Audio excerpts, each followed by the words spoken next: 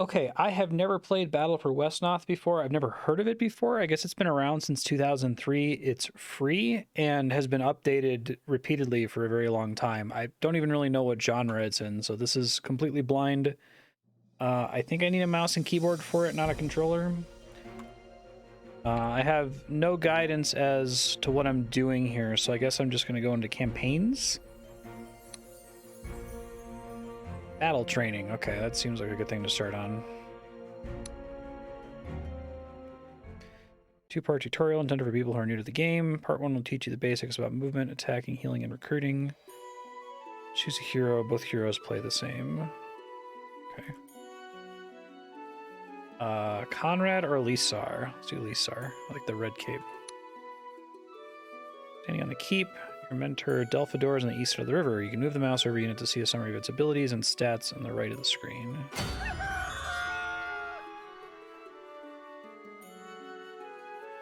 Oh, is it a tactical RPG? Okay. Places you can move are highlighted. Movement points, sure.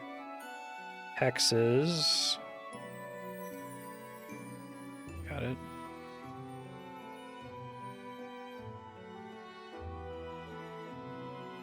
Good morning. Is it time to attack things?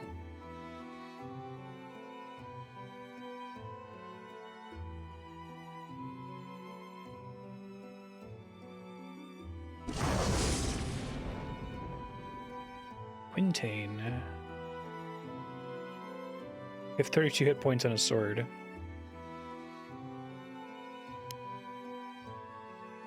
I guess I don't know what would people say is the difference between a tactics game and a tactical RPG.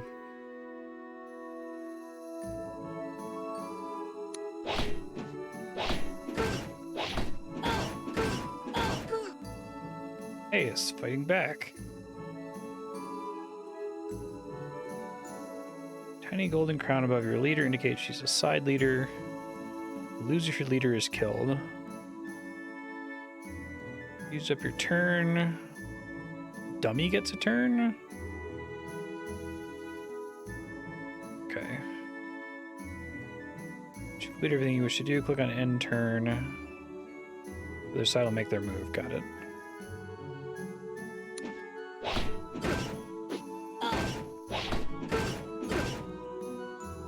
Only 8 hit points left. Visiting villages and ending your turn, no one heals you. Okay, so you'd say that Advance Wars, for example, isn't a tactics RPG, but Final Fantasy Tactics is. Leveling as well.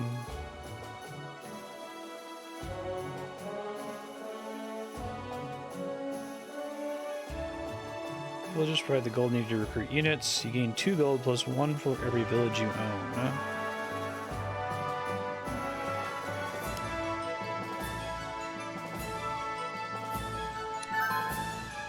Started your turn on a village, you regained health. Okay. 8 hit points are enough to top off. Summon some help. Turn to the keep and recruit units. Fire Emblem, maybe. Tactics Ogre, those are all RPGs versus pure tactics and Advance Wars. Elvish Fighter.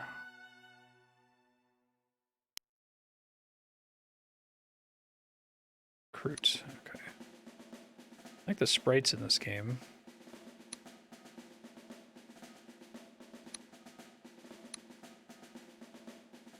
Some of the traits from your groups listed under its race in the sidebar. Traits subtly affect how you can use your troops. Units with quick can move an extra hex. Intelligent require less XP to level up. Any tooltips for that? I do. That's nice. Okay, that's cool.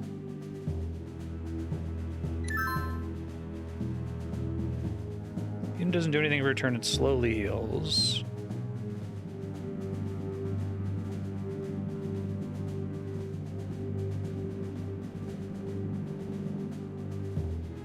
Sword, 5 times 4, 5 damage on each hit. Or the bow, 3 damage on each hit with 3 attacks.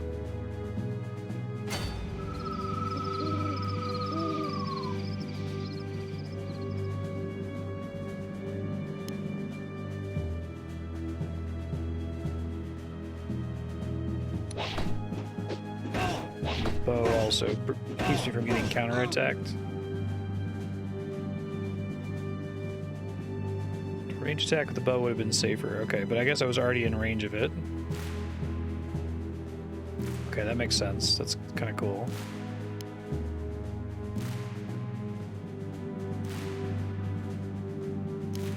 Oh, do I still need to be adjacent to do a ranged attack? I guess I misunderstood that part. I see. So it attacks back with a flail or it doesn't attack back at all. Gotcha. So that's how it abstracts ranged attacks.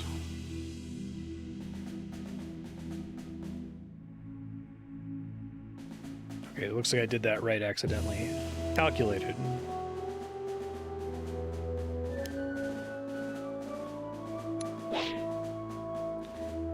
Huzzah! Gain experience through battle, especially by killing an opponent. Okay.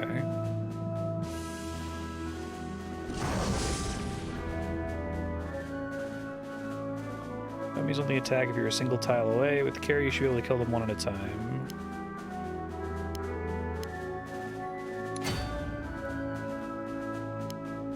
This is a neat game so far.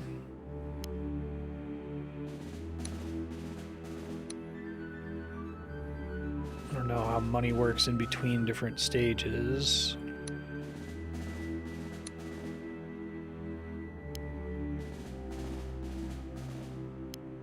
Okay, I can't use units on the same turn that I recruit them. Good to know.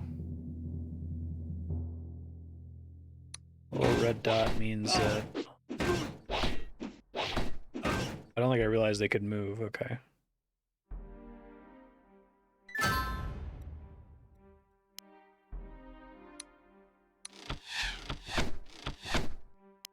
Use the bow since it's safe, I guess.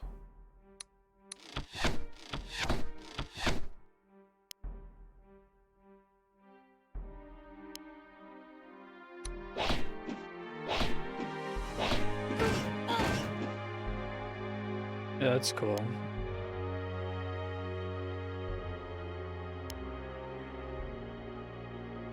This one has resilient and quick.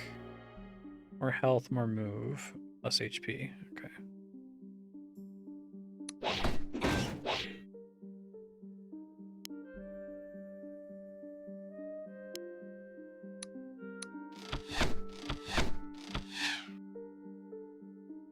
Enter.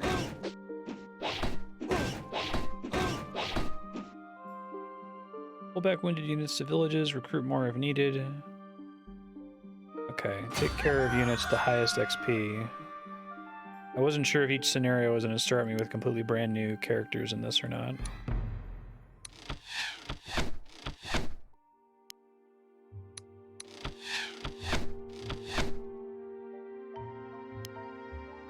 Once they act, they can't move anymore. I guess that makes sense.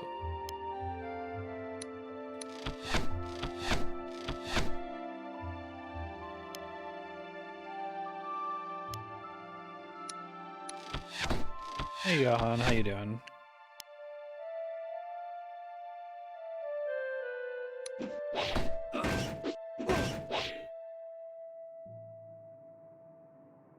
Each village you control will support one unit for free. After that, each unit costs you 1 gold per turn. Oh, you mean like to heal them if they're staying there to get topped off? Interesting.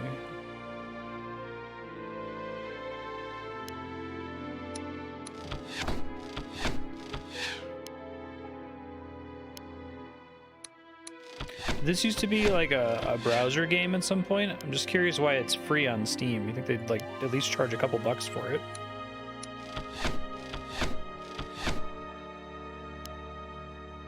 Just creator goodwill, I guess.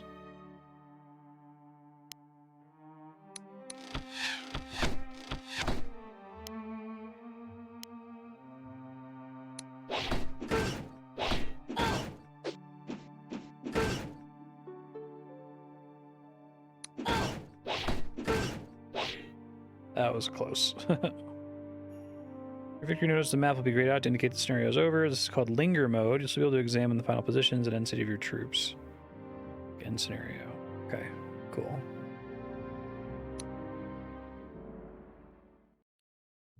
It's a direct download. I see. Second part of the two-part tutorial. I noticed Steam had Battle for Wesnoth Legacy and Battle for Wesnoth HD. Are those different products? Recalling units, abilities, and weapon specials, income and upkeep, long distance movement, zone of control, and time of day.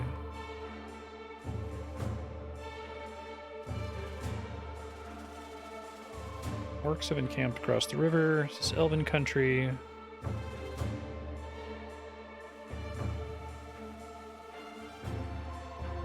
Deal with the Orcish grunt stationed in the middle of the river.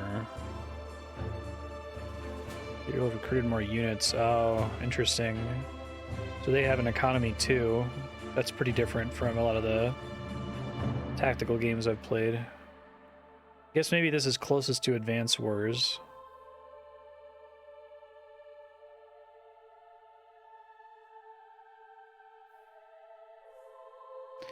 Interesting.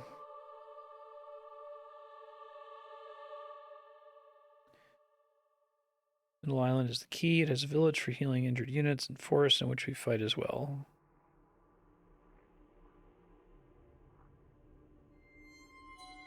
Call the veteran troops from training.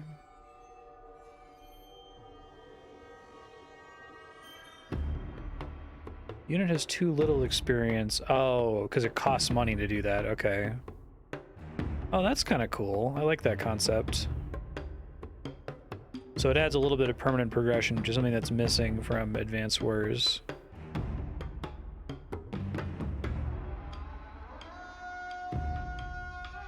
Okay, so you kind of like start favoring the ones that have the best traits. And then you try to roll new ones that might have more interesting traits on future stages.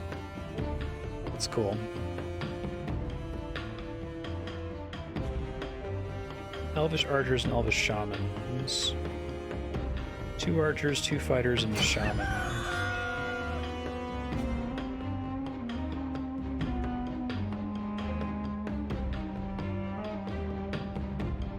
Stable and experimental. And those are separate from Legacy and HD. Recall. None of them actually leveled up. I think because the bow is so much safer, I might want to try to take the one with the bow. I guess I could eventually start naming them after viewers. I won't worry about that for now while I'm still learning the game.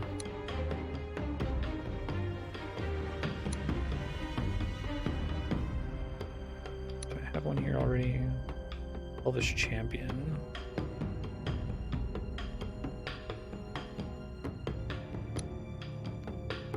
Shaman. Shaman can heal friendly units around her as a special attack which slows enemies, halving the damage they do. Careful sending her into battle. All units adjacent to a shaman will recover 4 hit points. Interesting. Shaman doesn't gain experience from healing, only from combat. Okay, that's cool. Is it like a premium version of the game or something?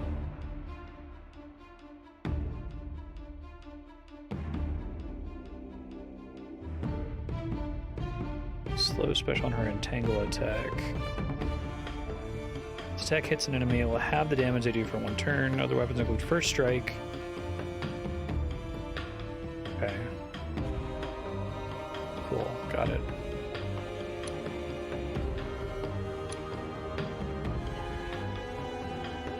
Oh, I see. So actually I should be doing the opposite. I should have called in the strength-based one instead of recalling the dexterity one. Alright.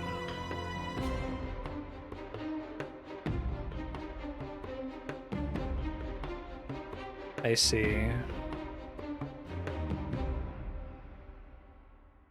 Clever, okay. Oh, let me go ahead and get my other one then, because that was the only other one that had any significant XP. You only get XP from dealing the killing blow. Actually, this is strong and dexterous. It's probably better to just get somebody new.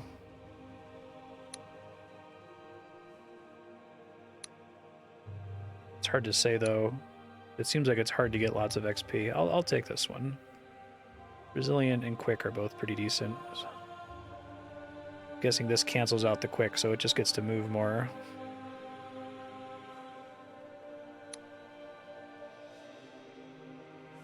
That was a real question. Thank you for asking. I'll try to be clear if I do ask rhetorical questions a lot.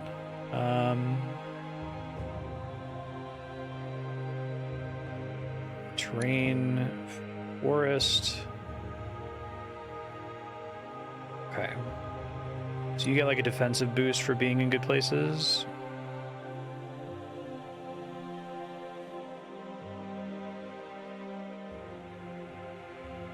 So you can keep recruiting. Oh, that's nice that they let you undo. Right on. They want me to get up to 2, 2, and 2. So they want me to capture these first. 2 gold plus 1 for each village you own. Upkeep is subtracted from that. It's this guy up here. Oh, okay. So I thought that was just supporting the unit if they were staying in the village to heal, but that's clever.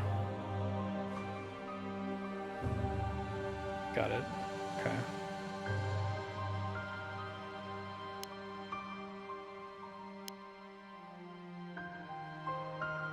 Everyone else can't go yet. Level times 8 XP except for level 4. Okay.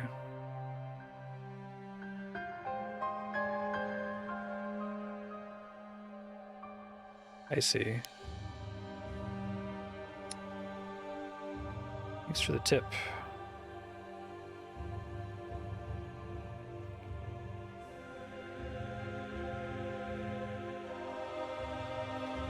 Elves and orcs have bad defense in water. You're more vulnerable as you try to wade slowly across the ford. The enemies have an 80% chance to hit you. Elves have good defense in the forest. Keep to the trees and attack the orcs from there. Okay.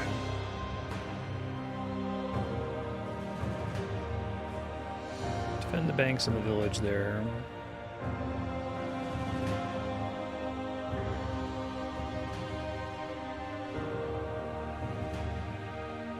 Move them into the positions they can attack next turn. Secure the villages. Oh, okay, that's cool.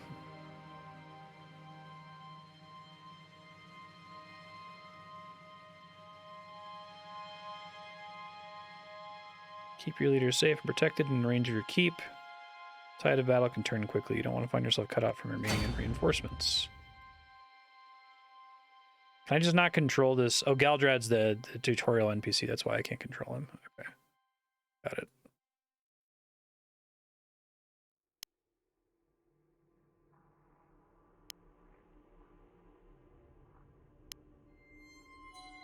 A couple of these folks up here.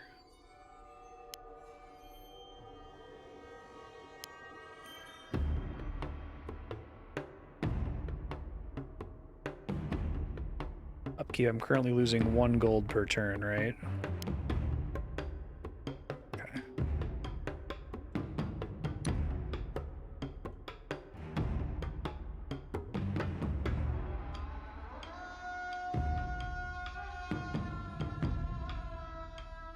See where an enemy can reach by moving the mouse over them. You can see all possible enemy moves at once to show enemy moves command. You just move around the orcs. Zone of control. Okay, so it's like attack of opportunity kind of a thing. That's smart. I like tactics games like this where there's more interesting rules around movement so that the actual terrain matters. I've played a decent number of tactical RPGs at least where the terrain, who cares, right? You have to kill the grunt. Can't move any further that turn, although skirmishers are unaffected by zones of control. That's cool that they explore that design space. Use to create a blockade to prevent stronger enemies from reaching key locations, such as villages. Actually, I have to have my hero in the keep to be able to recruit more units, don't I? Okay.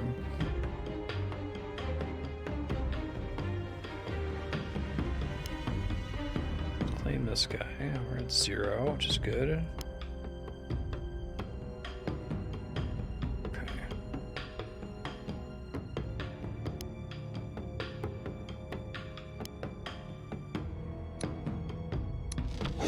I like that way of doing range versus melee attacks.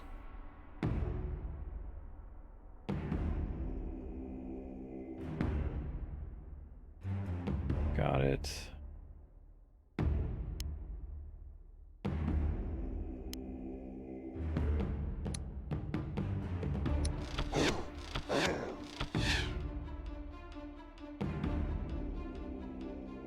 Don't want my commander to be out in the open against this guy, but...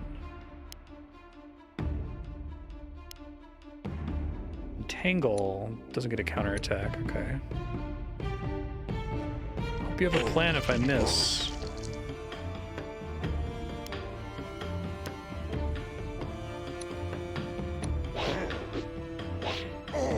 Perfect. Calculated. Yeah, I agree. It also seems to be smart about having a decent amount of design space and being willing to explore that design space.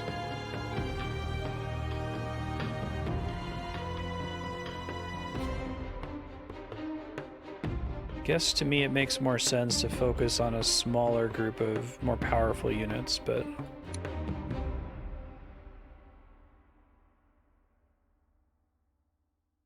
and focus on spending money on recalling them.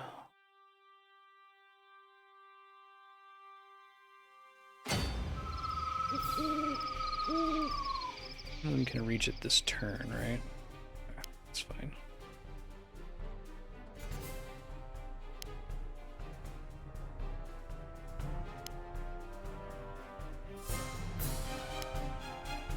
Forest there, which is nice.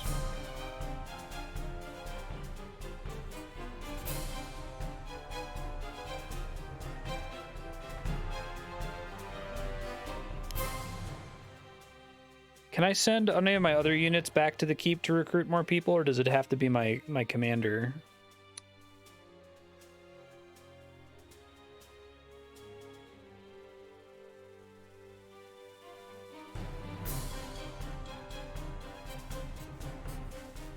Orcs are chaotic. Their attacks are now 25% stronger. Oh, cute.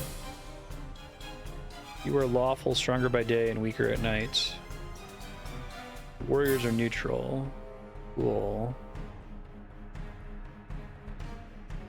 Lawful, neutral, chaotic, or liminal. Huh.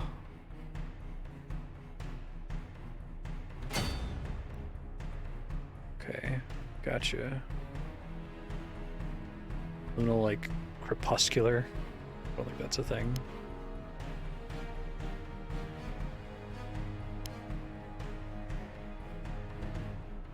Use the trees to set up a blockade against the orcs.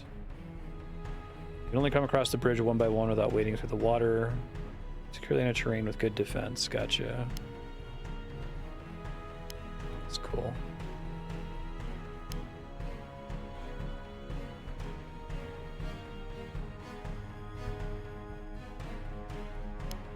Is there any penalty for using undo?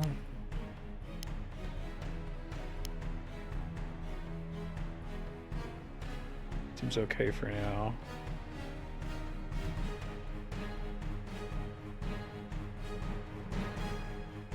So if I can get to this island, I can zone of control them, so they have to kill my unit on the island and they have to fight me from water where they're like super weak. Probably should have been moving there.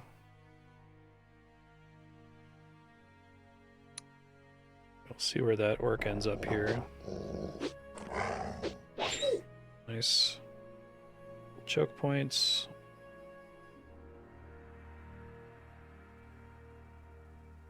have enough gold to recruit more units. Archers are effective against grunts, wolf riders, and the orcish leader. Treat your wounded units to villages. Interests of healing are not combined. If a unit starts its turn next to multiple healers or in a village and next to a healer, it'll only be healed once. Okay. Rest healing is an exception. Gotcha. Oh, right. I forgot I could commit multiple moves. That's right. I think that guy's going to make it to the island before me. If I can see, he's not going to. Oh, no, he is going to. Okay, let's back up then. If I'd gone there sooner.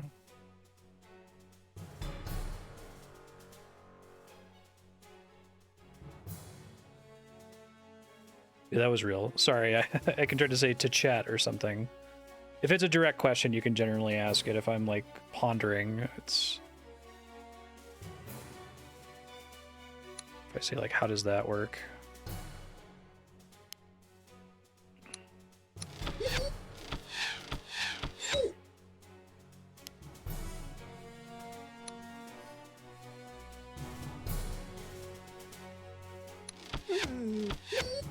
Okay. That's cool. So it's like, you can undo provided there wasn't any information revealed, basically.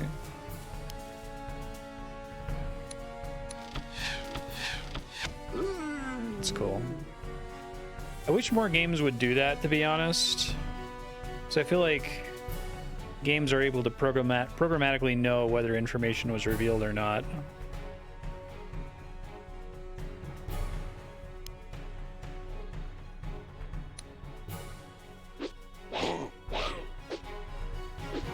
Do you get any kind of defensive bonus for being in a village or no? Hey, Revenon. How you doing?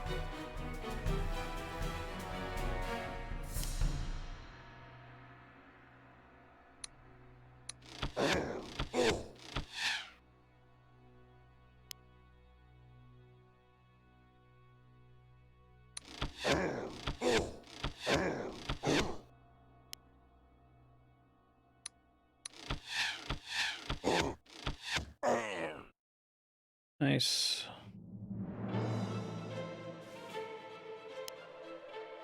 So might not be a good idea. I think I'm just gonna keep her in the back for now.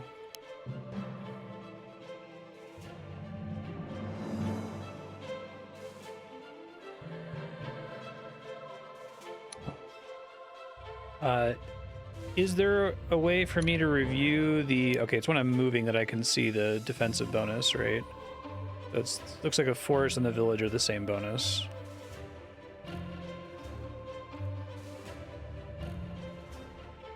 Oh, sorry about the motion sickness. That sucks. So it's happening to Simon at Cracking the Cryptic as well.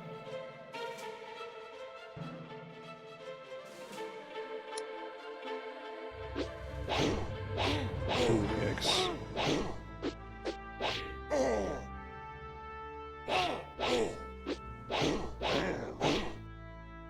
A lot of swings there. Very good.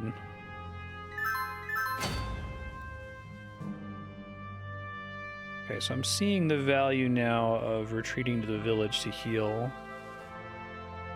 Yeah, I just started, but it's pretty good so far. Digging it.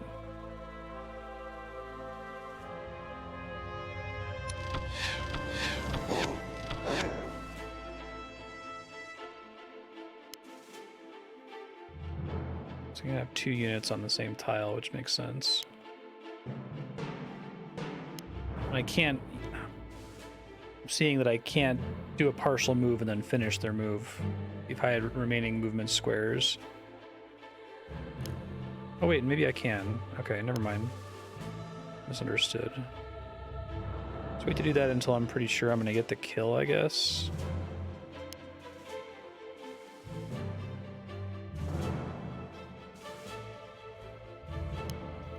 Probably shouldn't have abandoned my forest there. I think that was a mistake. See what happens, I guess. Okay, not great, not terrible. Wait there to heal. This guy's coming back this way again, so I'll just wait, I guess.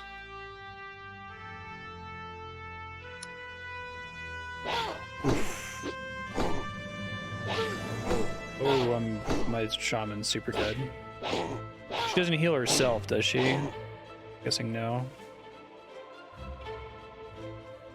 Sure, you use all your troops by pressing N to step from one unit to the next. Okay, that's helpful.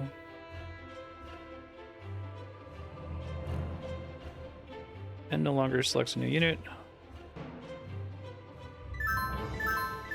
Time to switch. Oh, okay. I keep accidentally moving people further than I want to. Yikes. It's definitely not on purpose.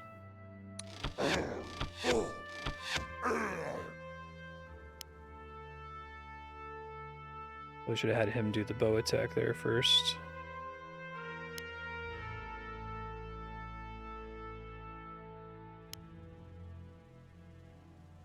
Okay.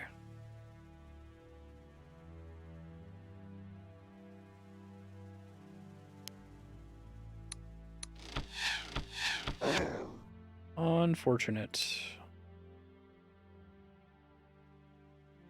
And I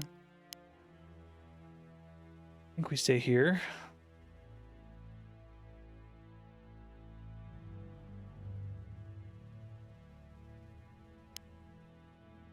Oh, that like estimates how much damage you're going to deal based on chance to hit.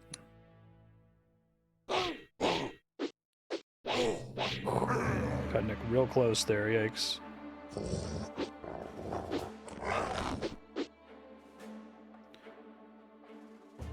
You need to defeat the orc leader to win.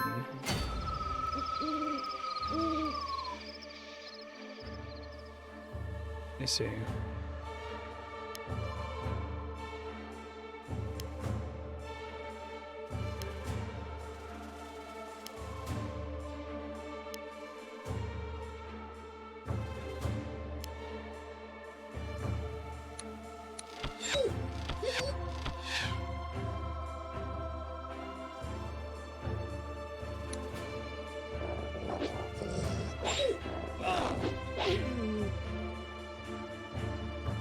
More units coming out now.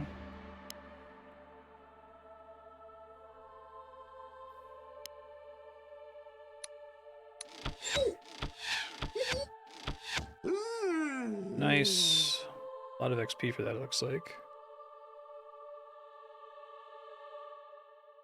We don't immediately end when that happens, or only after I end turn. I get to like finish taking my turns.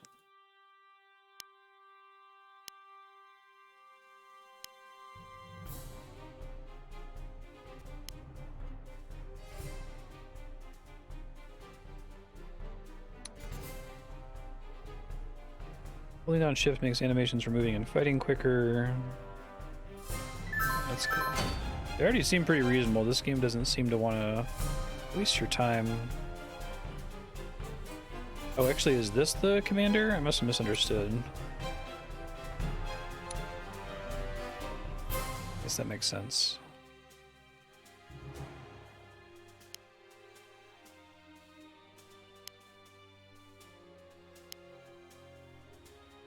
You stay there. You need to heal more.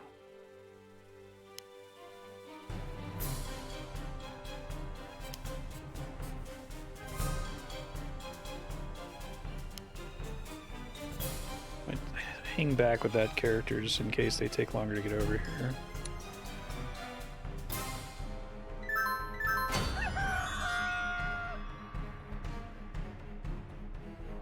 Okay. I think we still want to fight this guy down here if possible. So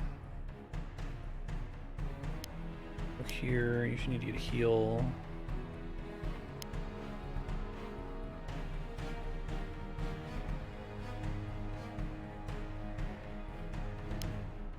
Nobody else is coming around at the moment.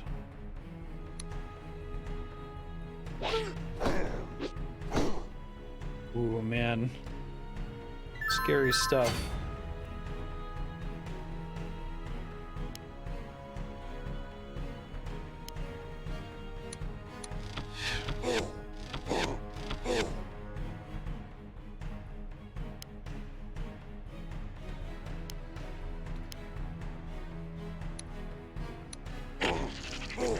Nice slow.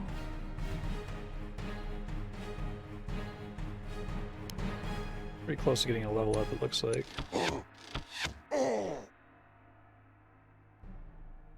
Oh, what did they become? Elvish Captain or Elvish Hero? Captain. Navigate small skirmishes. Abilities Leadership.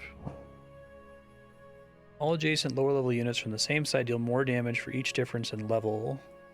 That's cool. So is that the main feature? I guess I can see that from here too. Okay, and then the number of times they swing their weapon also changes.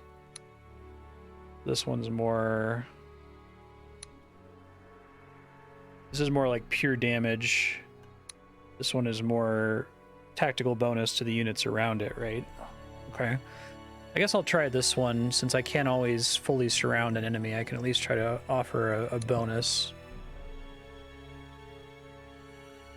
Only applies to units of lower level. Okay.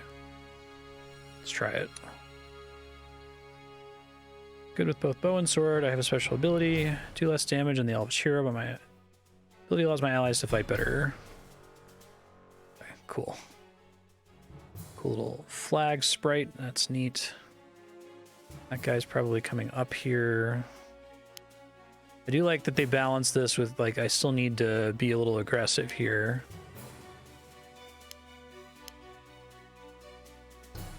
Can't just rest on my laurels.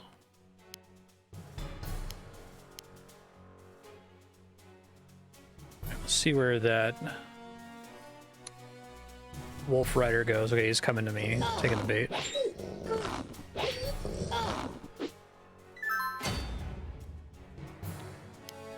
I gotta be really careful with accidentally committing them to move on future turns. I keep doing that by accident. How do I revert that if I accidentally commit too much move? Is it just an undo, or can I like select the unit to change it? Let's see.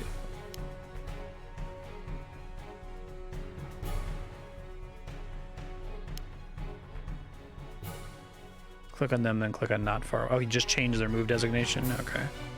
Thank you. What persists between levels here? Is it just the ability to recall units, or does money get conserved in any way? I assume money is only for that fight, but I just wasn't sure.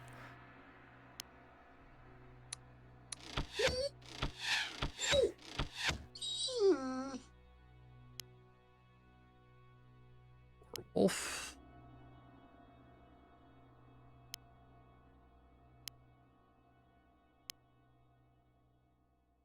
Okay.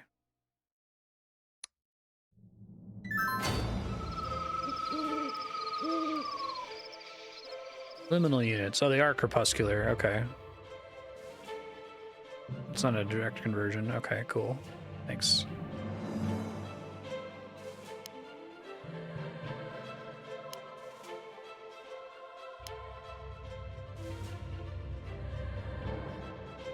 Stay in the woods as best as I can. I probably should have strategized around that guy better. Oh well. I'm trying to heal her if we can here.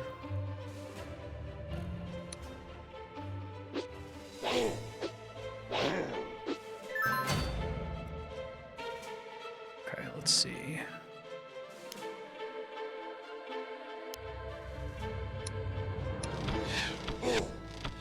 Pretty significant damage increase. Alright, so I should have moved him here. I can still do that. Okay. Oh, that's cool. So I can keep moving him around as long as he has remaining movement to apply his bonus to more people. I see. Chance of being unscathed. That's pretty helpful. I am not unscathed. Yikes. Okay, that's really bad. I gotta finish that guy off. Guessing there's no flanking or anything like that in this game.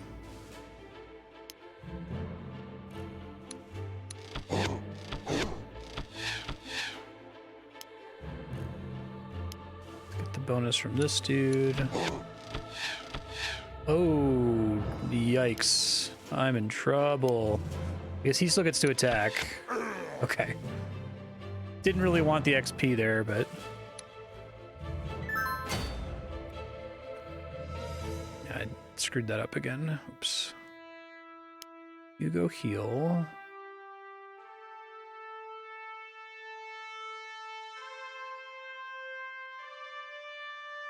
Flanking does interact with zone of control. See. Just completely locks them down so they can't disengage.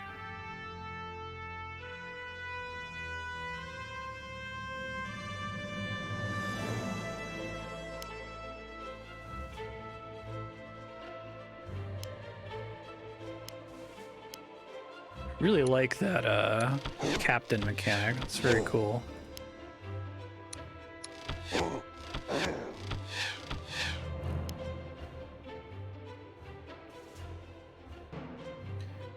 Orc leader can do 36 hit points of damage at night. Attack him with many units at once during the day. Okay, he might come out and try to fight here. I guess we'll see.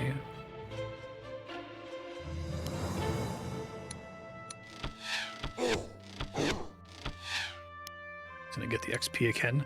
I guess it's good. I want him to be higher level than everybody else, so that he can keep providing his buff to people. Well, it doesn't seem like a complete and utter misplay. All right, only one source of healing applies if there's a shaman and a village, right?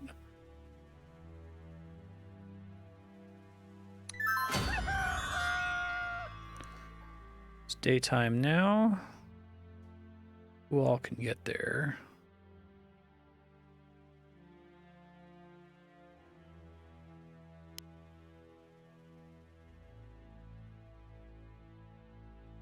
Oh, it's still dawn. Okay, so not quite yet. So we want to get them close, but not quite there. No, he's still getting money, so he could still spawn another unit here, potentially. Leave her back. Now it's daytime. Lawful units, okay.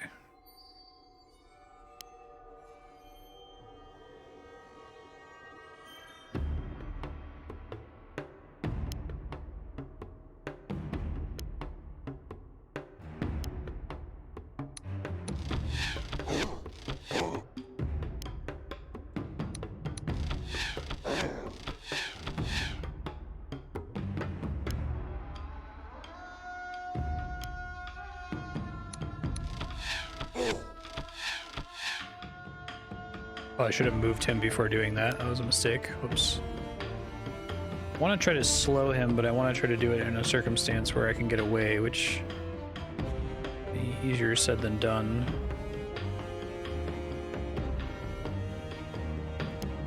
Oh, he was out of movement anyway. Okay, never mind. Nothing else I could really done there. I screwed that up again. Dang.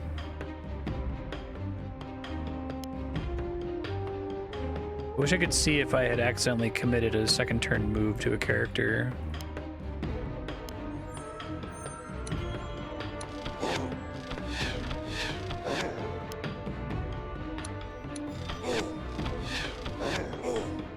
Close to killing a leader, he's second level. The unit who finishes him will gain 16 experience points. In campaign, it's important to decide which units you want to advance. Okay.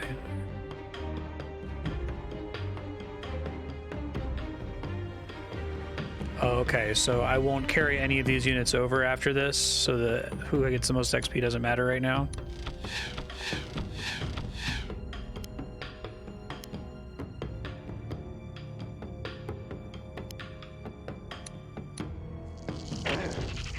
Let's slow off. Is the leader just choosing not to attack, or does he only attack at night or something?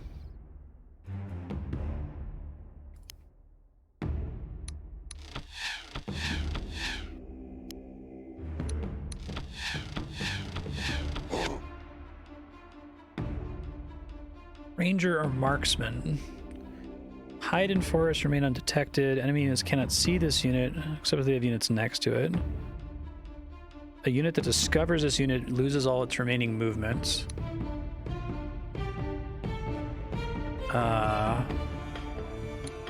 So we get a longbow. Minimum chance to hit. I think I'm going to take the marksman. I like the idea of the ranger. Imagine that's really good against a human opponent.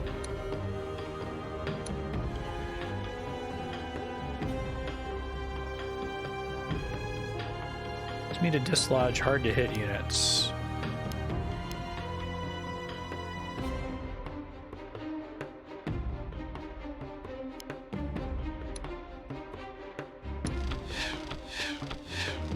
Oof.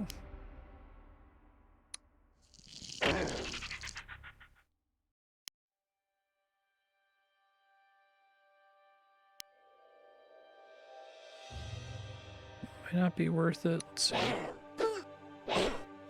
Oh, it just says a dagger. Okay.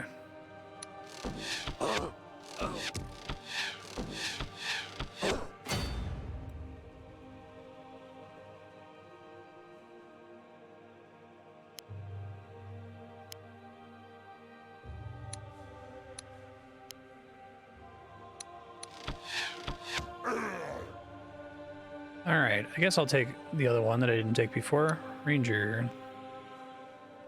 Hide in forests. Try one of the rookie level campaigns next, which includes strategy hints. A Tale of Two Brothers is the easiest and is the recommended first campaign. You've emerged victorious. Cool. Yeah, this is great. This is one of the better tactics games I've played.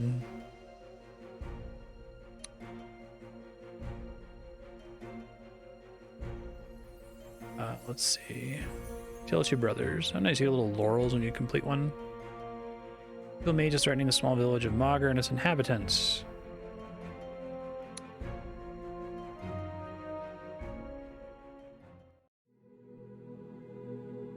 Reach the kingdom of Wesnoth. Eldens and zombie. Kill cattle and fire fields.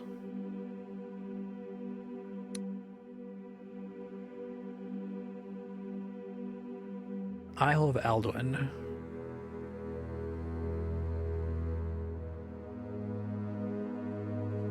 The polish of the campaign's difficulty length and so on varies significantly.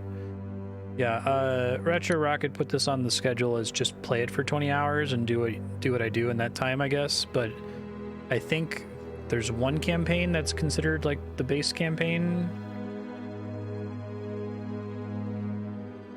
So I'll keep going through these in order until I run out of time, I guess.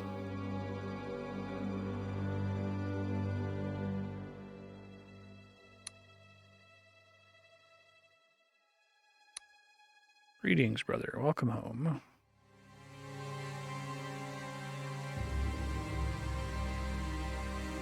Heirs to the throne. Okay, if I just do all... I was planning to just do all the easy ones up to heir to the throne.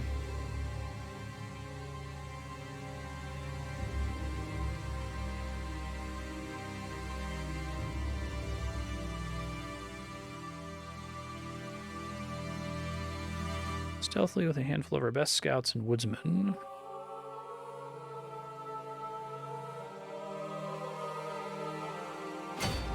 Slay Mordak, the evil mage.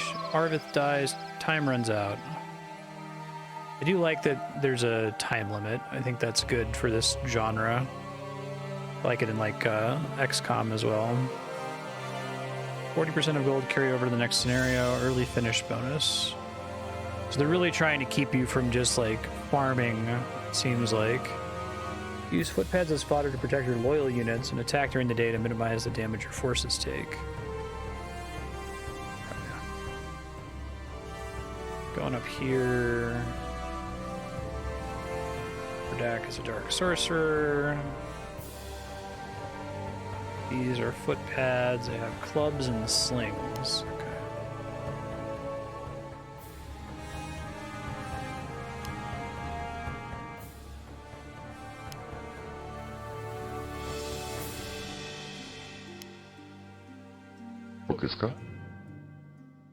Hey, thank you for the follow.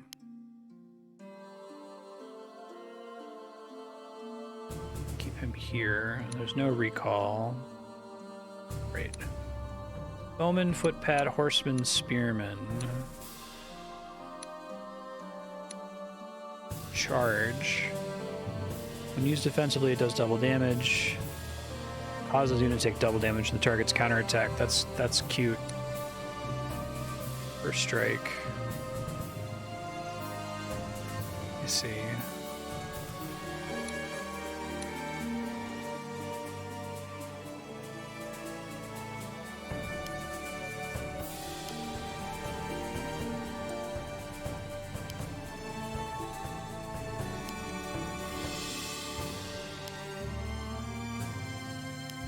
I'm all up for now. Don't have a lot of starting gold. I guess makes sense.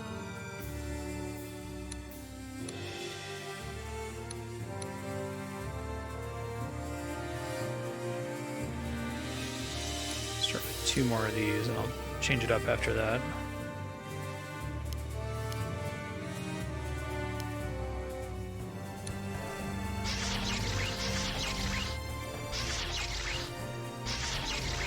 Spooky monsters.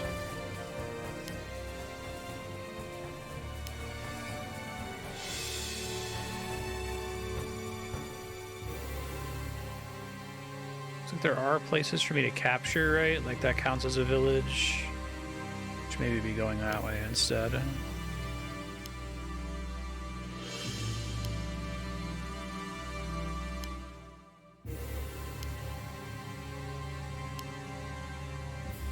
Like that they give you the option to move your commander, but you almost shouldn't early on, it seems like.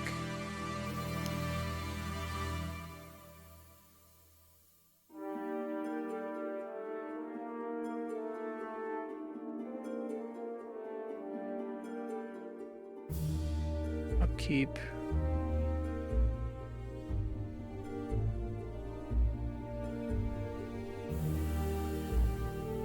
Not a goal that would be deducted if you lost all villages, I see.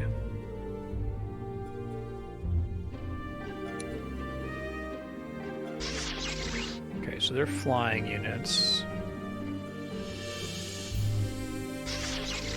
Is the game fully simulating the computer's economy?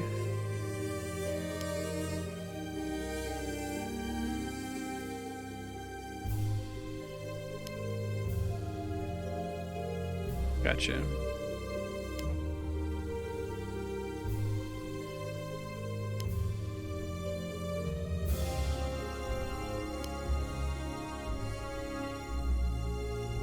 They only start me with the 1 footpad. Want another one.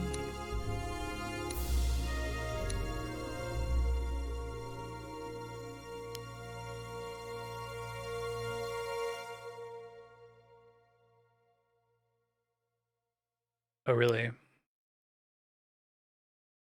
That's why we got the weak creature with the dagger at the end. So you can starve them by just taking all of the territory, basically.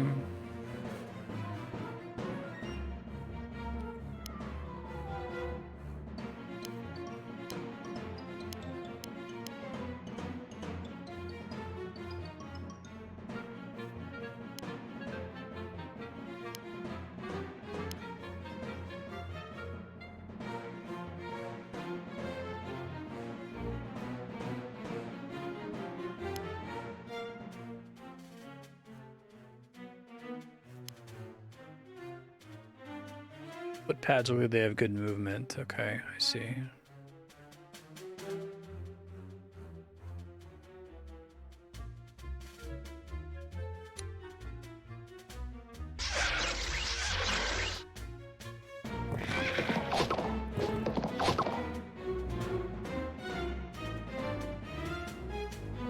guess I just generally have no healers in this one, right?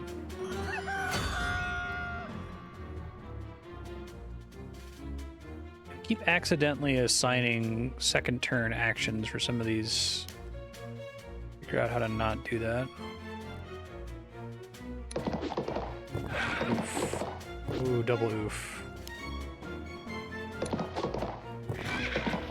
There we go. Hits like a truck if they can land.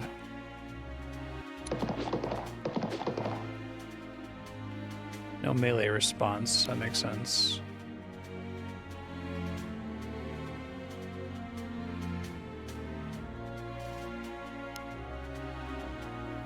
First strike, and then the javelin only counts as ranged. Probably want to do as much damage as possible. First strike only applies on the counterattack. So the spearman's kind of like the opposite of the horseman. The horseman wants to attack, and the spearman wants to defend. Ish. It's not that simple, but...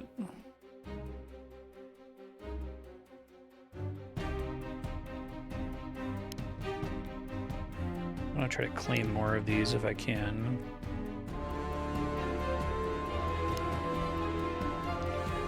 Chill wave. Oh, that's its counterattack. Okay. I see.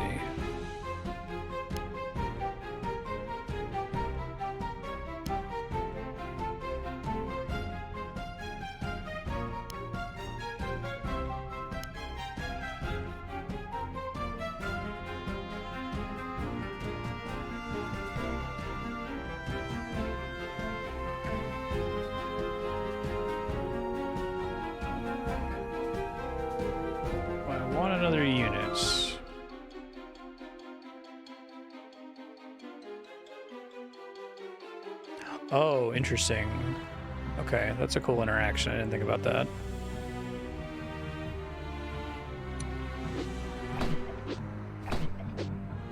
Lucky footpad. Are they just like particularly dodgy?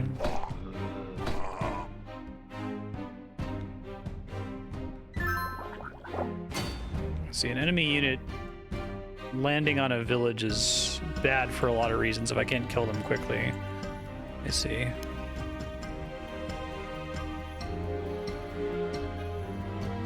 So another village over there.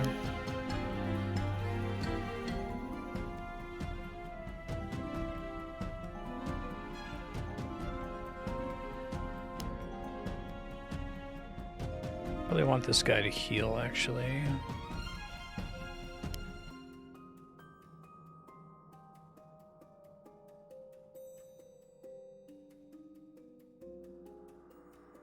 Fight him there.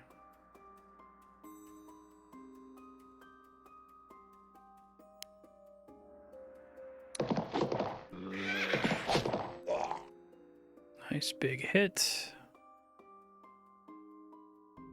This guy's definitely dead, but I guess he's gonna protect the bridge, which is what I'm trying to do.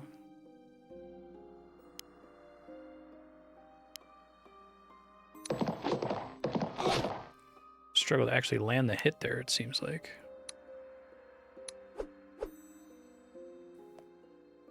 I want to be attacking from the water, but I don't think that means that I should never attack from the water. There might be situations where I do, in fact, want to do that.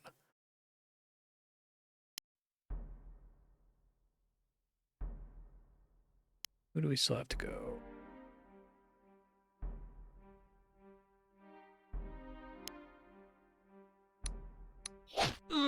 Nice. He already went.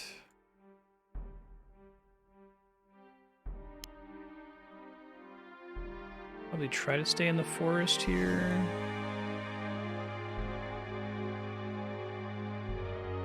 I don't know that he actually benefits as much from the forest as the elves did. Advances to longbowman.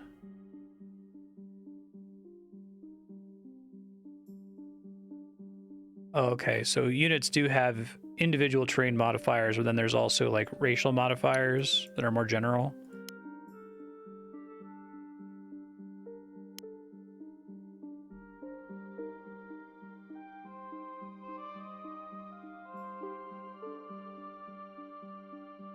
Okay, this might end up real bad. Let's see what happens.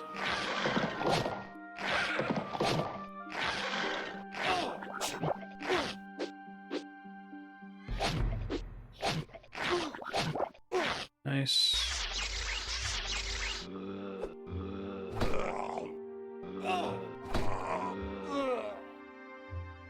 Oh, do they have an ability when they kill me that they convert my unit into a zombie? Press them, distract the adept so Baron can spring his trap.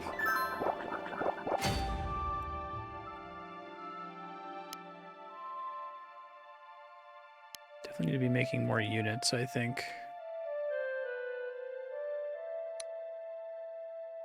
Do horsemen because I can get them into the fray sooner.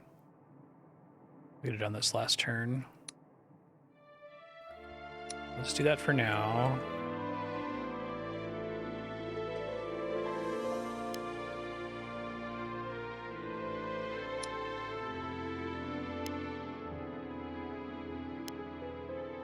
So you hold the line there, I guess.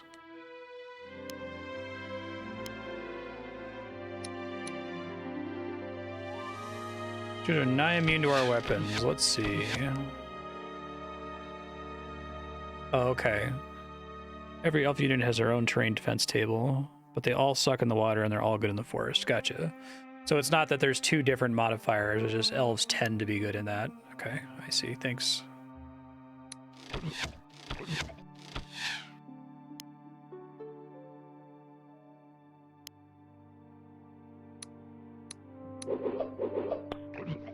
All right.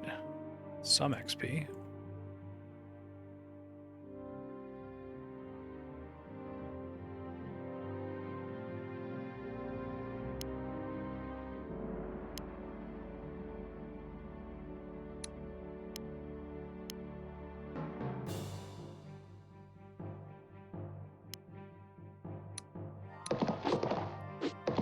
Missing with the horseman feels really bad, which makes sense.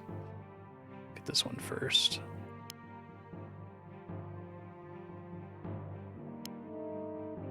Might be worth the risk. Okay, that's what I was hoping was going to happen. Can move, but I think I want to keep healing here. Actually, let's capture. That denies them income. Probably spreading myself too thin, but...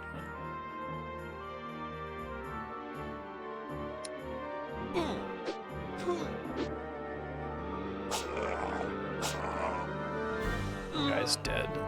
I do like the idea of wanting to burn through specific kinds of units. Something I'm also... It seems to be the case with this game, and I hope that it's true. Something that bothers me with a lot of tactical games is the focus on rout the enemy as the objective, right? Where it's literally just kill every enemy unit. But this one, especially with the zombies who get to make more zombies by killing you, it seems like you should really focus more on the objective.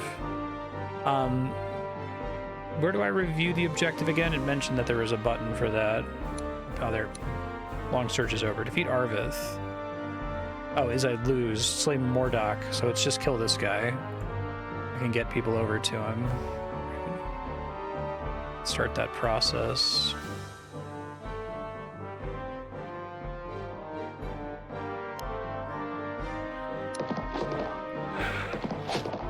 Okay. Zombies go down real easy in them. That's cool. Definitely like that.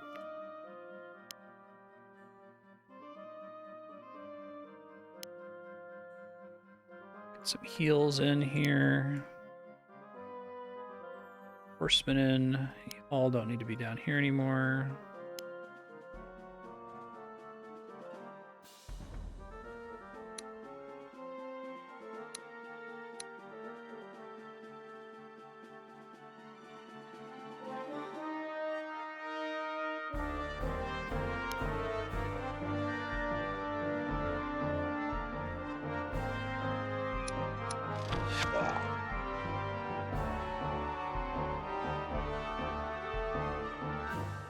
Plague touches. Mean, mean.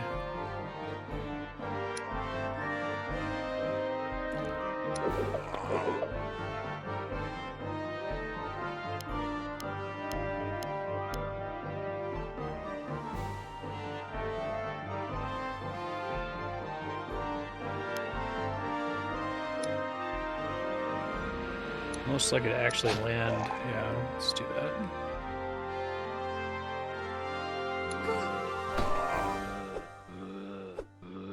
Good job, footpad. I'm proud of you. Oh, I got really lucky. Oh, I guess it was just the elves specifically hate water. That's what you were saying. Okay. I mean, they're generally, it's bad terrain defense on average, right? But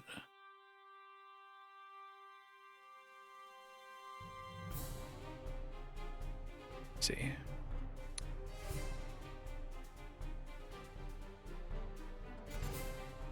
I thought it said something about the elves just flat having an 80% chance to miss in water, or is that more a feature of the way the defense was being calculated? Yeah, makes sense. Bat wouldn't care. I feel like that you cure from poison when you're standing in a town. That makes sense.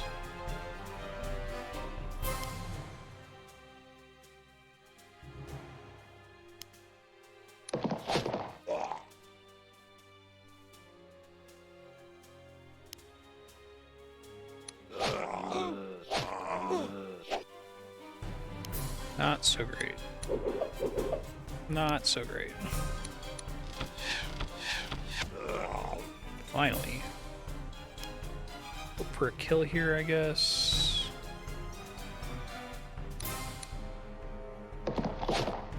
Nice.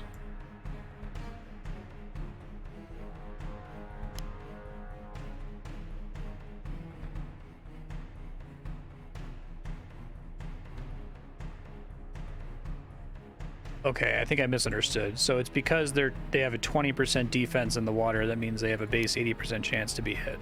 Okay, I get it. If I just click him and click on himself, he's not going to do a second turn of movement anymore, presumably.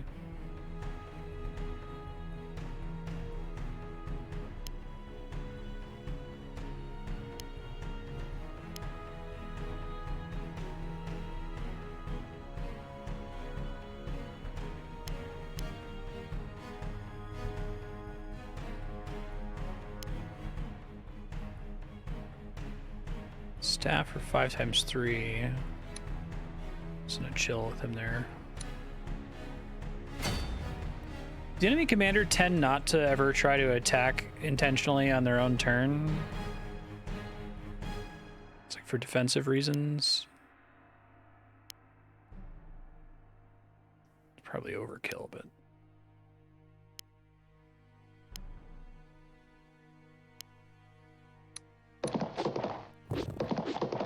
oof. Super oof.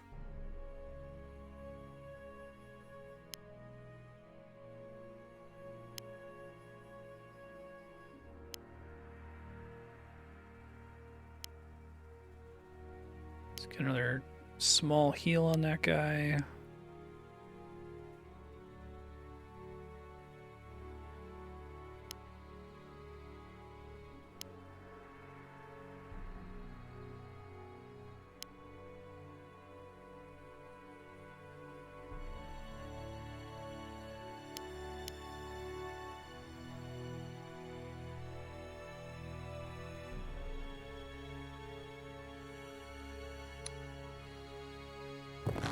Oh, damn.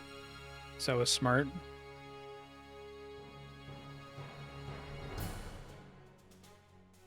Deal with Mordok ourselves.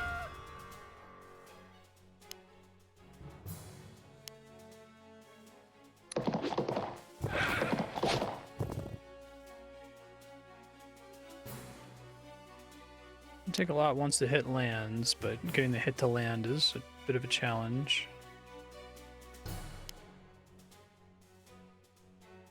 12 means I won't die.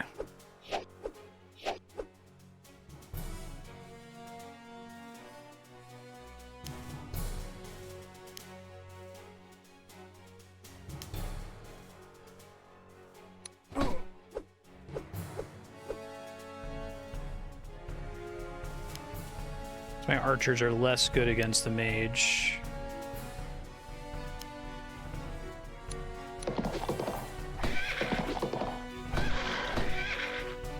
Ow.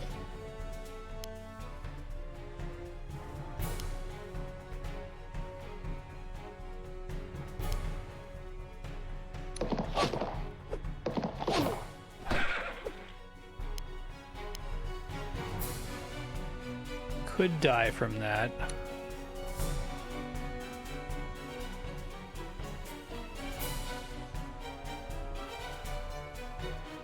Okay. Let's not.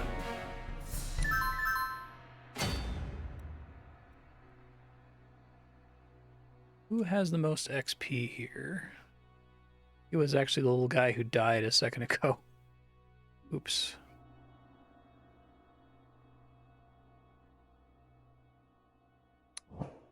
Turns into an outlaw. Unknown. You have to discover it first. I like that a lot. That's cool.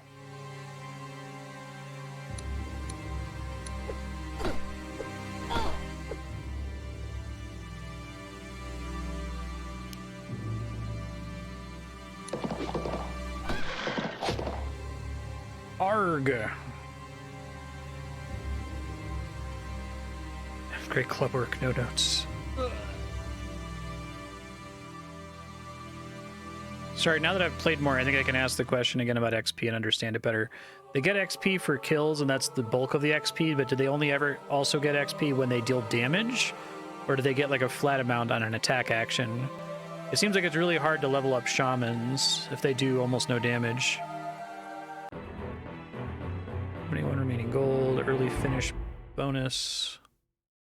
I see. So the early finish bonus is more money than trying to farm money by waiting out the clock, it seems like.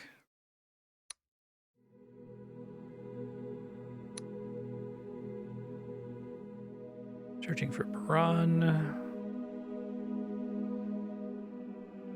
Gray Woods. If you attacked or are attacked, you get XP equal to the level of the person you're fighting. Kill them as level times 8. Okay, yeah, you said that earlier. Thanks. Now it makes sense. So being involved in a combat isn't necessarily a bad thing. So the best possible scenario is that you fight a high-level enemy, it hits you and whiffs every time, because you get a lot of XP out of that.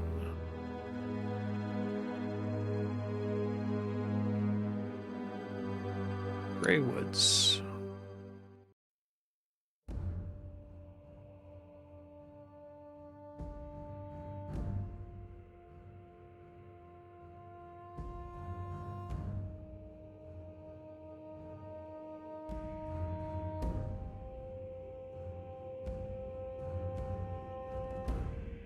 The sounds of battle 3 days ago.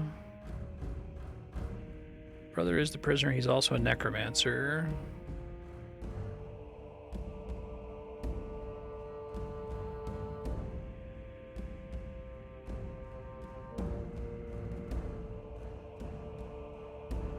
Horses don't maneuver well in the trees. Interesting. So that's just a terrain, that's a flavorful terrain feature of horsemen, that they suck in forest.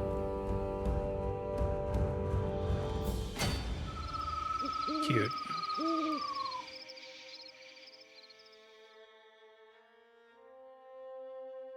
Sure, who literally can't fight back. I like when you get little quirks of the rules that encourage weird behavior like that. It's fun. Okay, so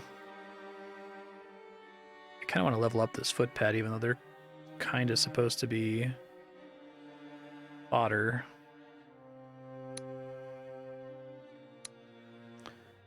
I really like this recall system. Imagine it can get you into pretty big trouble if you're not careful.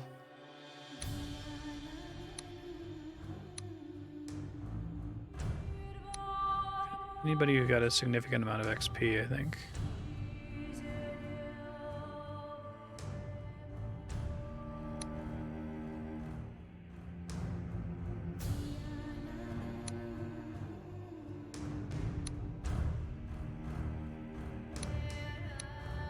Rent.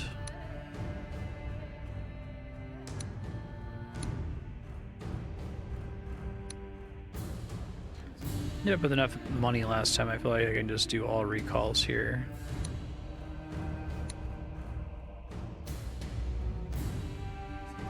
Another scout.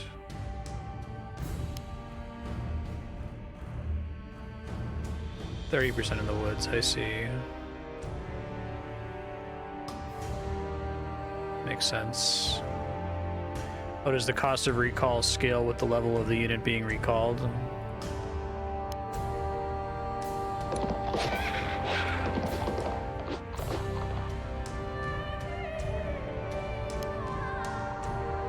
I'm gonna come back here next turn, but I want to try to kill this guy before anything else happens. 8 times 4 or 34 times 2 charge. He dies if it lands. I like that the amount of damage they're gonna hit for is guaranteed if they hit. Like, I like it not, there's not 2 layers of RNG. There's like an attack roll and a damage roll. I also like that there's multiple attacks most of the time. So it kind of lets you, you know, average out on most actions. Because I feel like a lot of tactical games can be like frustratingly swingy.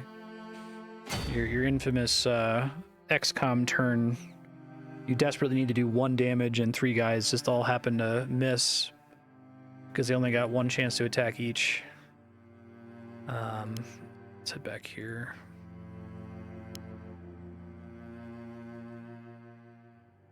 All right, footpads like the forest, that makes sense. Already learned that so do elves.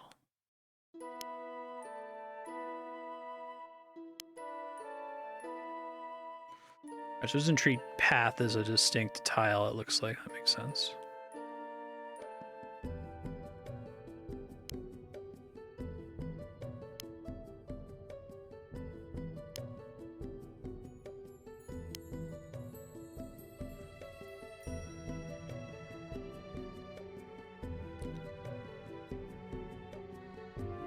Net income. Amount of gold you gain or lose each turn. Take into account income from controlled village and payment of upkeep. Okay.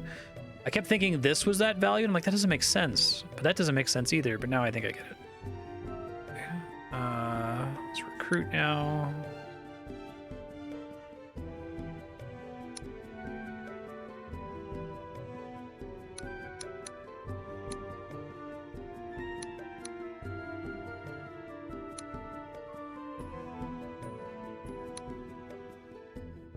Current army. Only have the 1 footpad, so I guess I'll do a footpad.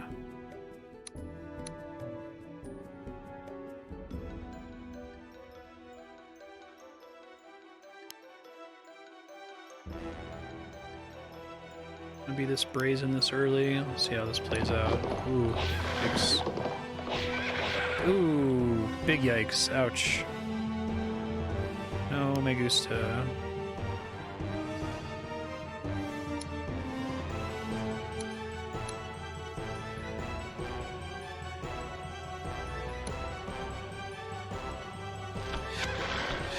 This guy is super dead. Oh, I got real lucky there. Still probably super dead, though.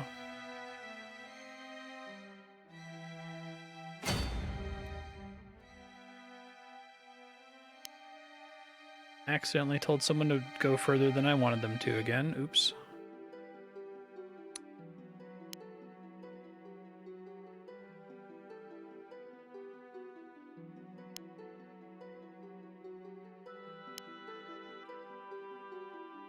Kill this guy to be able to maneuver past him.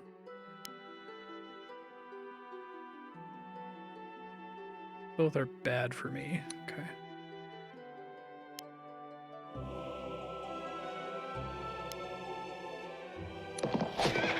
That's more like it. There we go.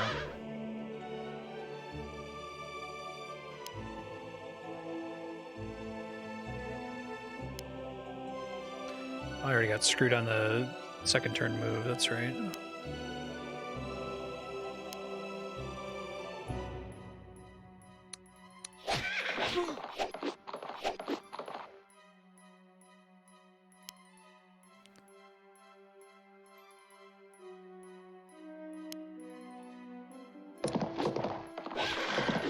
Ooh, I was hoping for a lucky hit there. With the terrain disadvantage, it's probably not worth it. They heal for 8 immediately at the end of my turn or at the start of my next turn. Because that is an important distinction I probably should have asked about before making choices here.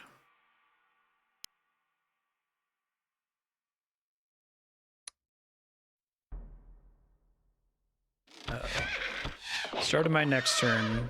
Lesson learned. I think that was one of my big XP units too. Not again.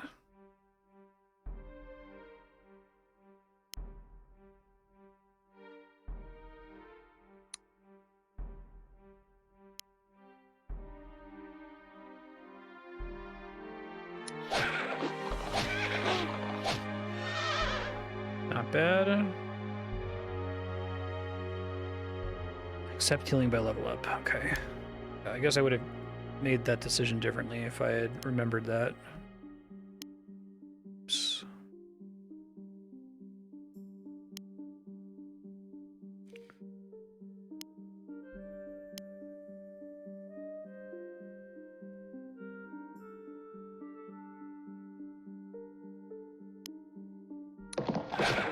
Nice.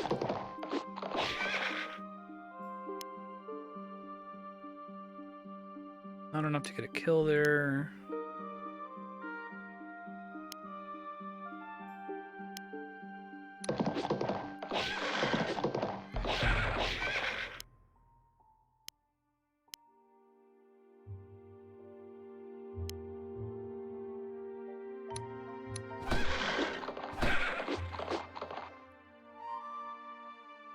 Teensy amount of damage.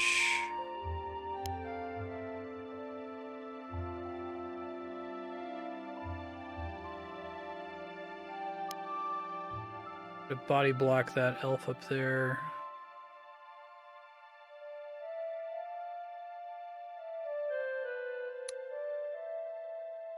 And footpads have pretty decent movement hexes, it seems like. That it for that guy?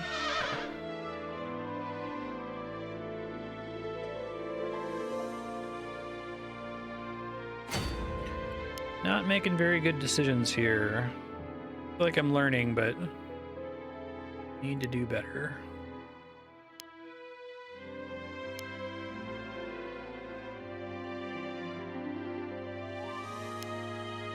Archers are really bad against them, it seems like. Their main advantage is being able to attack with impunity. That does not help me against them at all.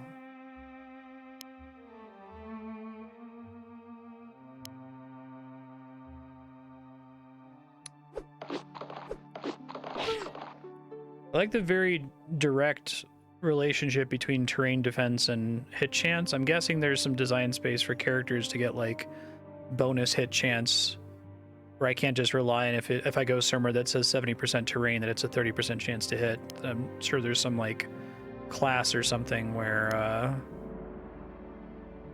it just gets a inherent plus 10% or something with certain kinds of attacks, but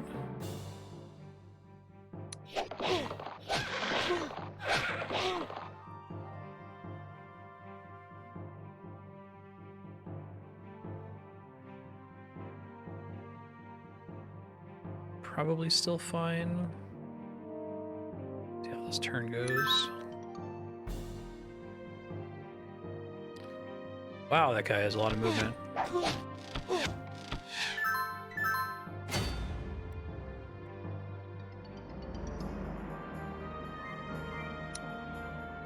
Someone to defend here, probably a spearman.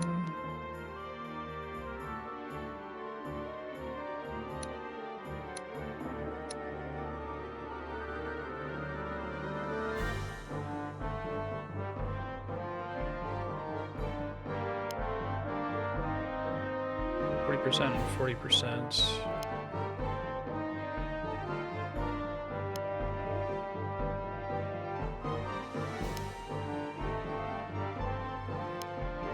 People healing here. I really like the healing on towns mechanic too. 8 is simultaneously not a lot and a lot of health at the same time.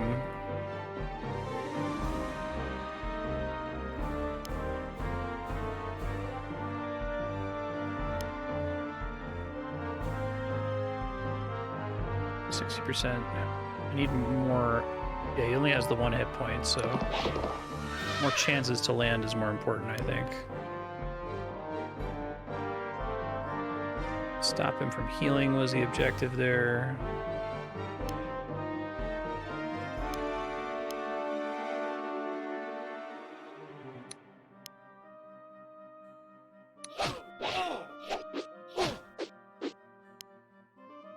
kill here, maybe? Yes, nice. Very good.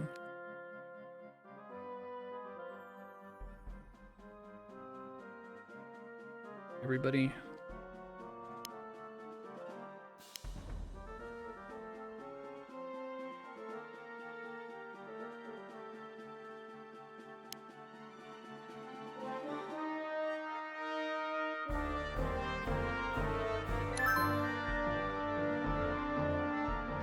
I played tactics games before where there's like a terrain modifier to combat, but it's usually like less... It's less obvious and less impactful on a turn-to-turn basis. Like you can't always...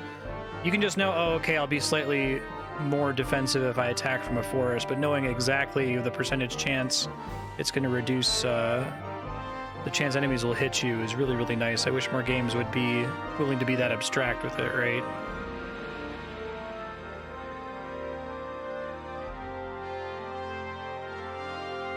Is it even worth trying to charge this guy? Yeah. Can't die.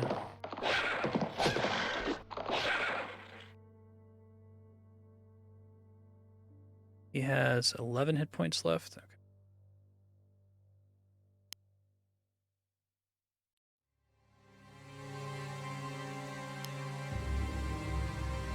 Yeah, right. Makes sense.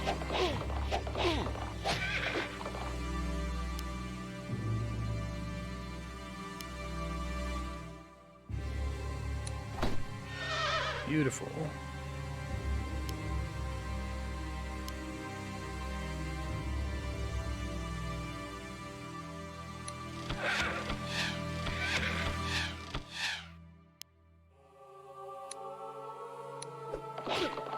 I was really hoping for the extra XP in that character.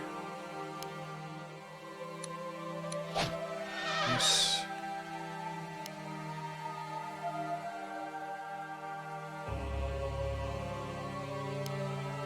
They can be fodder for capping places.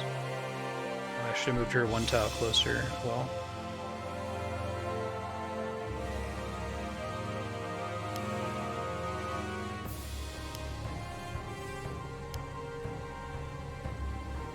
I really like... This game has so many smart systems, like... In compare... The fastest example for me to think of is Advance Wars, and I think that the fact that this game does do the economy thing where you have to generate units, but you kind of have to think about, is it worth generating the units because that's less gold to start the next mission with? It's a nice combination of tactics and strategy.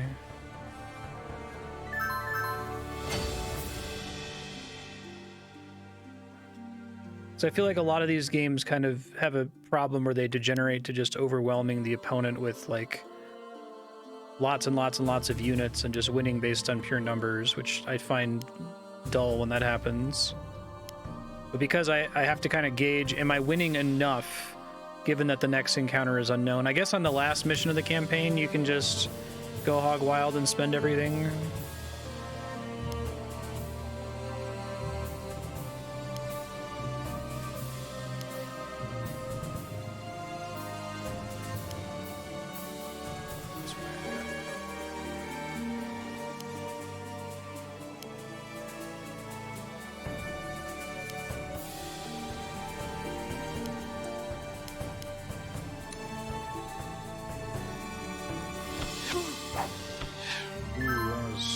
Not good. Did it again. Almost kind of turn that off. I get the use case for it, but...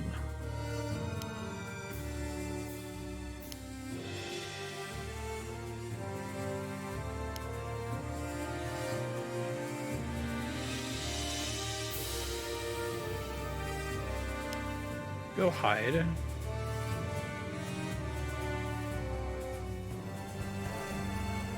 Right.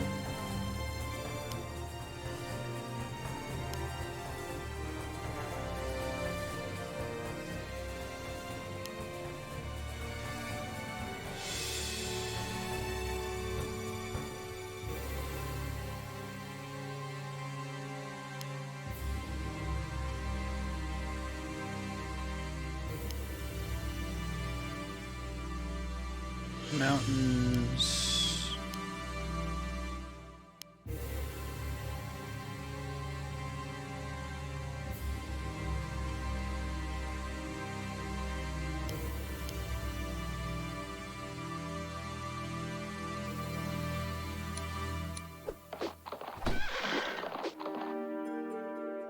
I do like how impactful the traits are too.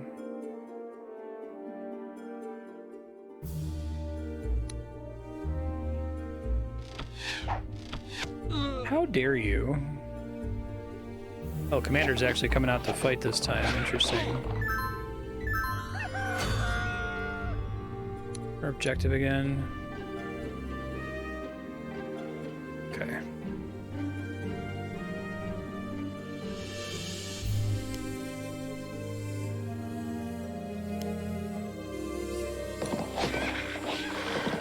Nice big hit, 24.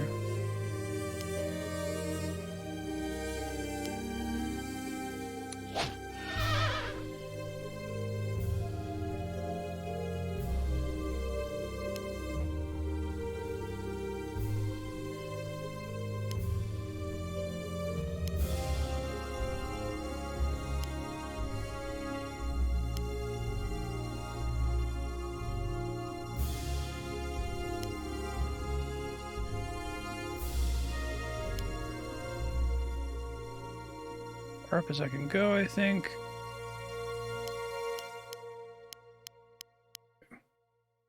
Just you three then.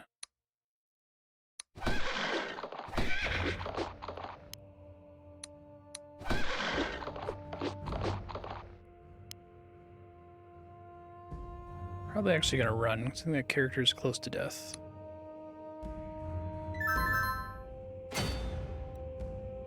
I like that your keep doesn't provide healing.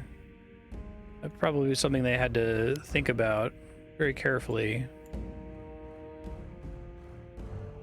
I feel like you could justify your keep healing you, but it would be annoying if the correct thing to do is to leave your commander there for a lot of the encounter, right? And just make it annoying to try to finish them off.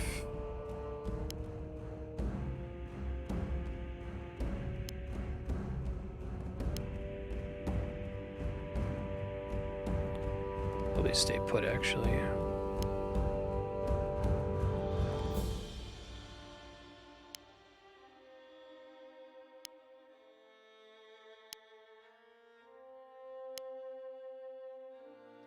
Definitely need to be better about healing. Yeah.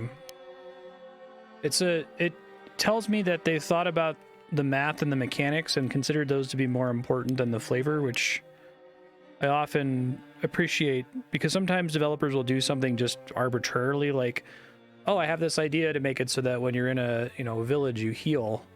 They're like, well, if, a keep is basically just an up-jumped village, so the keep should do it too. And then they go, wait, no, that's actually really bad for the balance of the game. Don't do that, right? Instead of just leaving it on the arbitrary, which is what games like Fire Emblem feel like they're doing a lot of the time.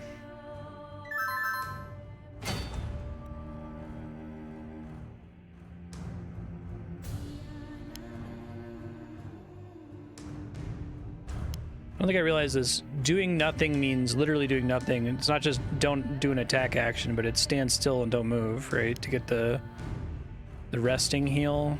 That makes sense.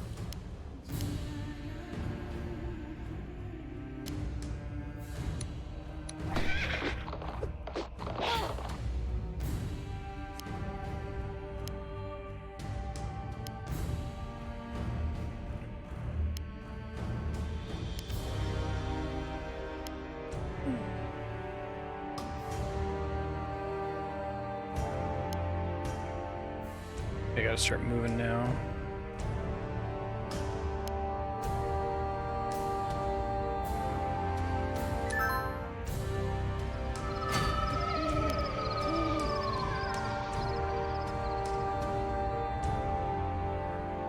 Let's see.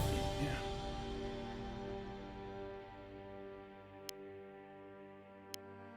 Oh, I see. Moving to cap a village ends your movement. Okay, I didn't realize that before.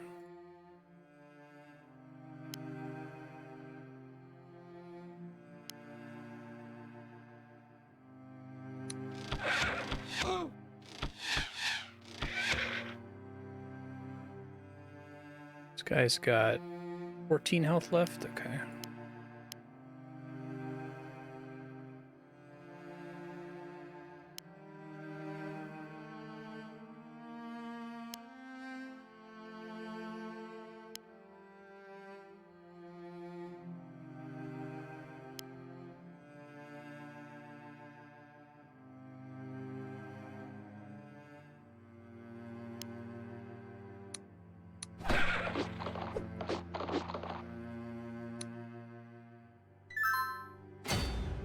Keeps getting away and healing, and that keeps happening. I think it's just like I'm like misclicking on a tile or something.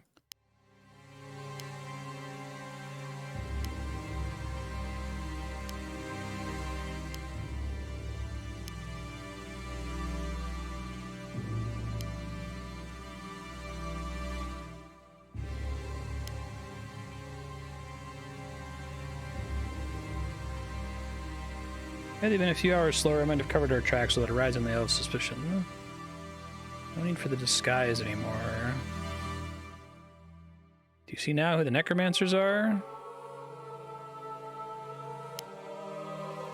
Kill the dark adept before more elves arrive. Separate him from his guards and attack in force for an easy kill. But the elves are still fighting me after all that.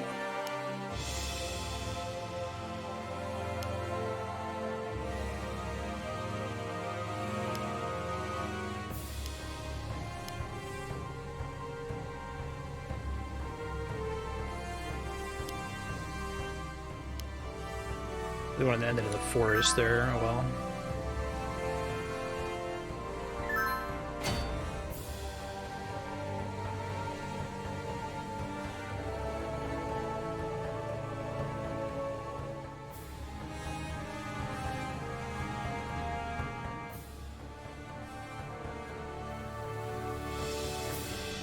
Yeah, maybe this is unfair to Fire Emblem, but I see a lot of choices in Fire Emblem as being more arbitrary, or we do this because it's the way it's always been done, as opposed to thinking about, is this actually good for the feel of the combat math?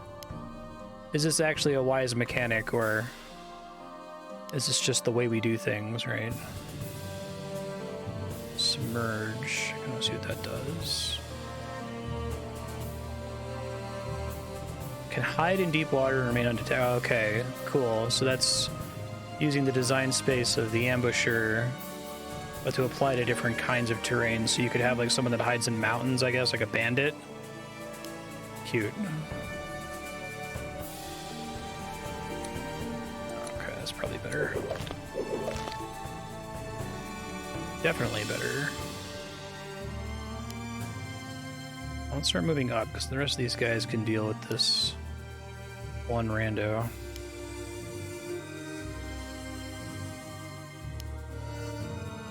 Can I target this guy? Oh, is he not aggro anymore now that we revealed the enemy?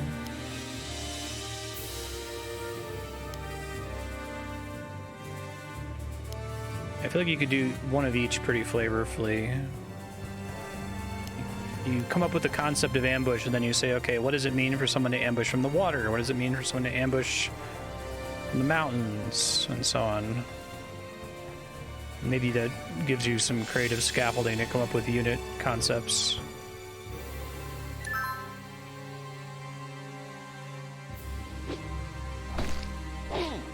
Ouch.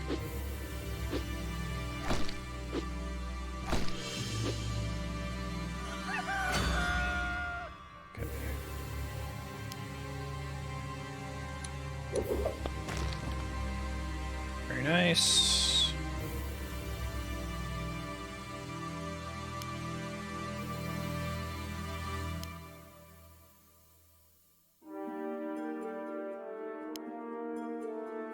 Wasted some time chasing the elf down, not realizing it had de-aggroed.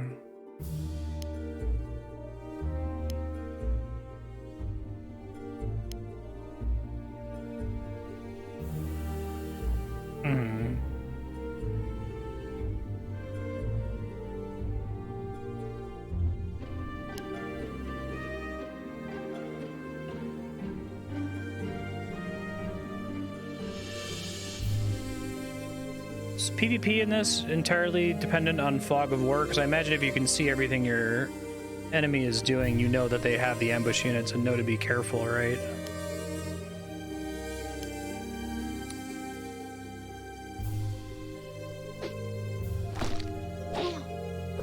Very much a PVM guy rather than a PvE guy, but interesting to think about how things would have to change for PvP.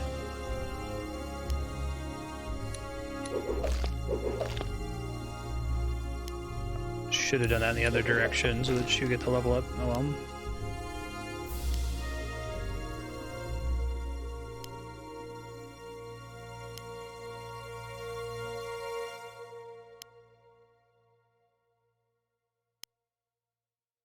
No melee attack, eh?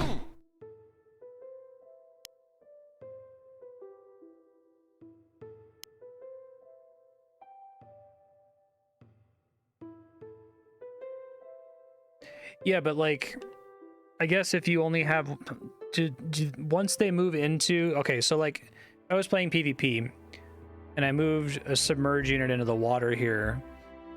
They're now invisible so long as they stay in the water tiles, so you know, my enemy would know they saw me move it into the water, right? But they don't know which tile it's on. That's what I'm wondering, is if we're talking about like a water choke point where there's only a single tile and they see me disappear onto it, they know I have a unit there, right?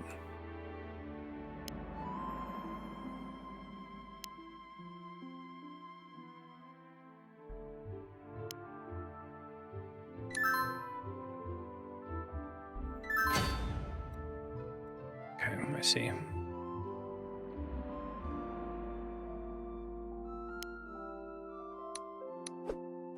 You can't melee. But you're very dodgy, so it doesn't matter.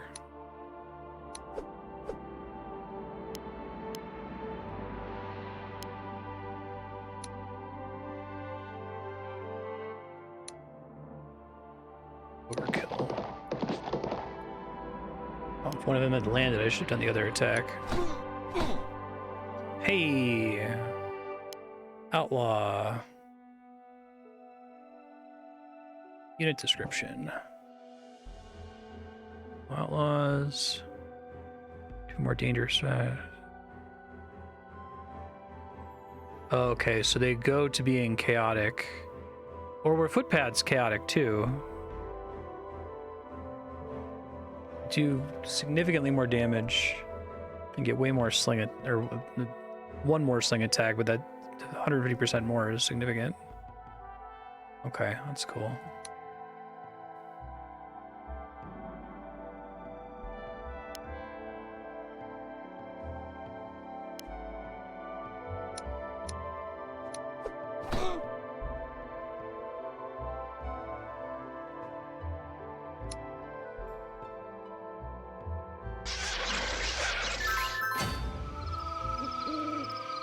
See.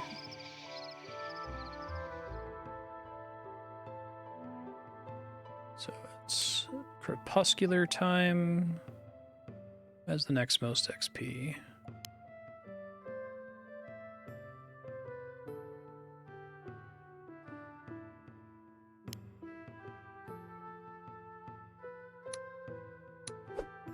That's what I was hoping for. Nice. You've captured me, but it will avail you nothing. Send your precious brother the mage north with half my men.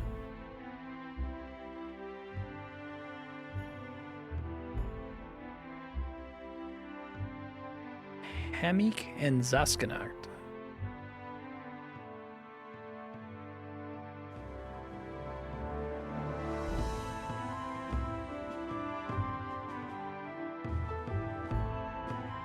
I am Brenna, knight errant.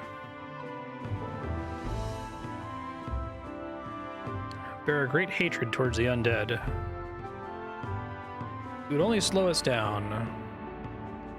Yeah, of course, come with us. That sounds cool. Sweet.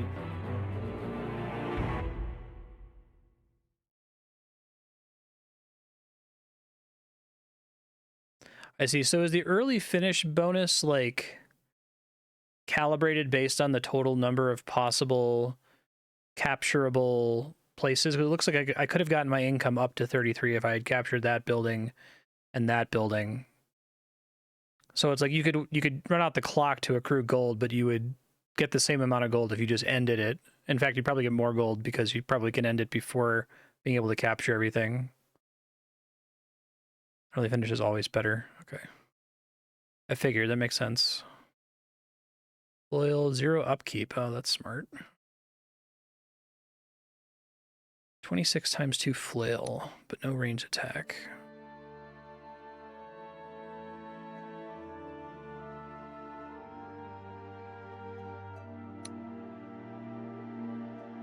Roderick the Clanless.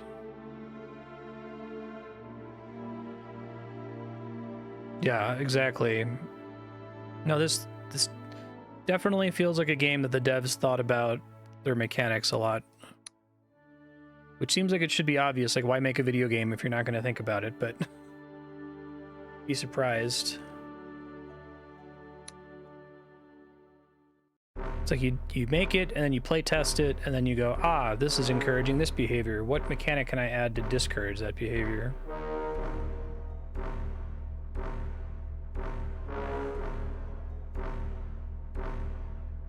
Friend or foe?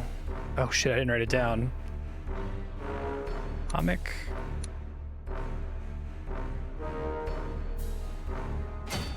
Okay, write stuff down next time. Rescue Baron.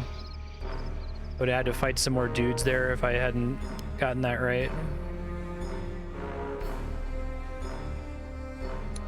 Okay. Definitely get our outlaw.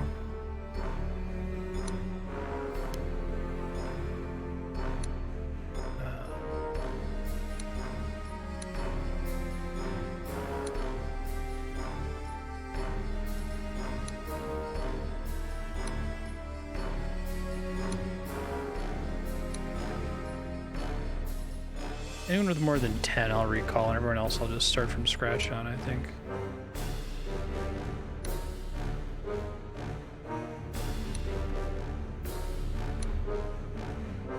And now I can do heavy infantrymen.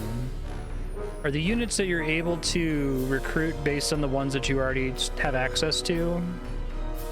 So you can make copies of anyone you already have? Starting at level 1, obviously, so I couldn't make an outlaw. Okay, so the campaign on each map, it decides which ones you can recruit. I see. Really like the footpads. They're cheap and they can move really far, and movement is always king in these games, it feels like.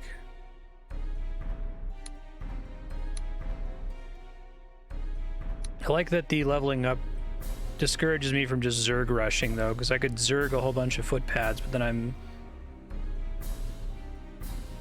spreading the XP around instead of focusing it on strong units.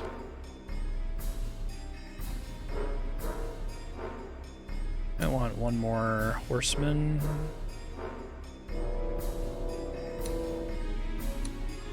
I guess a horseman is... That's interesting, like, recalling a horseman is cheaper than recruiting a new one, so I may as well, unless if I'm really trying to roll for a specific trait. Interesting.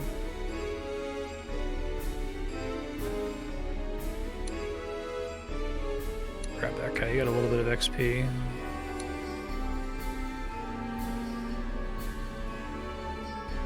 Sure.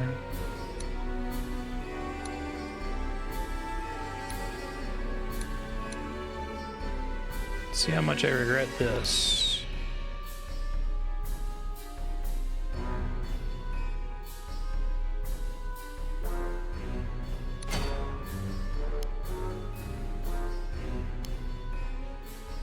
Infantry is, as expected, very slow.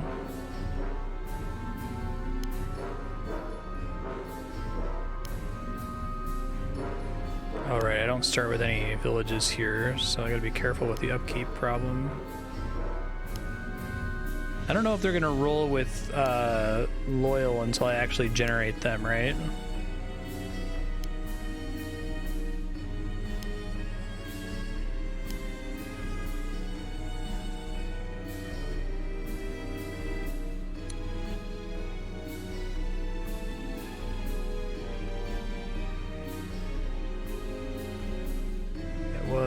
Zaskanauts.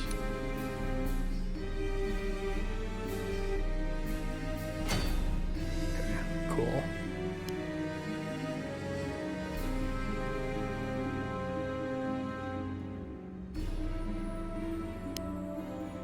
Let's hunt some orc. Oh, that's cool.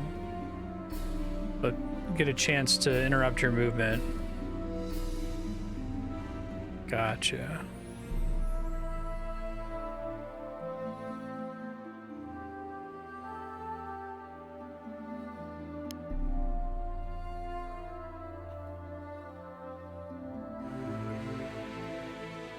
Yeah, that's cool.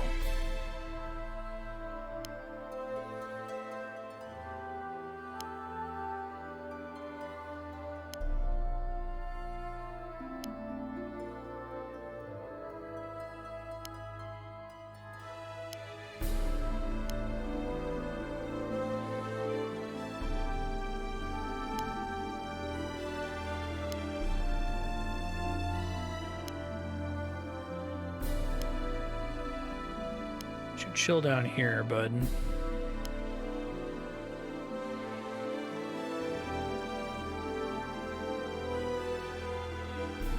Okay, is everybody... Damn it, I keep doing that by accident.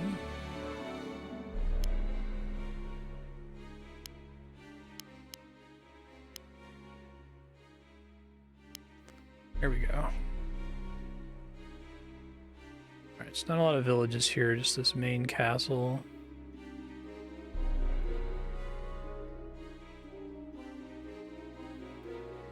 Orc warrior, grunt.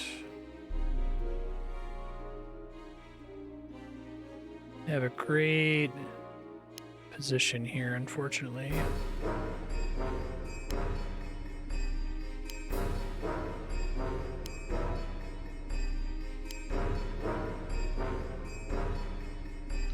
The cavalry's really strong, but pretty easy to fuck them up, it seems like.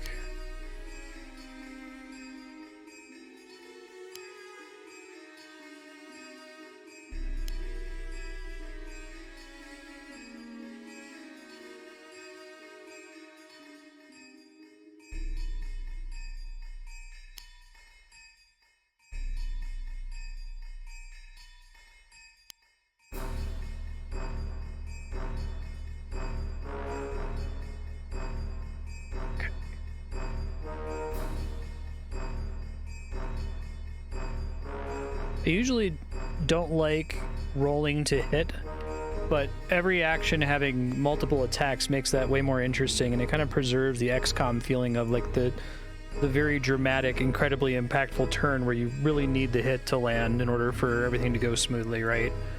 Or the inverse, where you really need someone to have a lucky dodge. But again, like having every action be usually at least 2 rolls just smooths things a bit. You can still get those exciting moments, but on average it makes things less swingy. And I like that because the damage itself isn't variable. You don't have to do a lot of calculations in your head. Okay, cool.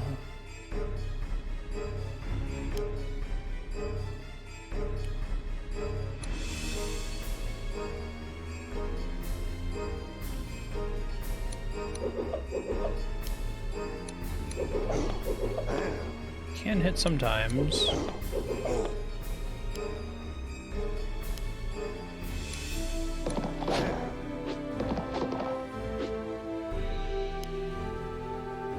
Really conceptually like the cavalry a lot.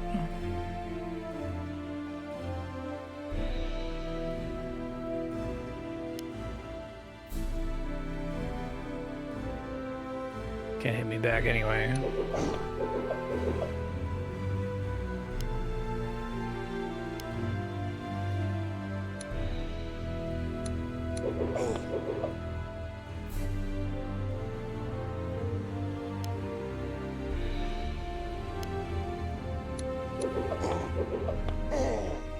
Nice. Nice. Second outlaw. Excellent.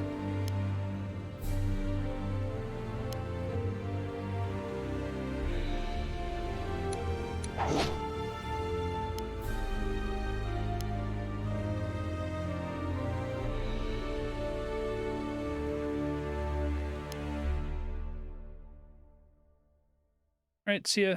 Thanks for your help.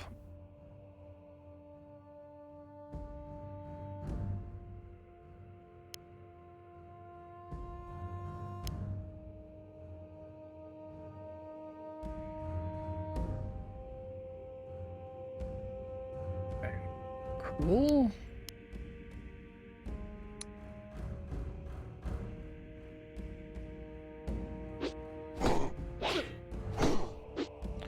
Oh, screw that multi-hit attack. Yikes.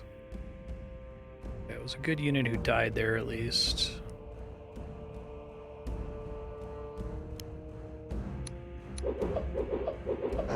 Unfortunate.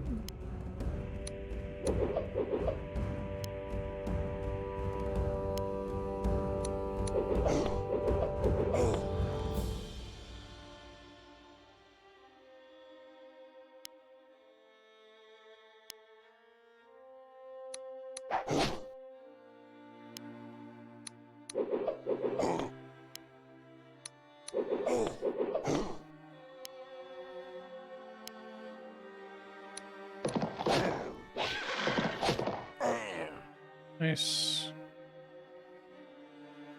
What are orcs doing this far south?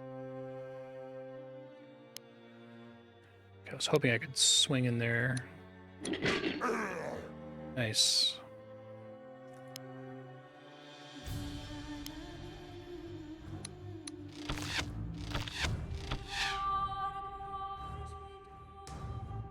Castle.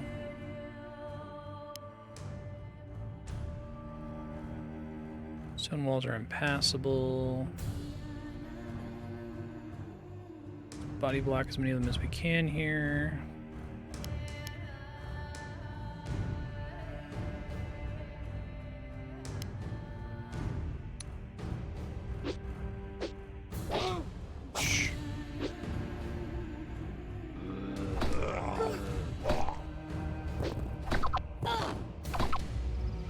I'm gonna review the zombie details here, right? They... Plague. When a unit is killed by a plague attack, unit is replaced with a corpse on the same side as the unit with the plague attack. Yeah, cool.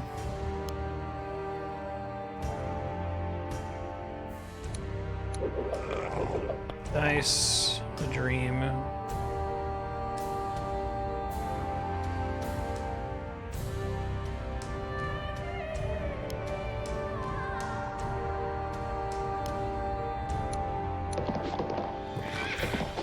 %40 and a 60% probably wasn't worth it. Nice, big hits.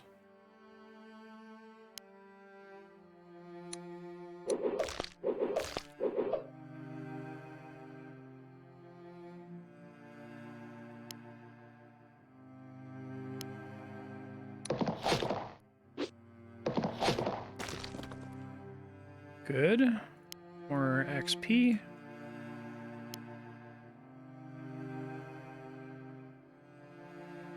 Castle seems as dark as a cave. Castles are in a constant chaotic time of day, equivalent to permanent night, except for illuminated hexes adjacent to lit stone walls. Interesting. That's a really neat way to use the design space of the night and day system to like reapply it to indoor lighting. Cool.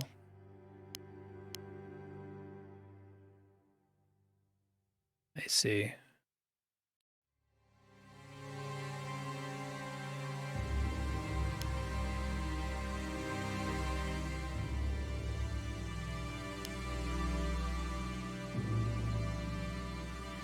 Everybody.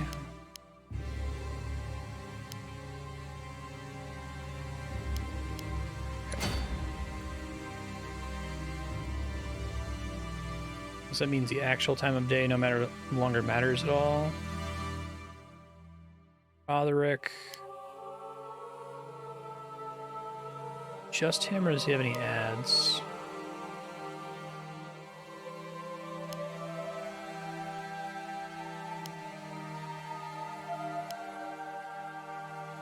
I think I was right to assume movement speed is king.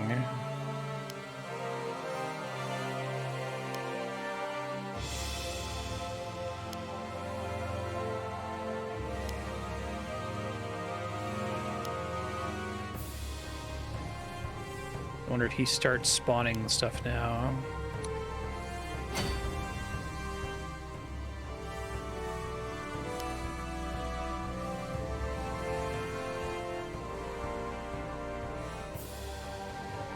Counts as dark.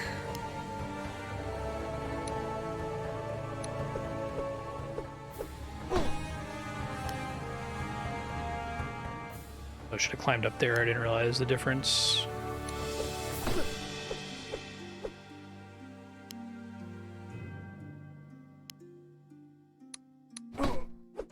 One hit. Better than 0. Guessing stuff's gonna come at me from around the corners here.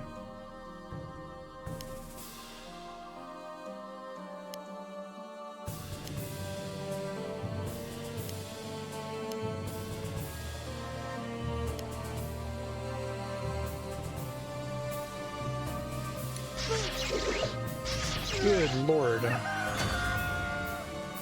I don't think she was one of my high XP units. I didn't notice though.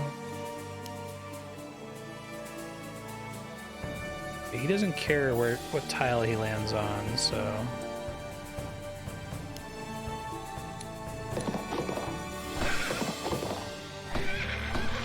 Unfortunate.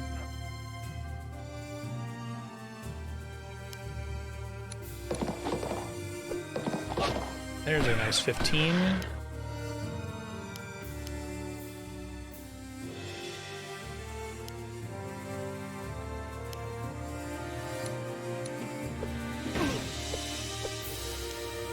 Nice 11.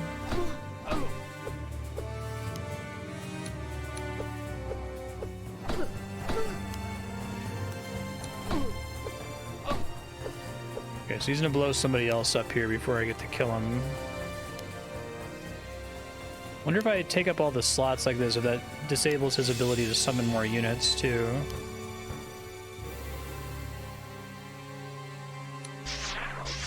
Bye.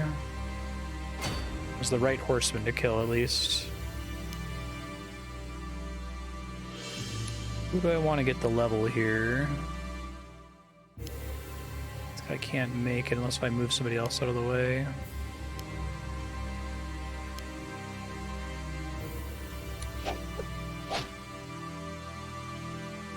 Death is still death. Tarok. Key in his robes. Alright. Swordsman, pikeman, or javelineer? Interesting. Soldier, particular loyalists have a higher resistance to blade and impact ticks.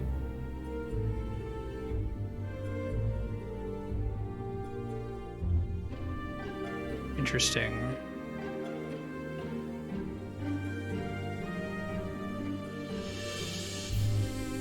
Wonder if that is a damage reduction effect or an attack chance effect. Either's pretty good. Pikeman switches to first strike. Okay. So fewer hits for more damage and has first strike.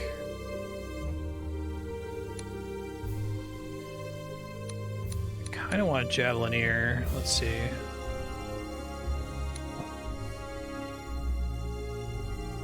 The length of this unit's weapon allows it to strike first with melee, even in defense.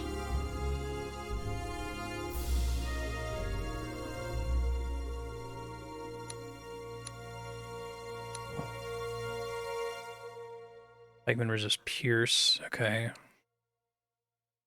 Pretty significantly reduce resist pierce. I'm gonna take the javelineer.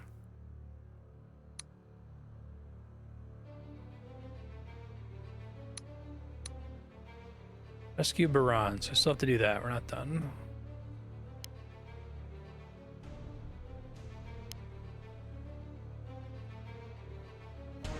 Baron's in his cell.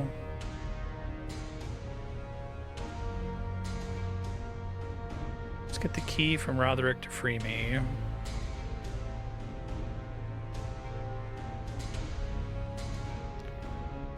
Oh, shoot. Okay. Should have been moving him closer this whole time. Assuming there's no other enemies. I guess we'll find out here in a second.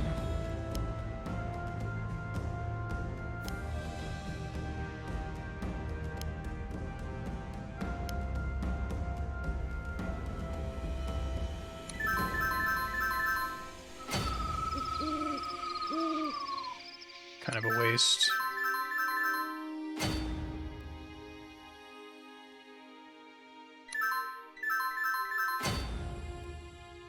I guess once things are doing okay and I don't need to summon more units, I probably should send my commander in, at least for missions like this. It's important to learn.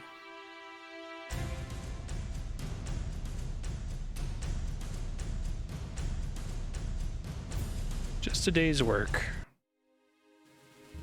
Oh, okay, there wasn't as big of an early finish bonus for this map. Gotcha. Cool. Lost down on like 45 gold.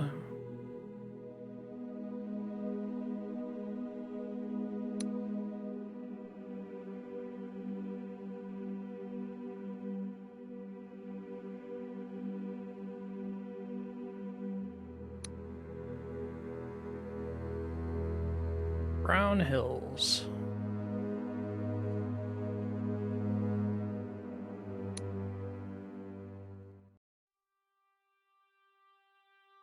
Fleeing from something. Find out what's happening in the village. This is the last scenario. Oh. Crew to recall high move units to be able to see as far as possible through the fog for approaching units. Interesting. Okay, so recall. I didn't realize he started at level 3. I may as well. Let's get the outlaws.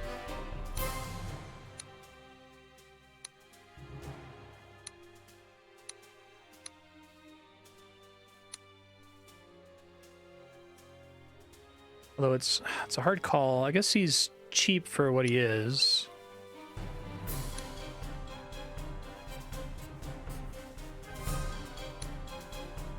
I'm gonna go all out since I can't save for later missions. I may as well just get everyone that was already here.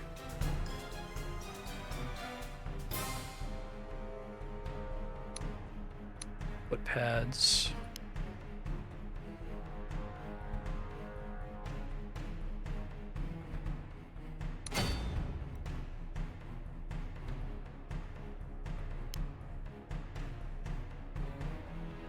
Does not count as a building for the purposes of economy. Okay, that makes sense.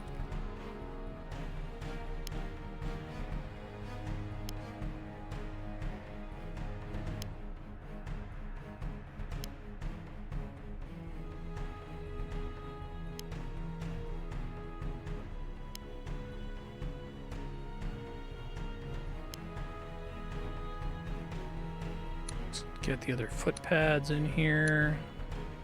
Recall's not that much more expensive for a lot of these units. Maybe later missions it becomes a lot harder of a decision to try to make.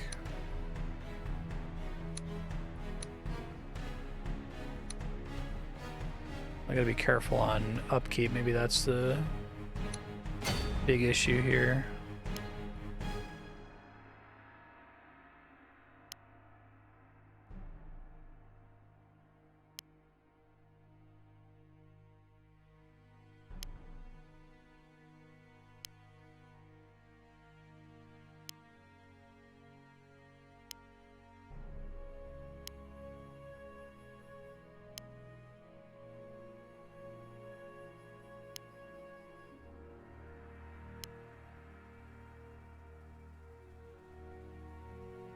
All looks good.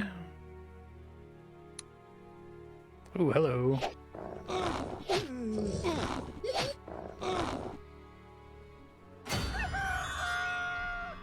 Now daytime.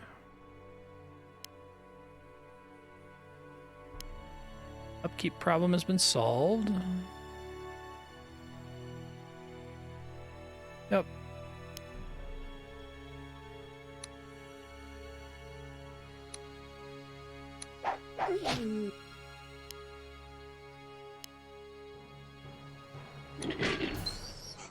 I love this guy in this huge armor has like horrible defense. Sure, it's for balance reasons, but it's funny.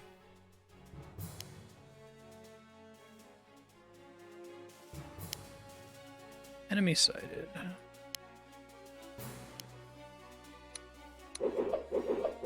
Ooh, that was rough.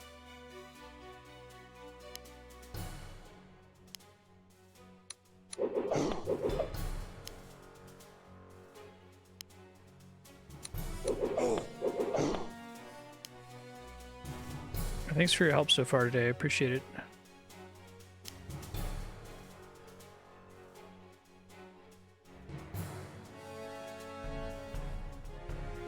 Troll well regenerates. Rude. Okay.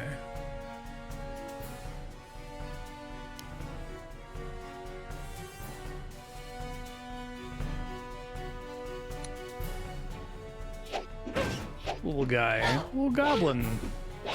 No, my outlaw. Oh, man. No, it's the final mission of the scenario, so. Did some damage.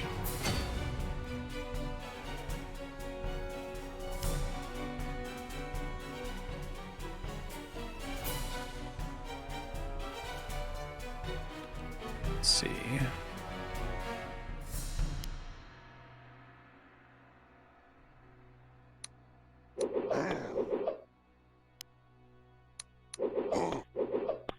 Nice.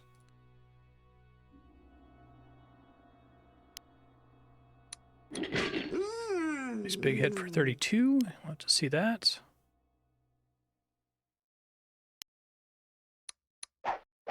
Ah, 2. That sucks.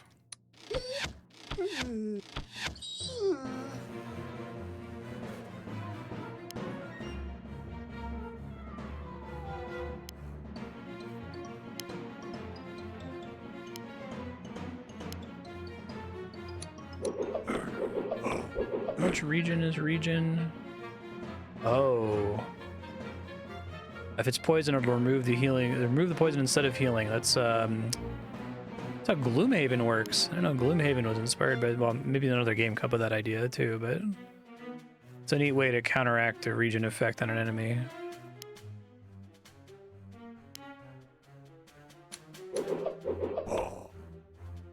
She might get obliterated here. We'll see. I'm trying to protect the outlaw.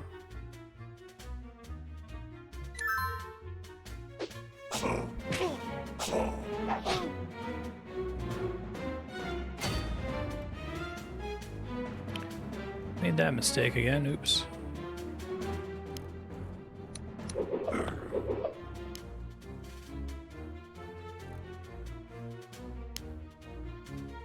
It's fine.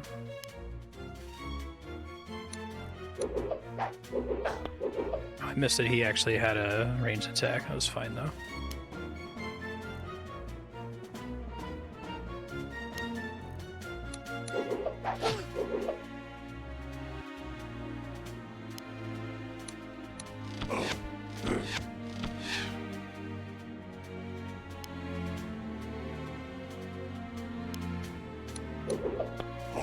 Nice.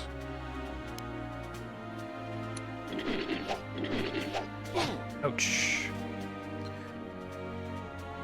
So are damage type resistances actual damage reduction as opposed to changing percentage chance to hit? It seems like that's the case.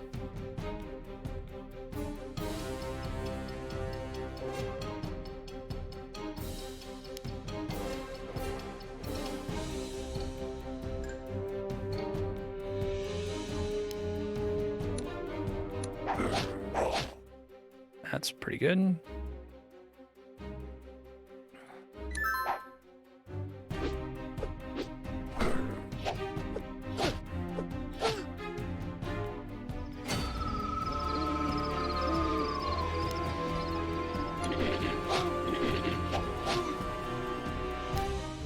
Cannot hit that guy for the life of me.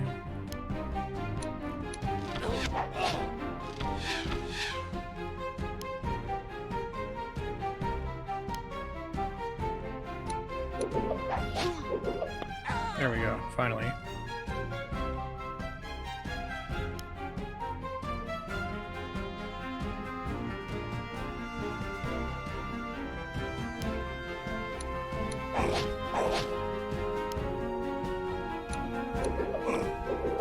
Nice.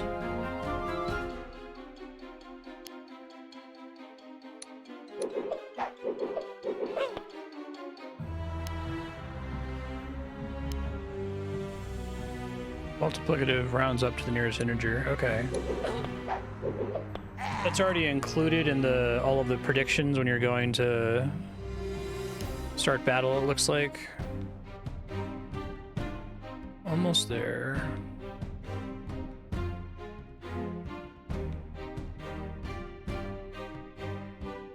Tarok.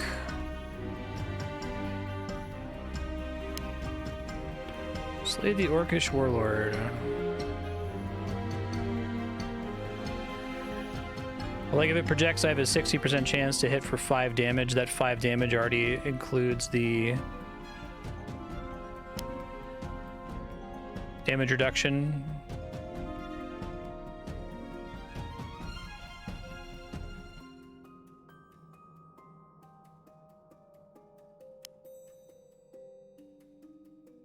Guess we'll go ham. It's the last mission.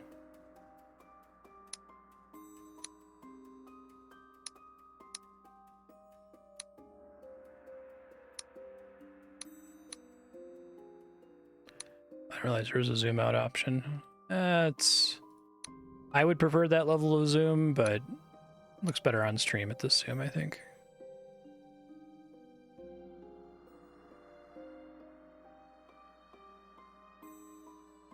Perfect.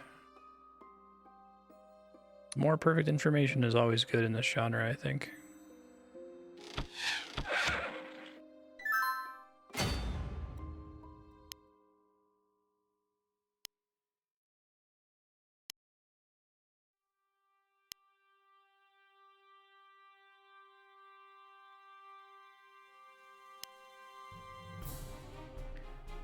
%.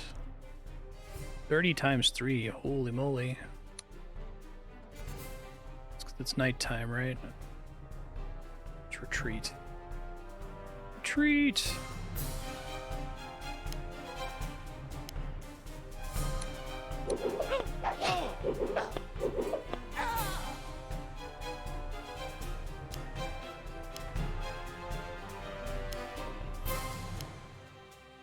Can still reach him, yeah. Okay, that's fine.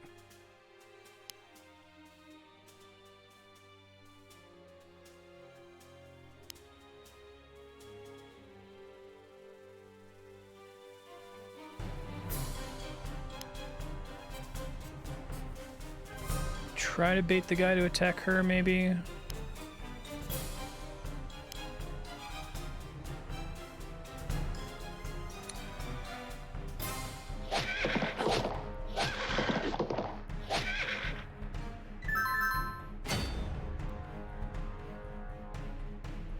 I like that the tutorial mission gives you healing to suggest, hey, unit healing is a thing, and it's like the very next mission has no healing units at all, which I think is really good. It's like sometimes you're just gonna have to deal with it and heal with villages.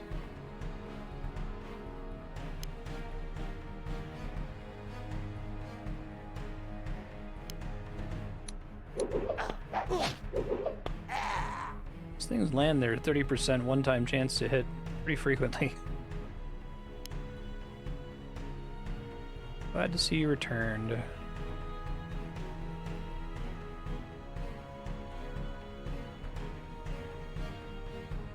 Spin our fell fighters and have killed many. Very few remain who can bear arms. I'll send them to aid you in battle.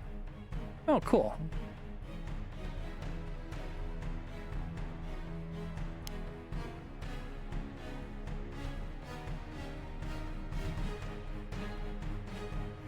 This guy like AI controlled. Oh, he just doesn't. He can't act on the turn he appears, I think, right? Okay.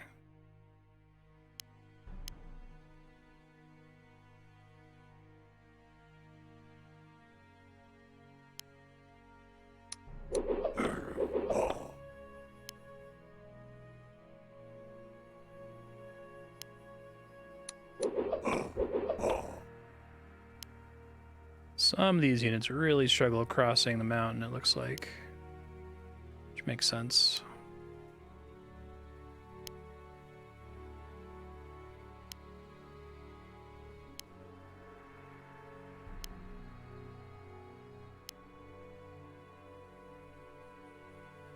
At A, buddy.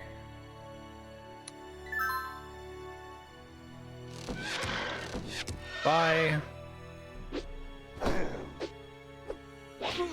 Hoo-hoo.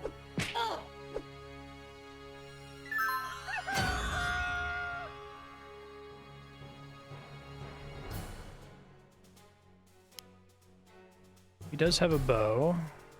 Okay.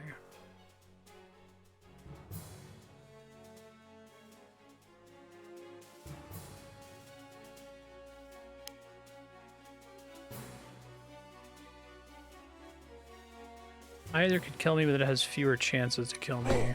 Okay, lucky, lucky.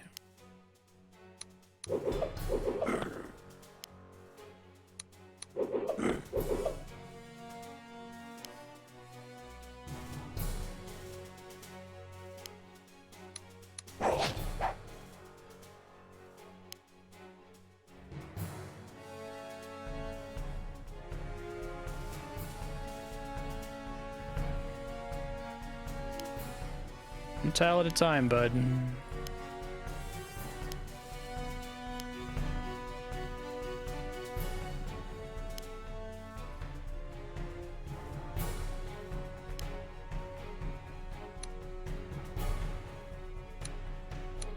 Let's do this instead.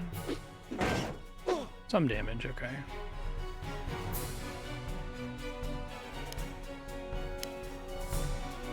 Two more friendly units. He is computer controlled, okay, that's fair.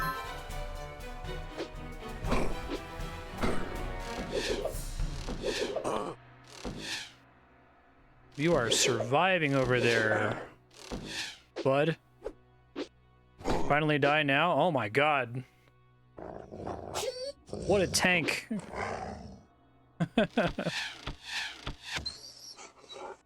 Oh wow. Like a special ability? Okay.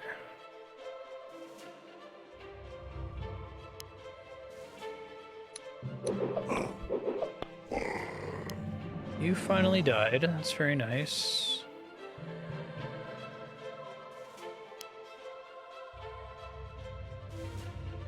Bow is quite a bit less dangerous there.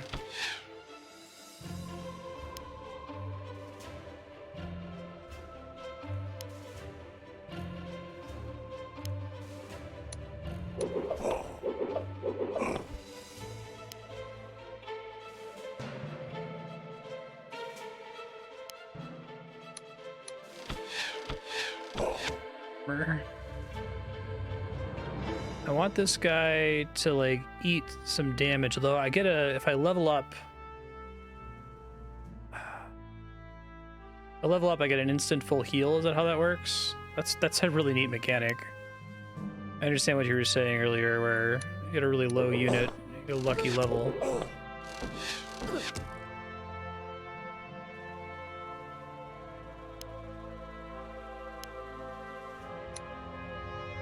We want this instead. Fewer chances to counterattack. 5 health. You have to hit with both of them at a 40%. It's probably not going to happen. Oof.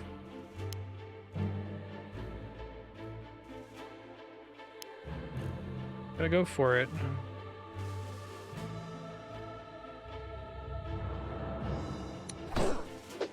Ah, too bad. It would have been cool if it happened. This guy literally can't clear the mountain.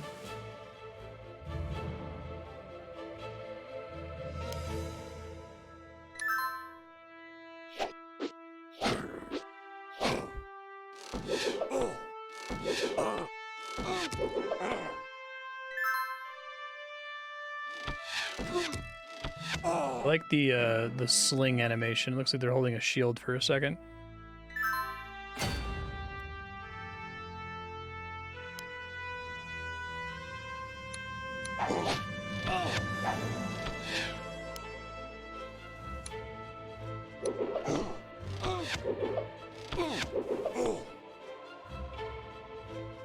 Decent deeps.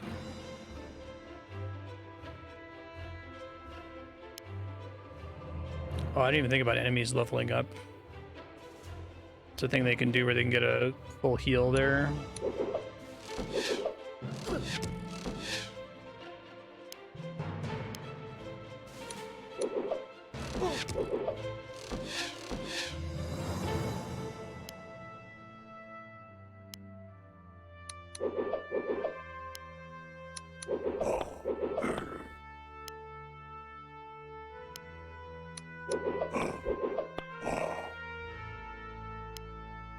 Look, you kind of get in trouble the more swings you do on an enemy that are unsuccessful, right?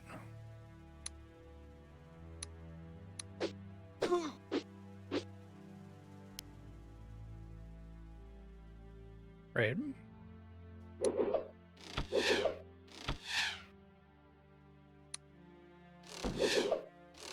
Me standing on the tiles around the keep does block the ability of the computer to spawn more units there, right? So it's good to body block those squares.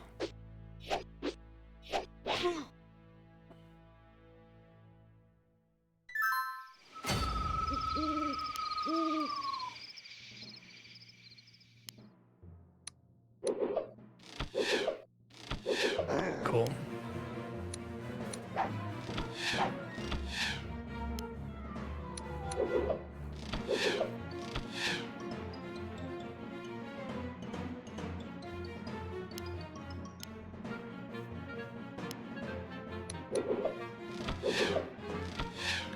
Ooh-wee, we're trying.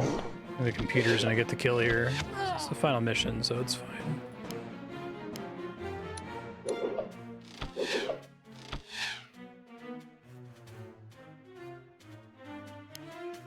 Let's try to block as much as we can here.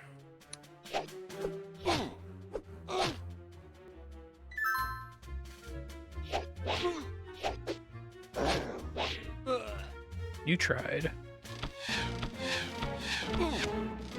There it is.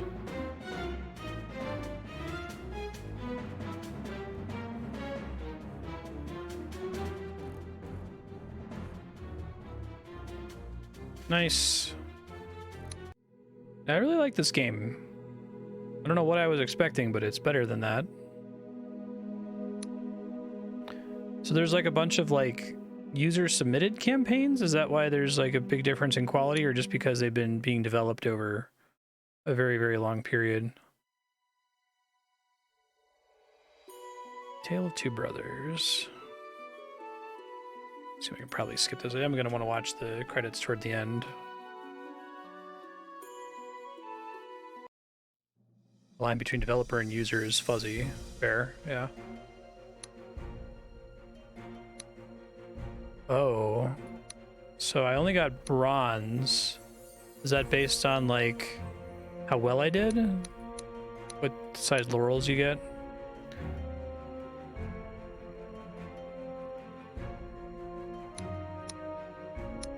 I think we just keep building to heir to the throne. I think that makes sense.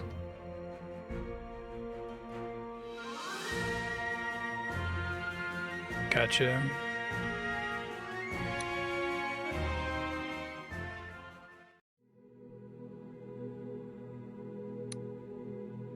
South card.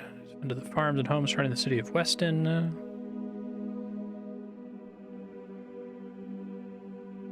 Okay, very Gondor, Minas Tirith.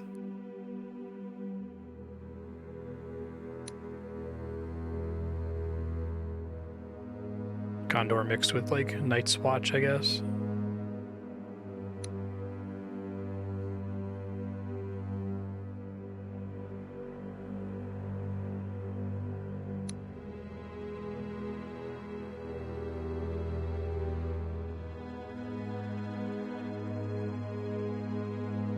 Oh, not as a new player.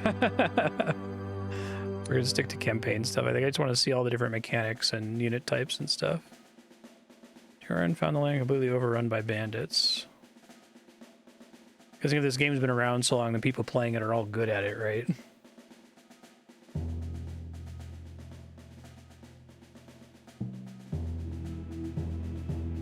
Where's the South Guard?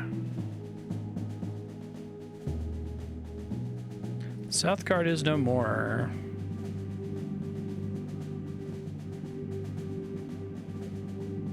Okay, cool. The river forts.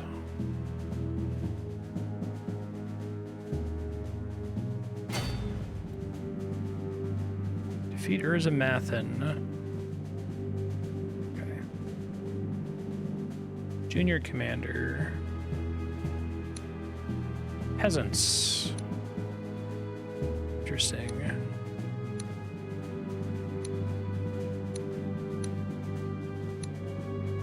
How different these all feel so far.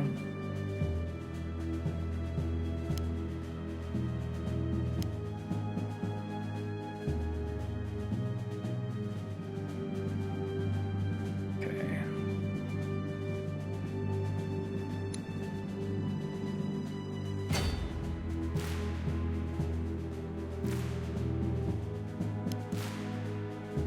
Keep capping stuff here. Yeah, it sounds interesting.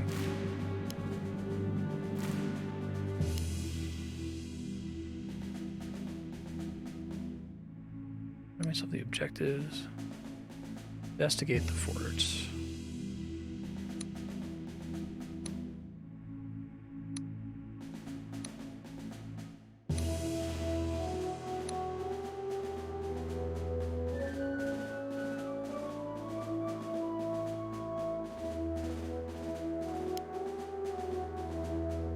Reinforcements. Bandits who overrun the countryside, killing and pillaging. Draw off the brigands. We rally the villagers and reman the posts.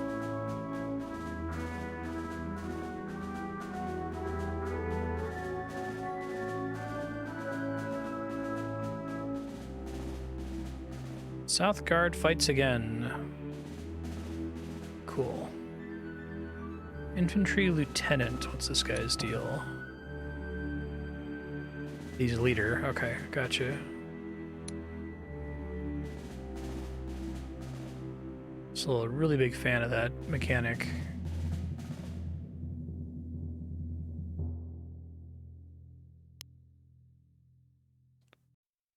Let's capture more villages.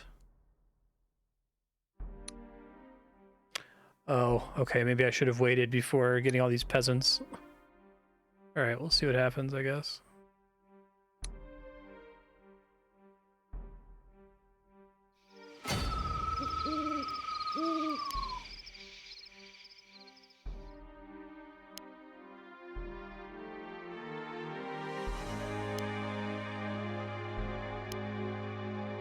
Bodies are bodies.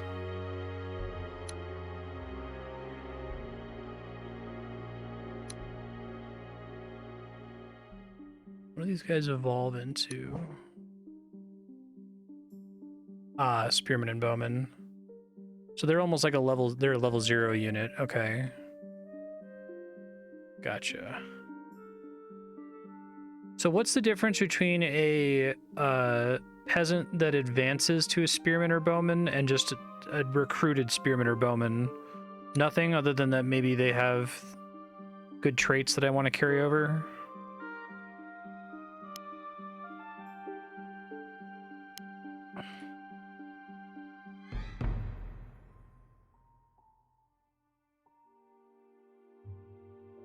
Proud to fight alongside you. Love to hear it. I see. The level 0s like level up really fast then? Right?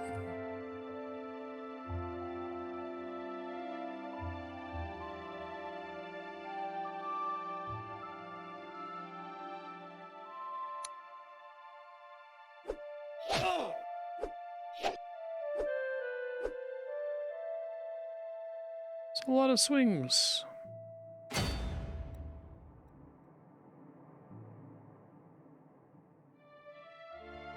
Since they're chaotic. ain't great for me.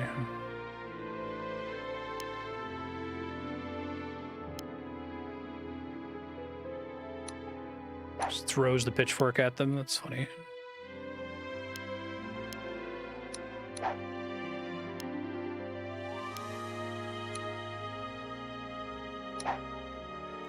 Oh, it'd be nice if one of them could hit.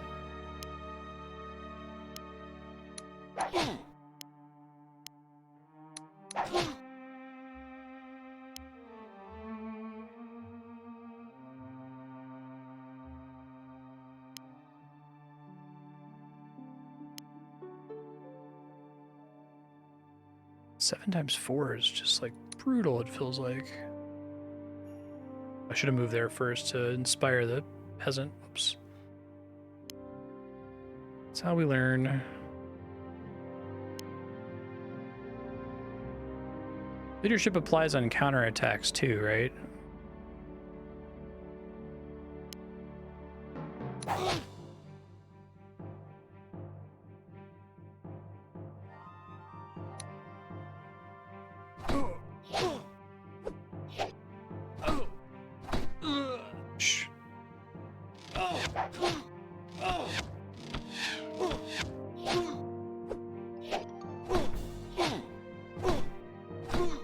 Damn. Well, he's dead.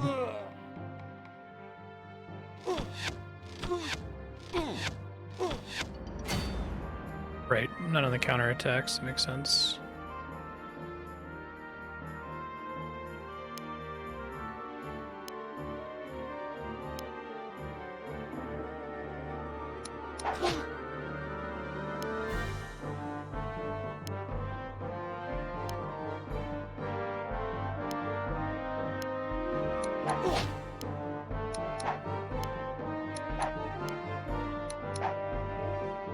Okay, I'm seeing that that might be a bit of a trap.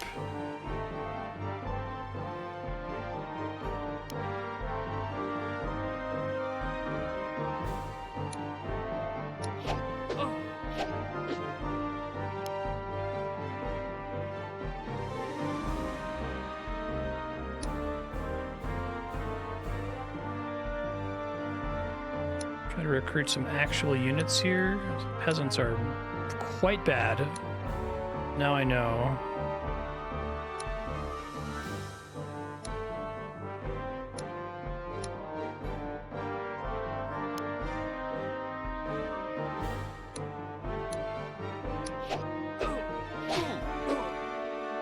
Oh, they all have 0 upkeep? I did not realize that part. Interesting.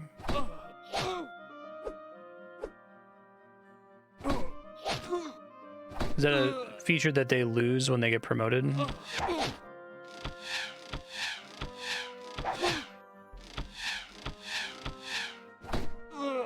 Finally died. The big issue, I guess, was fighting them all at night.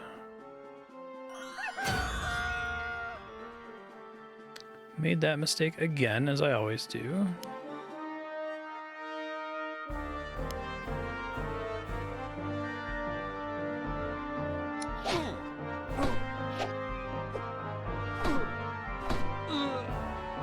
They don't level up as fast as I would have expected.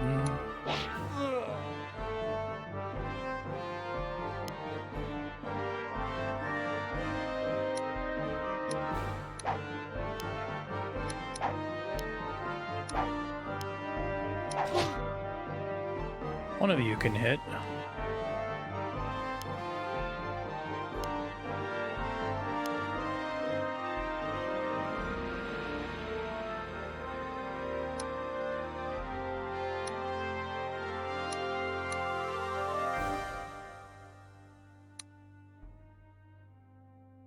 Pretty worried about the leader guy.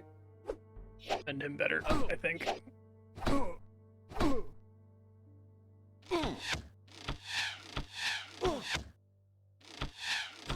He's reasonably tanky, okay.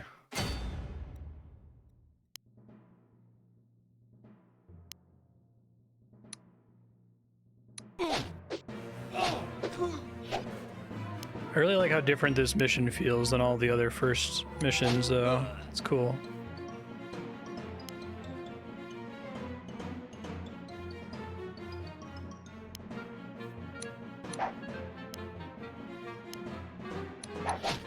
There's 50% hit. I feel like it should be calibrated so that the peasants will level up.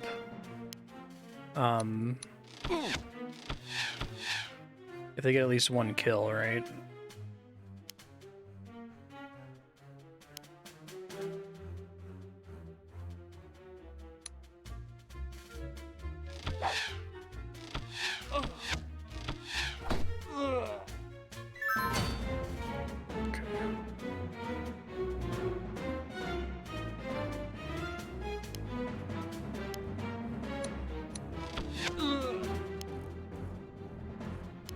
This guy can counterattack to the thrown pitchfork.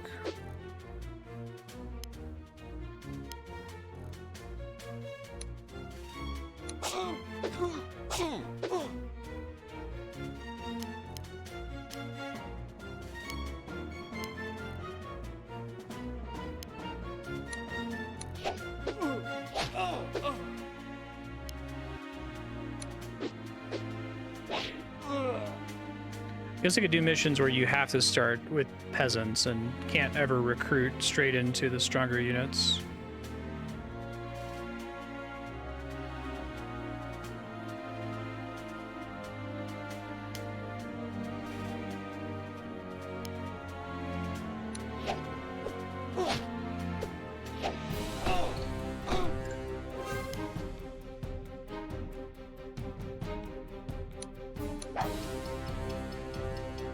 Probably worth actually trying to go for the swing there. Bye, Mr. Peasant. You tried.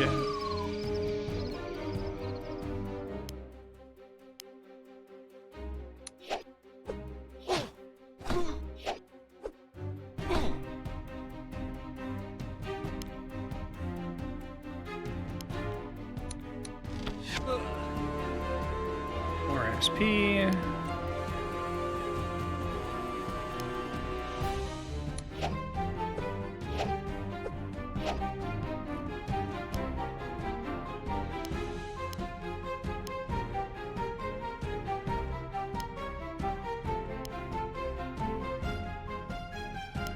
Probably should have sent a peasant in instead of one of my more important units. Let's see what happens here, though. Oh, he's dead.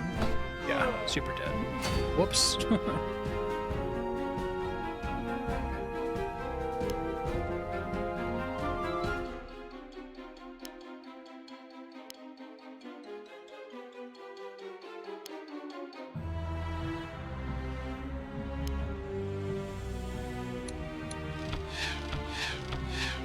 Oh, that sucks whenever that happens. It feels real bad.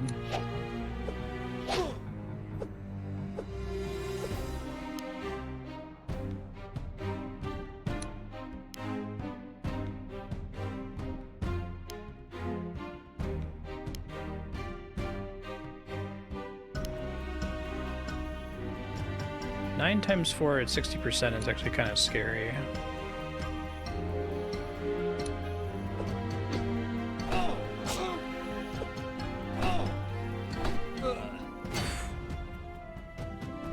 I have a lot of units to carry over.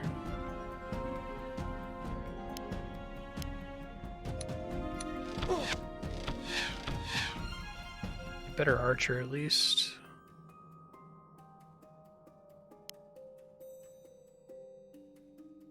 Let's try to step on all the tiles just to keep him from spawning more dudes, I guess.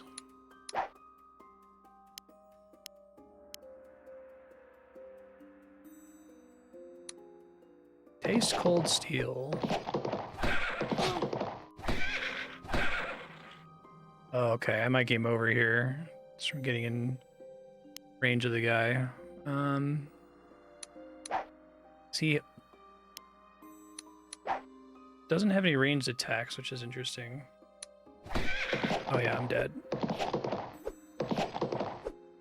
Okay. Get out of dodge with the hero. Run away. Confirm that I only have a melee there, yeah. I do not deserve to be alive.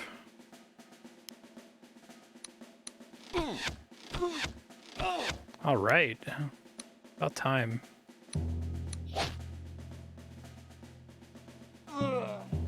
Okay, it was quite messy, but probably set myself behind by making so many peasants at the beginning.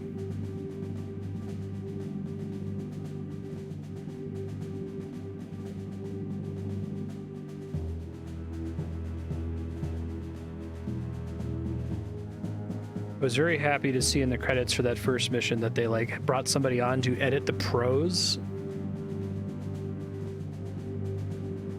Pretty well written. 17 per turn. Okay.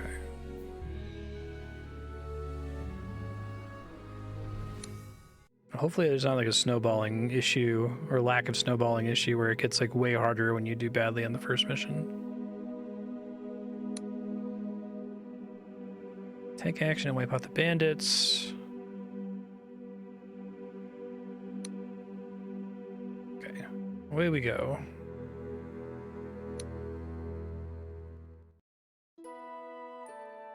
Smoke rises from Weston.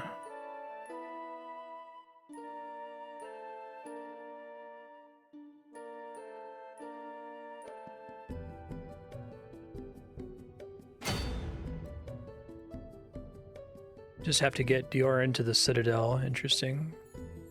Only 7 turns. Interesting. It gave me that spearman for free, too.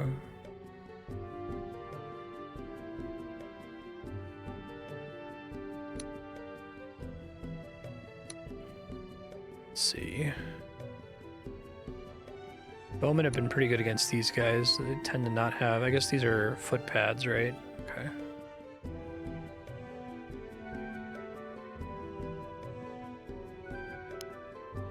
There, claim this, get the leadership bonus, whack this person. Nice. Lucky, lucky.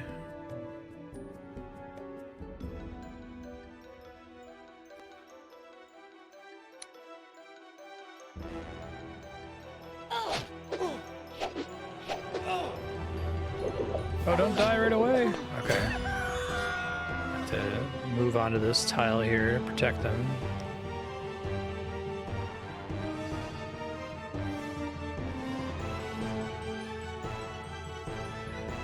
Can't actually travel very far. Get up there to heal and claim that tile.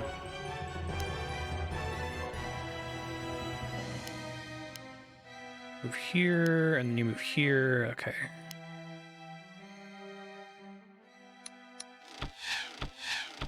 It's a thief, which is different from the footpad. Backstab. Okay, cool. Got it.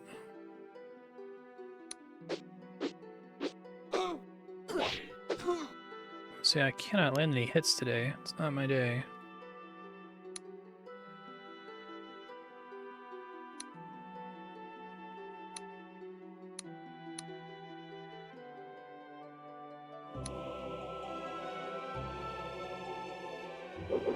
I'm also struggling here too because I'm not getting my like crazy fast units I was getting before. Oh, nice. Yeah, let's do Javelineer again. I do want to try these other ones, but I want to probably have a Javelineer to start. Very lucky.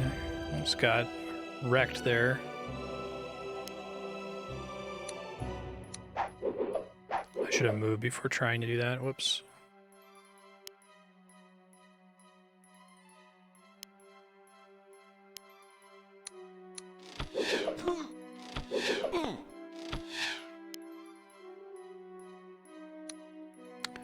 I see, right? It's a footpad in the forest. Why am I not landing any of these hits? That's why.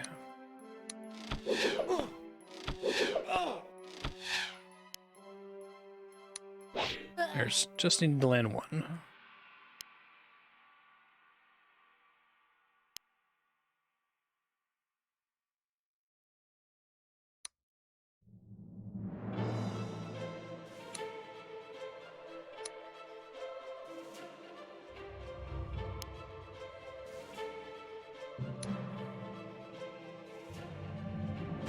Marching forward. How many turns do I have left? I have 4 turns left. Okay, so yeah, I need to be moving much faster. I think I've already lost this one. How does saving work in this game? Does it just auto-save on turns, or...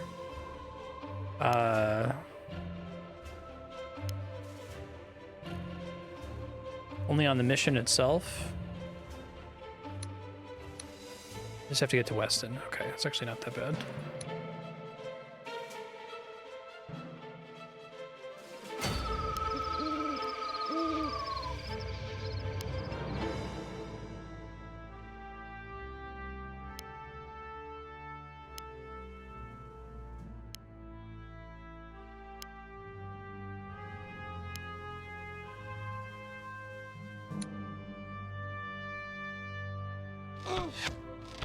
Basically just completely spaced on the objective there for a second.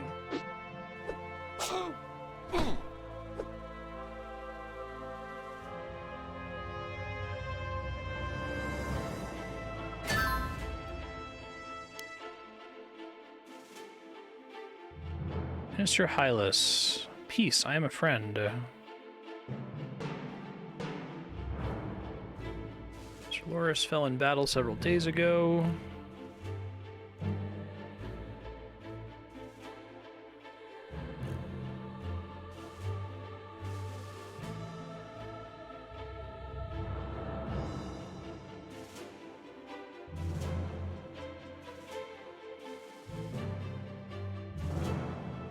All right, 18 turns. Gotcha. White mage, interesting. Mage of light. Heals +8. Oh, so this is level 2 shaman.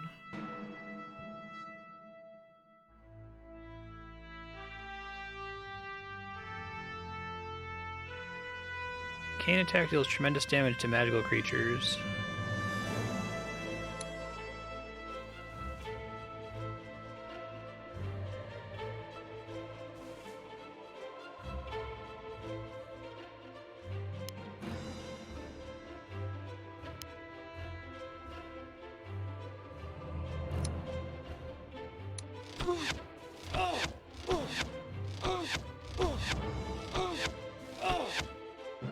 Damn.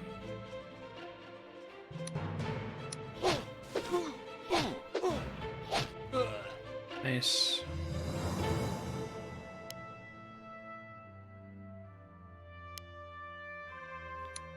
Light beam.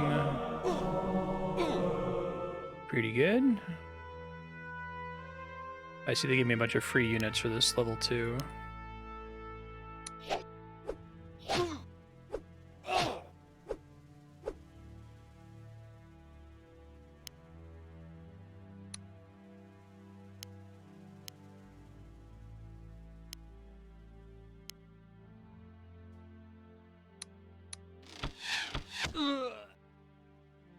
One went down.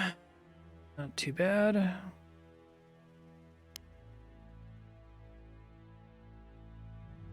Let's claim more tiles.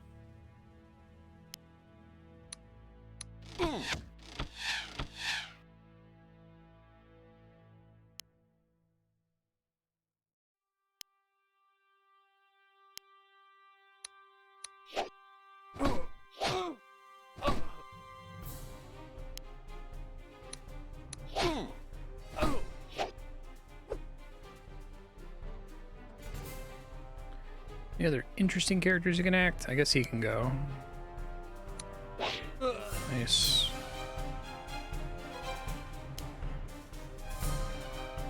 Claim more tiles here.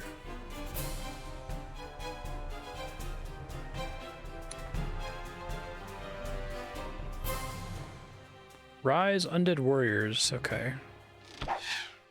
Don't like that.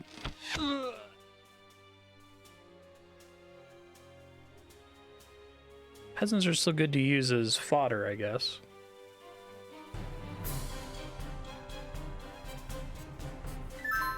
How can a brigand have obtained such powers?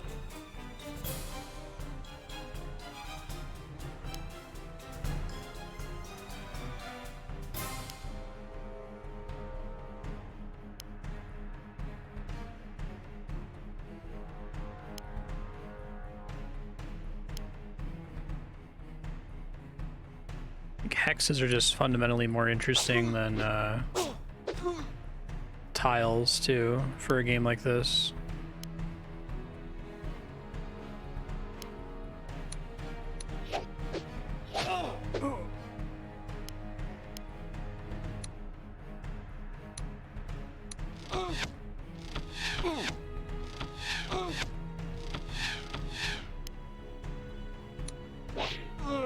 To glaive, which, as we all know, means to bluff.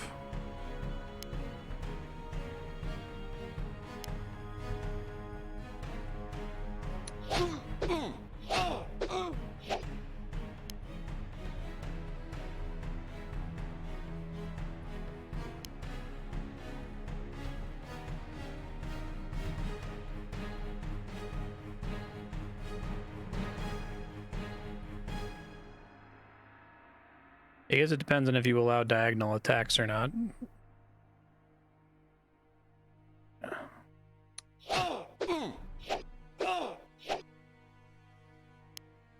don't like despise Fire Emblem. It just has always occurred to me as a tactical RPG. At least the entries I've played. I've mostly played Awakening and a little bit of Conquest and seen a bit of the older games. But it seems mostly just like, here's a map. I guess it's more about the story, about the dialogue, and the like dating sim aspect now than the actual combat mechanics.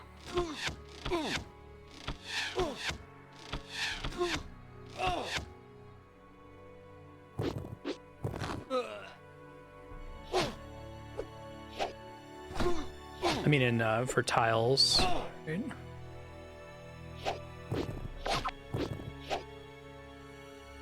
Pretty brutal.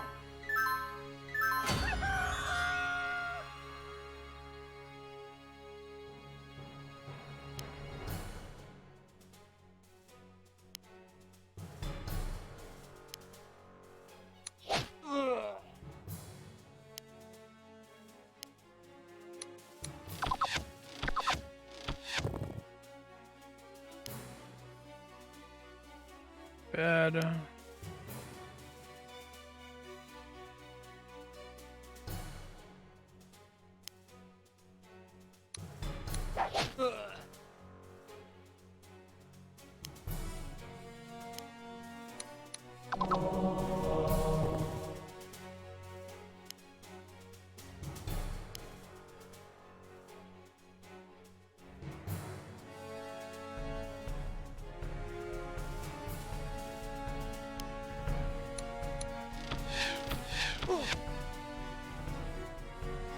Everybody, I think. Oh, I might lose my javelin here. Yikes. Yeah, that sucks. Probably should have had him retreat. For some reason, I thought I was safe from those guys crossing the river, but I guess I could just click on them to see what their movement range is. Yeah, this level's gonna get much harder because I'm not managing my high-level units smartly.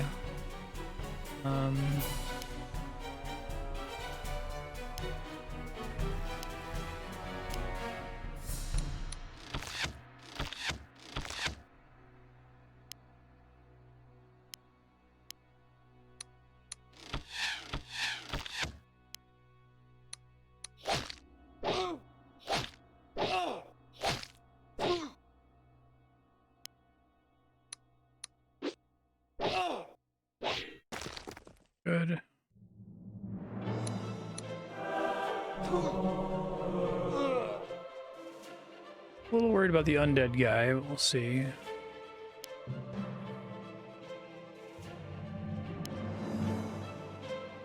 We should have taken the blue one just to deny him economy.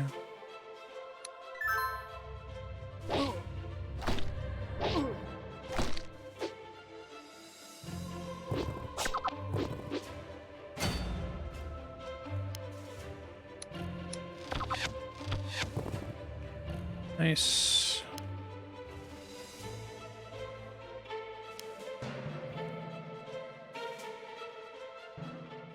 He's level 2, so leadership doesn't affect him. Okay. This thing is weak against light.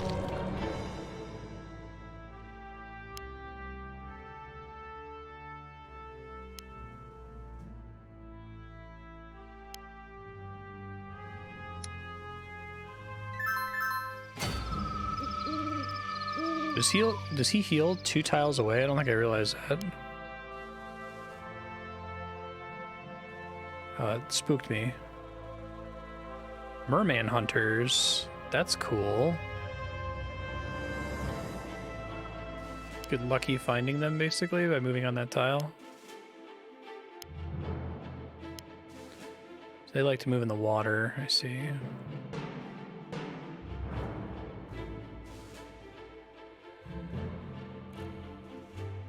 Merman warrior. Oh cool, and they like prefer to be in the water, which makes sense.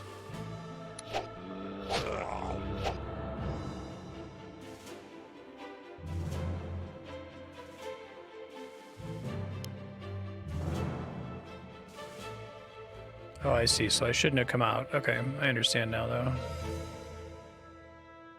16.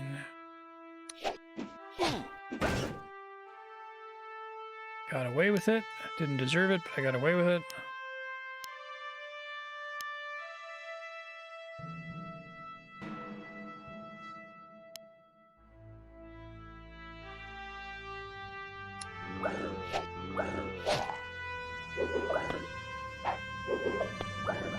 Sad.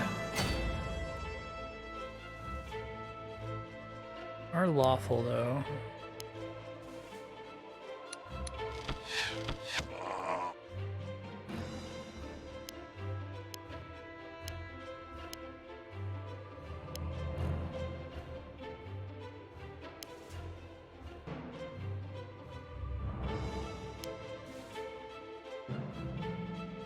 As far as I can go right now, I think. I don't bother.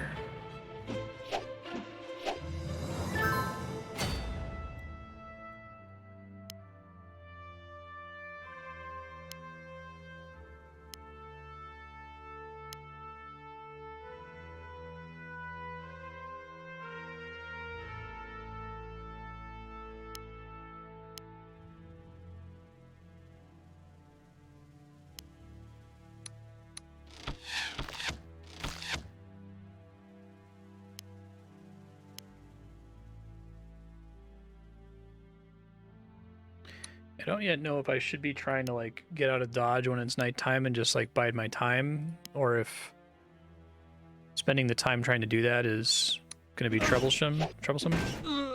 Okay, yeah, move next to the water. That's great.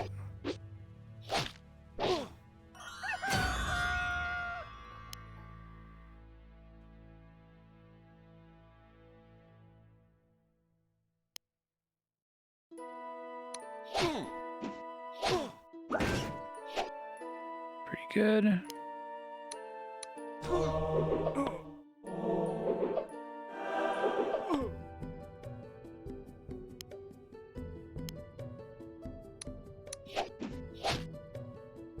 Brothers died unavenged. I have failed. You have saved Weston.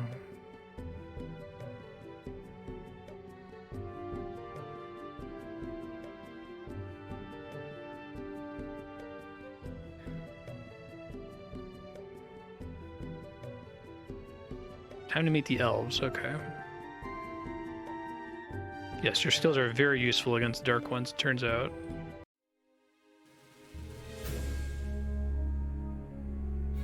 Okay.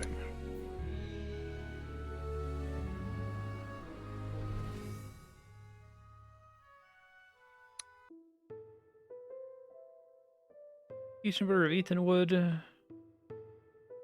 Towering trees of the elven forest loom close overhead.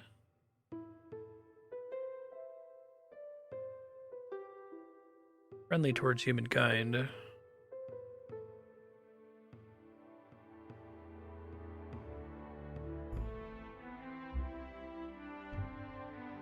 think this is my favorite story so far of the 3 campaigns. I guess the first one was just a tutorial.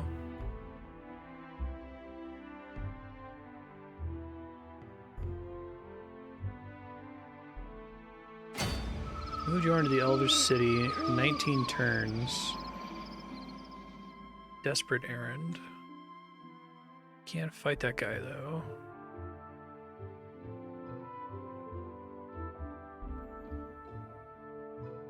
Do I even bother taking these? Okay, now we've got some interesting map decisions now. Have to go northwest. But all of my economy options are far from there. Neat.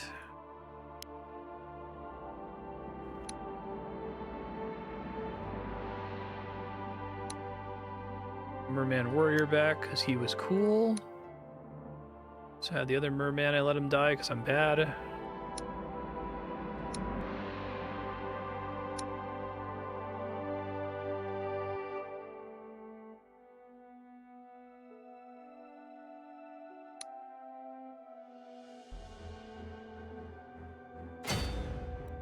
Only our riders would arrive. Yay, water movement.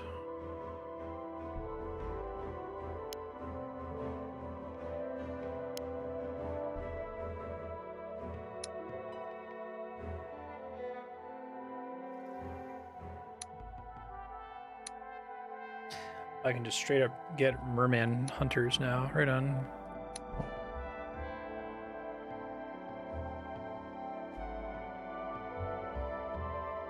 Spearman or netcaster?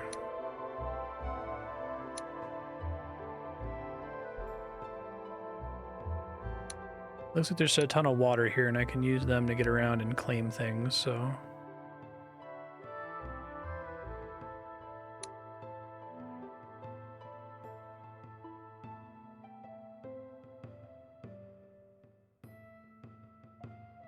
I really like that these campaigns restrict which units you're allowed to use and then design the maps around those units. Okay, now recruit cavalrymen.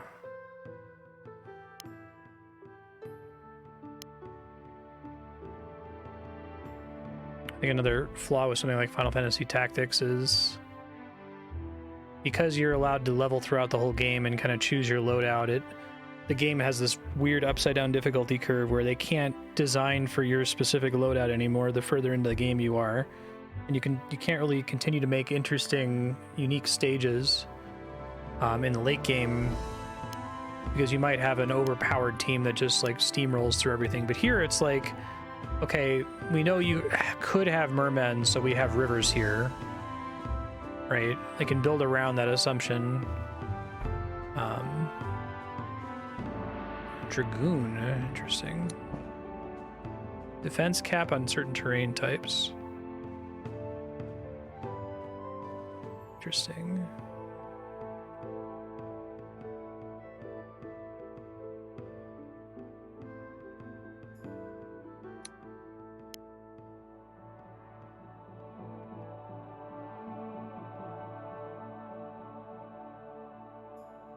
Yeah, I think that's really, really smart.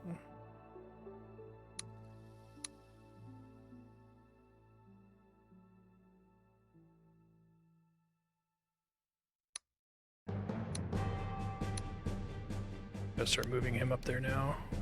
Make that same mistake of leaving him sitting around.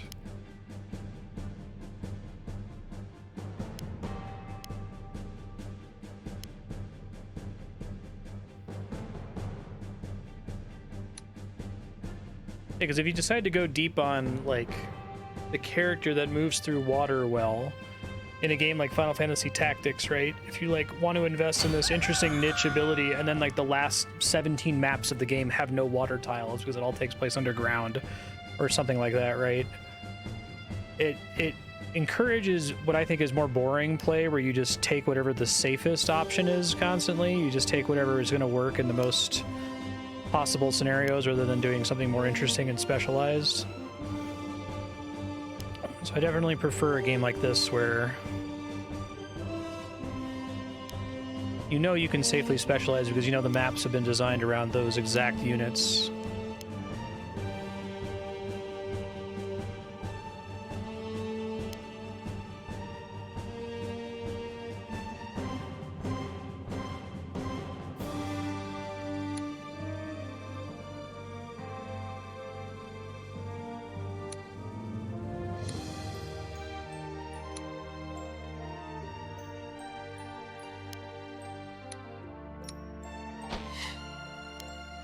I'd try. advised, I think.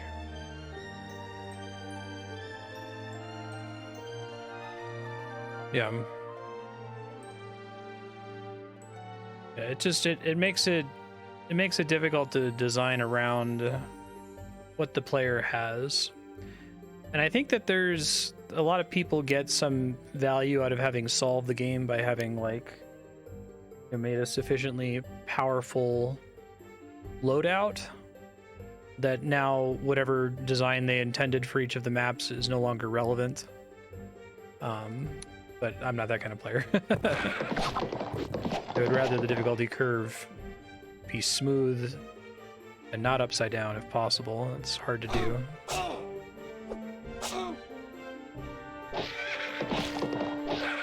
This game feels like it's the best of all worlds for me so far in terms of a tactical RPG. I like Advance Wars a lot, but the lack of progression between missions makes me wholly uninvested in any of my units, right? Because I know I'm just gonna get a completely new army next level. Here, there's this nice balance where, well, it's not gonna like last for the whole game, only for this campaign or set of scenarios, and I can still sacrifice certain units that don't have a lot of XP, and it won't be particularly punishing.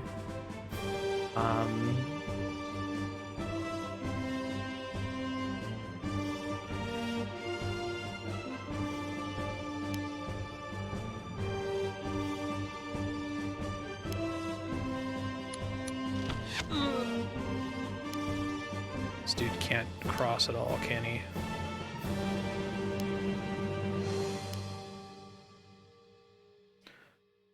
It's like you kind of have this issue where you either are so committed to your units that you basically need to reload whenever any of them die in order for the game to be feasible, which is kind of how XCOM works, right?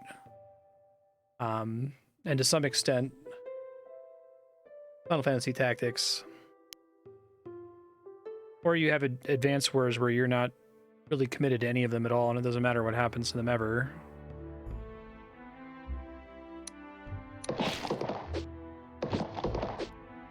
And then Age of Wonders 3, no. Sounds cool.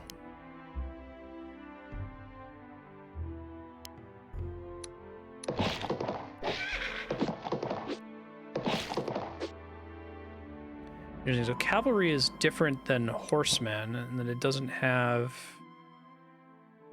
charge.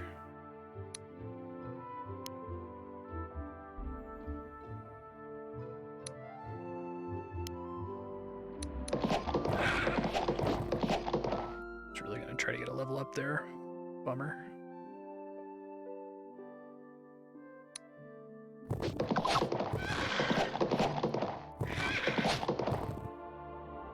Not a level up, but a bunch of XP.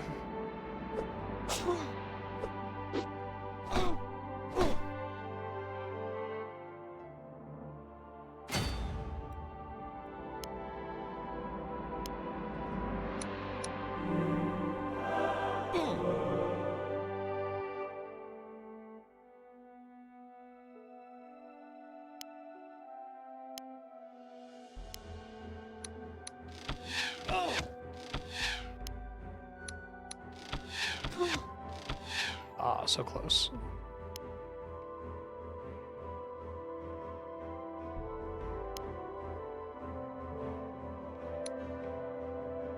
Whoa, did I mean to do that? Shoot. Can I undo? Oh, thanks, game, because there was no information gained. Wish more games would do that. I love Gloomhaven, but Gloomhaven definitely has the, man, I just misclicked. I didn't learn anything. Just let me roll time back. Didn't affect the RNG seed or anything like that.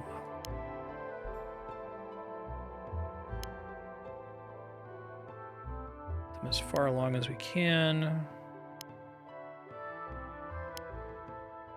Try to start working on this dude. 5x3 backstab, 3x3 no backstab.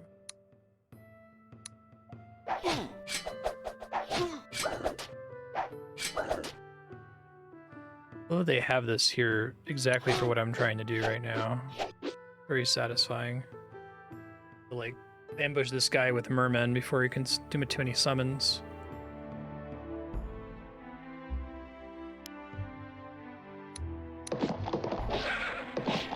Nice.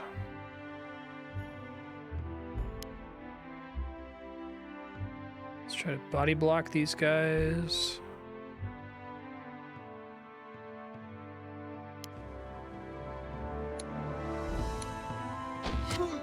Nice.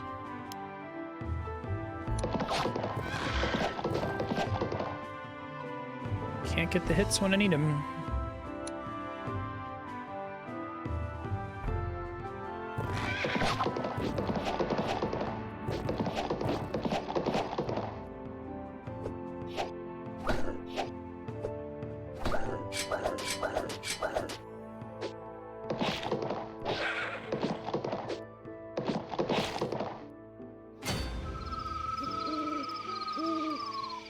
Claim this. Claim that. Punch this douchebag.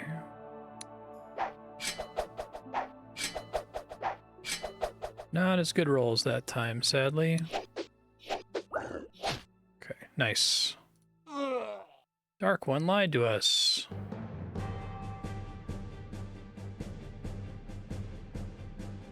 Press on towards the elves.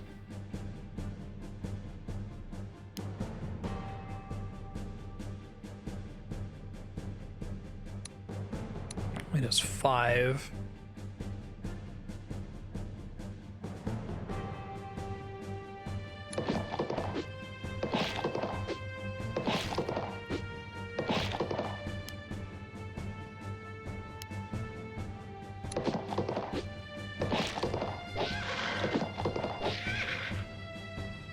Not great.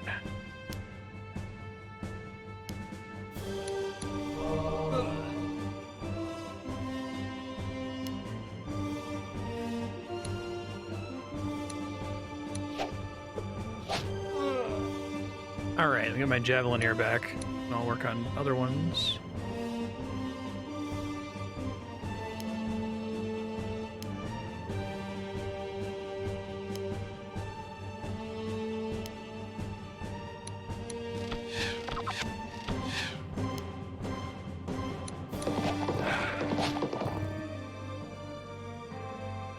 Life leech enemies like the bats are very annoying.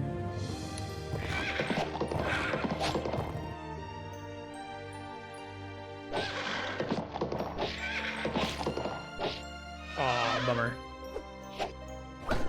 This was the regular horseman and not the dragoon. Bye, merman. Thank you for trying.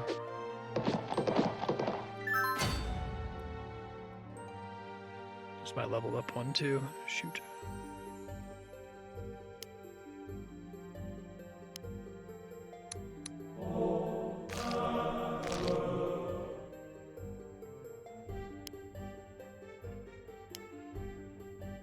What's this guy's deal again?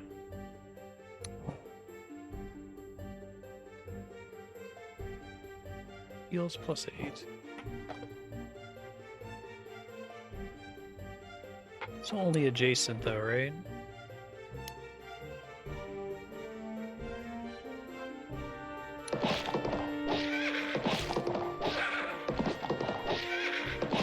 Not a great turn for me.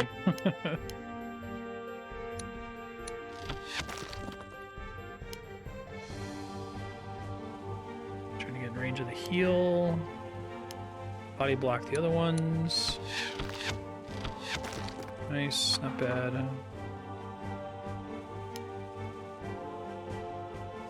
%40% and 40%.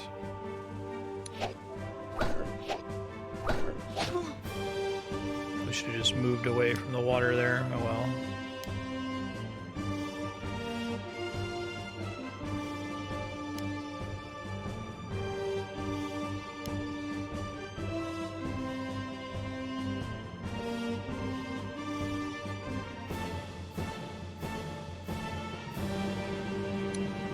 Say, buddy.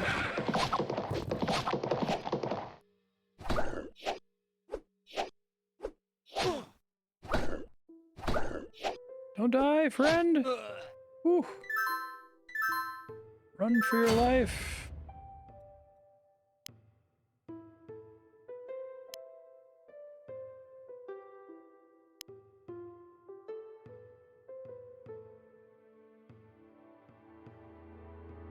You can go fight that guy, why not?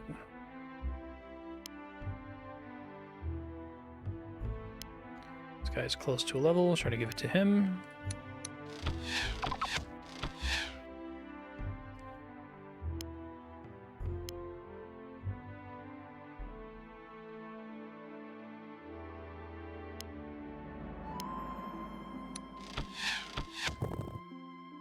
Killed the bat.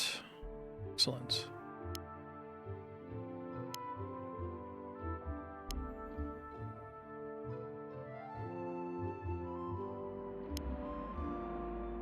Garrick is finally catching up.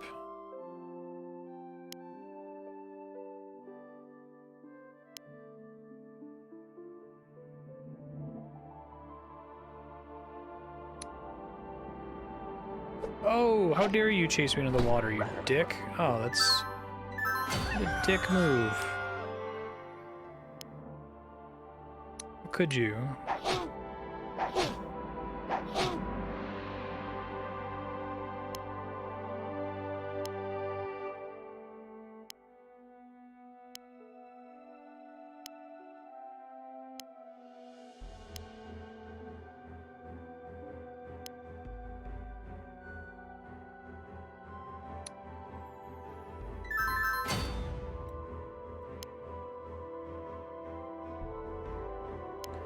Finish him off, please. Or don't.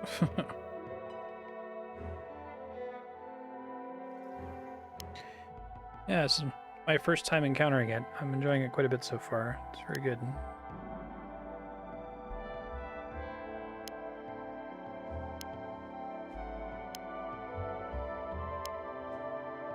It is decades old.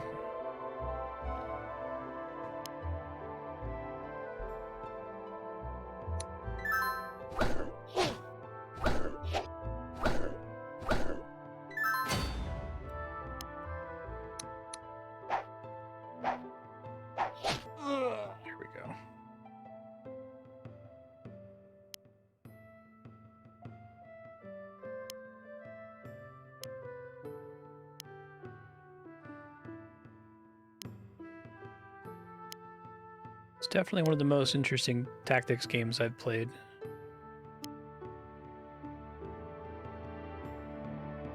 I think the level design is really good, though it sounds like it's kind of all over the place depending on which levels you're playing and what difficulty they're set to, but...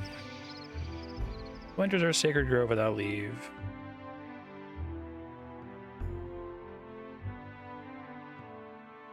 There's the banner of Wesnoth. Comes to us in peace. Bandits and criminals are summoning the dead.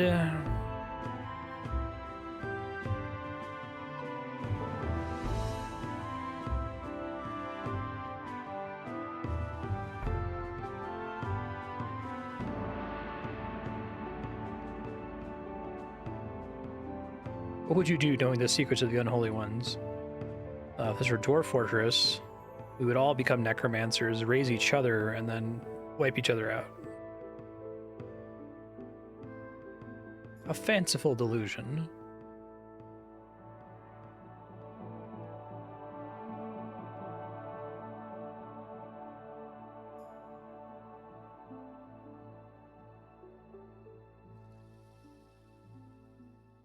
Nebrin.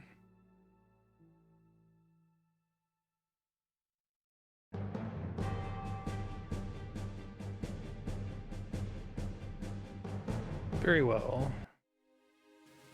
All right, that went pretty well. Pleased.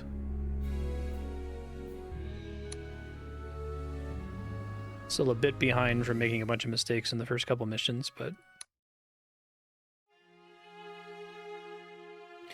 Vale of Blossoming Trees. I did the tutorial and the Two Brothers campaign. I guess technically this is the third. About 3.5 hours in. I've got a timer up there in the corner. Yeah, I'm just kind of going down the list. Great Sage Mebrin is ancient, remembers well Haldric's betrayal of the elves.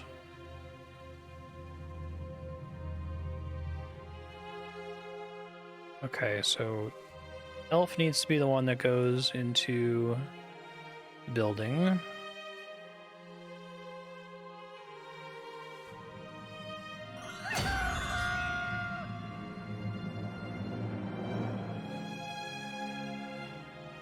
Okay. Interesting. Heals, cures, just removes poison. No additional benefit on the turn, it's cured of poison. Magical attacks, which always have a high chance of hitting. Slows enemies. Okay.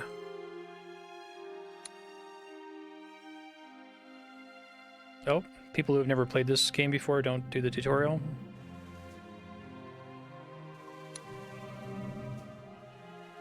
This guy back.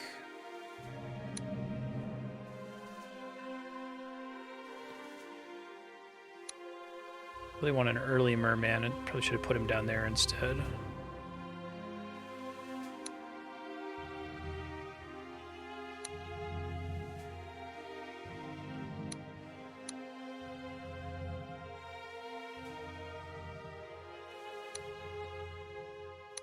Go. That's what's in the. That's the order they appear in the menu. Is the only reason I did it that way.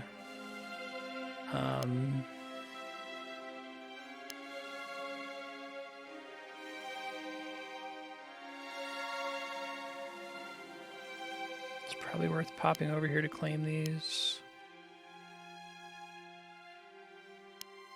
Can't quite make it in a single round for most of them.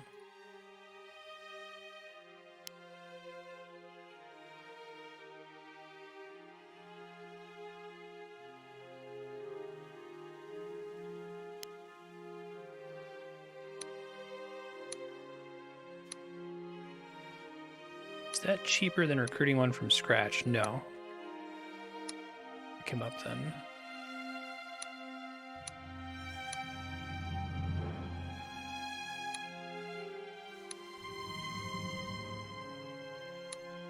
That should be fine.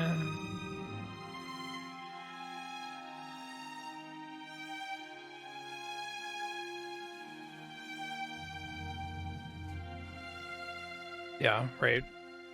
No, I've really been enjoying the difficulty curve of the game so far. It seems like they've made it pretty smooth, and I like that a lot of the difficulty with this one is just like being careful with your units in a way you didn't really have to in the tutorial campaign or the Two Brothers one.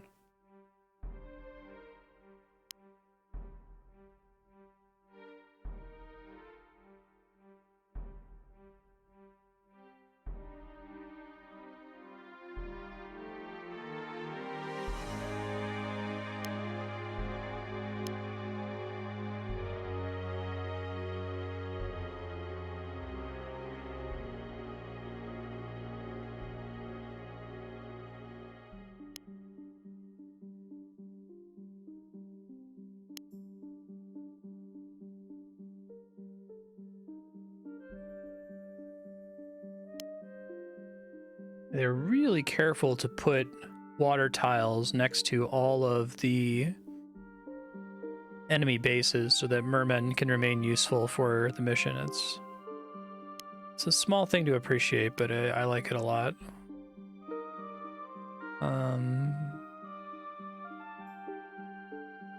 It makes me really want to just keep doing mermen.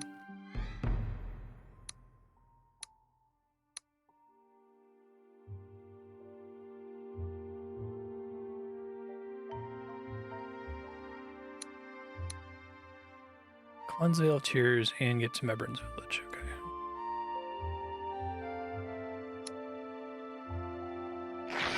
How dare you? What gives you the right?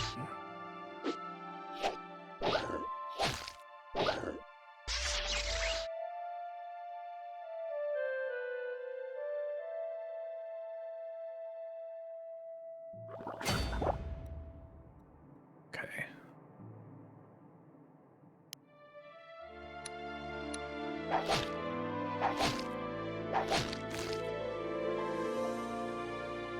Weapons are useless against these skeletons. They have nothing for our shafts to pierce but air, so they're very resistant to piercing damage.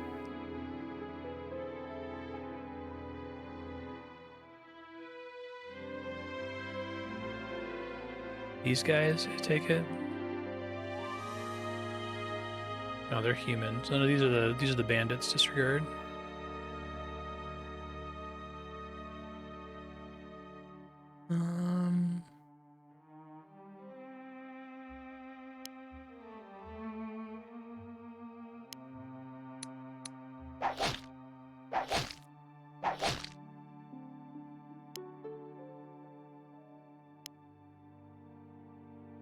That still counts as water. Okay, bridge. So it's like stacking terrain types. It's a bridge over water, and so it uses the best of the two. It says something with the Dragoon not working that way, right? Oh, that's too bad.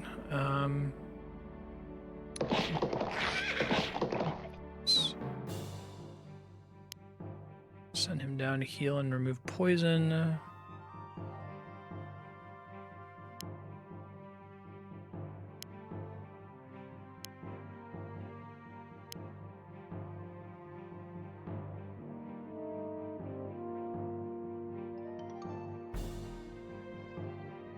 Chronological. I saw there was a timeline sort. Like the first mission is set to hard difficulty.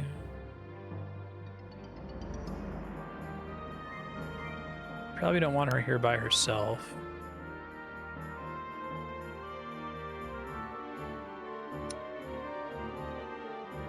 We'll see. If she gets surrounded, it could be bad news bears, but 18, 24.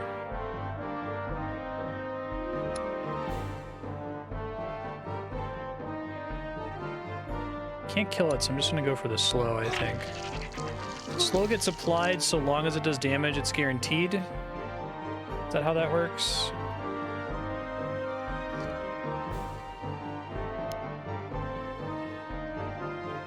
Let's see, so I'm gonna keep doing these merman hunters.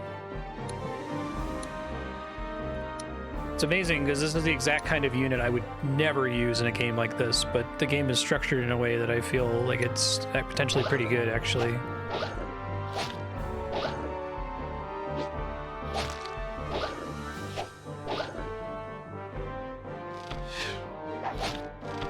Interesting.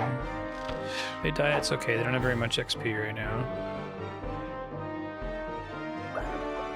Bury me deeply. You have bodyguards? You have bodyguards?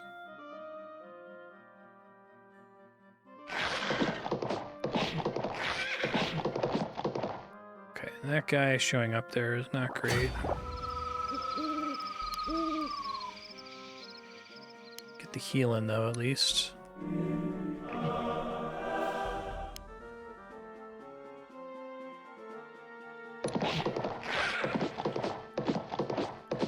Did not go as well as I was hoping, sadly.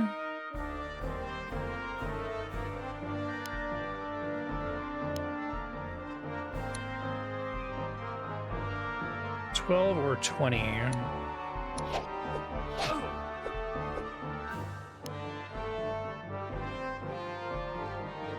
Nope, don't do that. Undo. Thank you.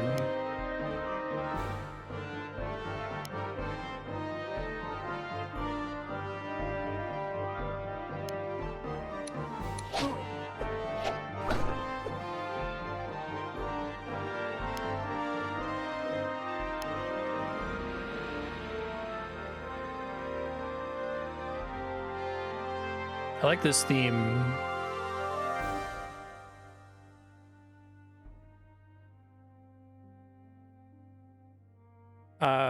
When I went to go download this, I saw, I don't know if this is on Wikipedia or something, or maybe it was How Long to Beat. Something about this being inspired by a Genesis game. Does anyone know anything about that? Just curious, like which game and how similar it is. Oof, that's not good. Gonna regret that.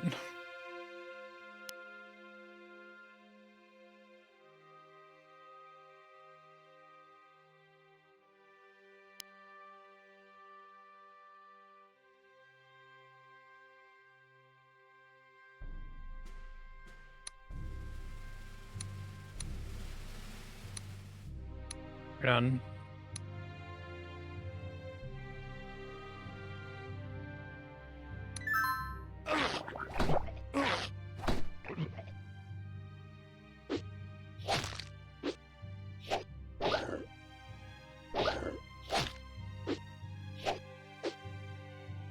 He dies, that's okay.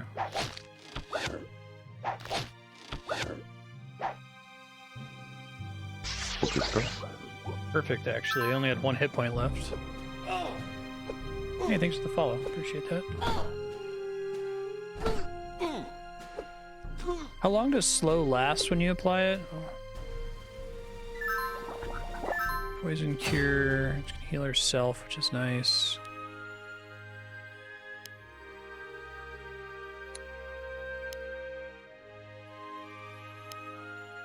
Just 1 turn, okay.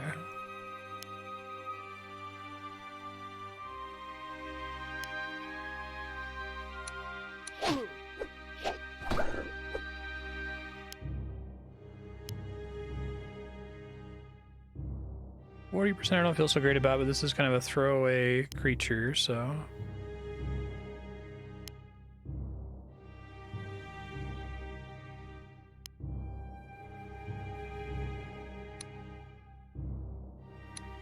Not great.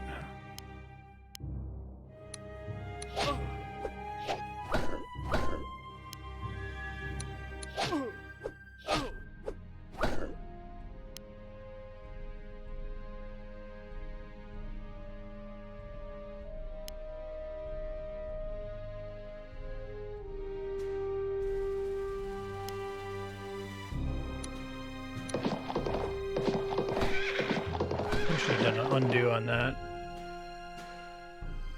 I don't think, do I lose if he dies? Bjorn, Garrick, Hylas, Elithiel. No, Jarek dies, who cares? Hylas dies, we're in trouble though. Okay.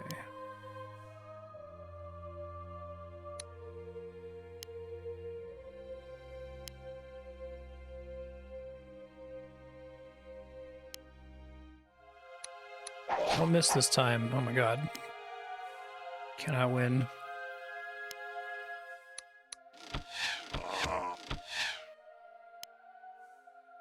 Should have moved my leader into place first. Could have gotten a bit of help there.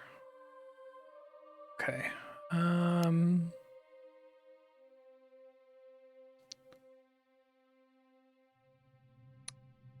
It's not a kill.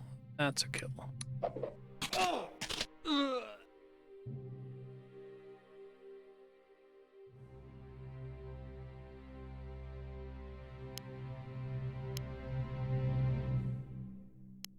Oh, right, I get my reinforcements. You guys are all ambushers, it looks like.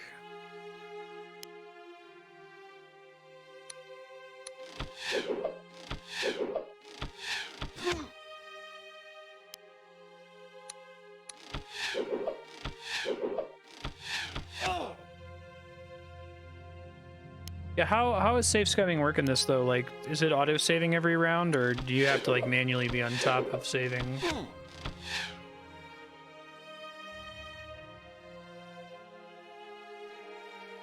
Okay, right on. I'm gonna try to avoid it if I can. It is tempting, but it's much more fun to just play it, I think.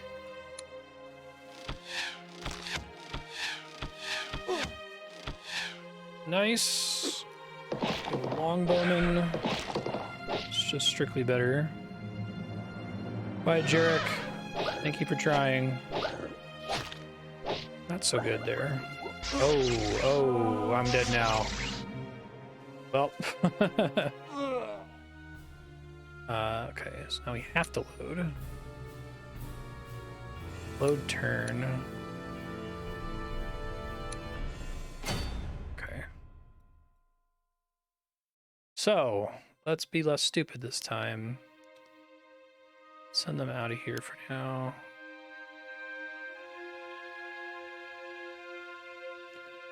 Build for 8 regardless, so may as well stay closer to civilization.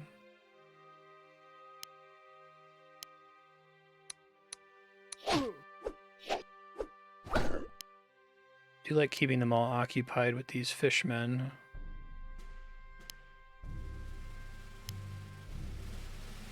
I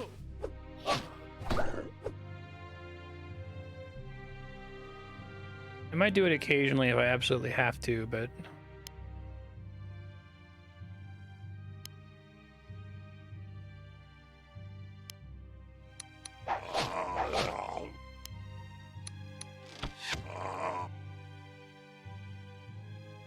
Longbowman, although I don't think I needed that much XP to get Longbowman there.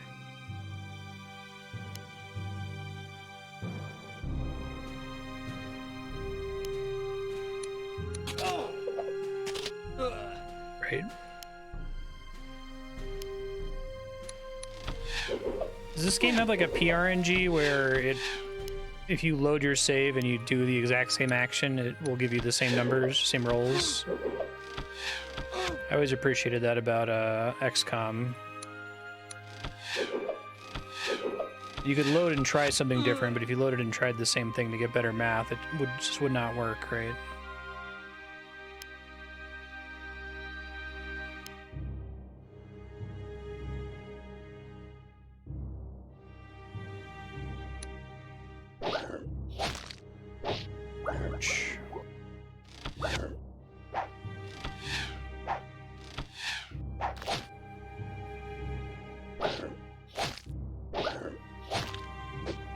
I see. I might turn that on then.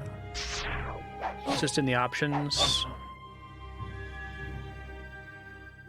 Because then I would feel less bad about loading save. Knowing that I'd have to do something different, you know. Preferences. Duration. So you find that the enemy turns, like the length of the animations isn't that bad. Disable automatic moves. Yeah, that seems great.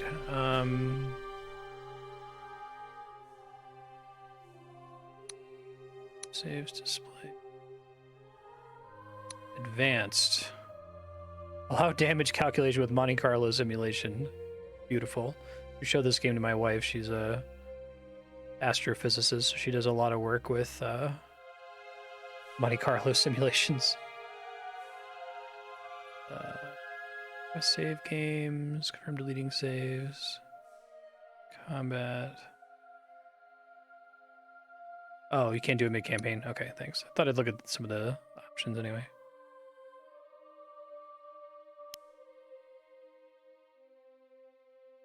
Let's see. So how many people are involved in making this game? It sounds like it's a lot of people, right?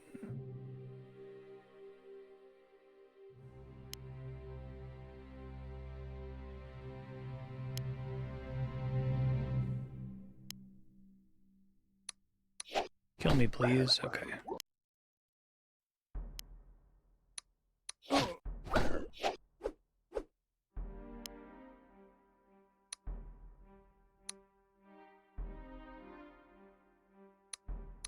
Because enemies leveling up is kind of a protection against you doing this thing of just throwing a bunch of cheap units at the boss over and over. Because if you do it too much, they could like level up and undo all of your progress in fighting them, right?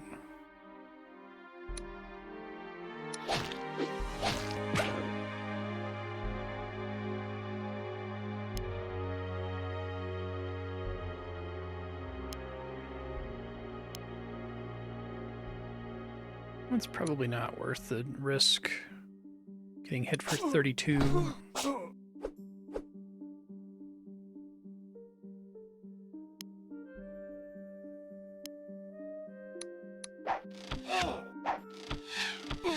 Really cannot land hits with that character for the life of me. It's very painful.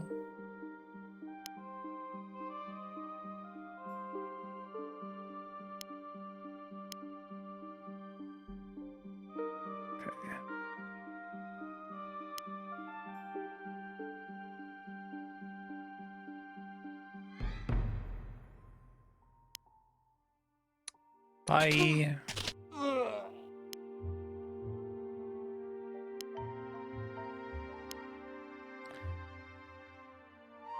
Okay.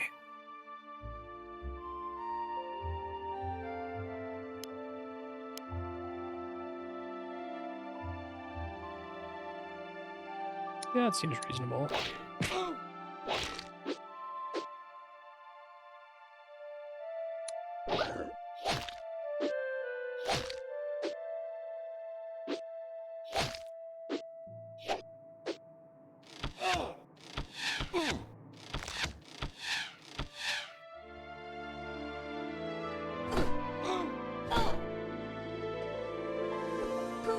Right.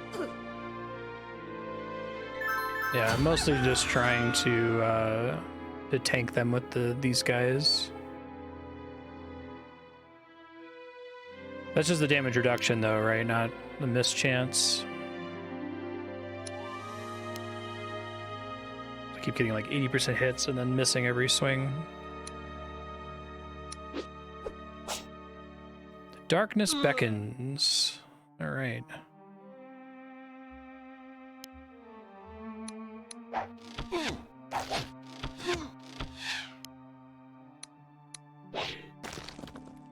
Okay.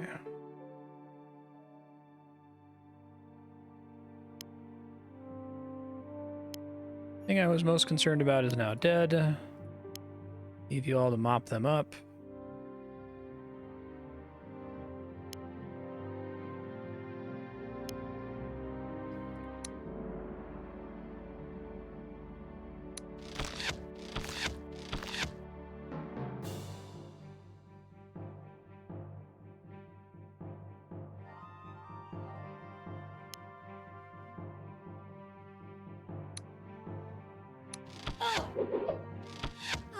Nice.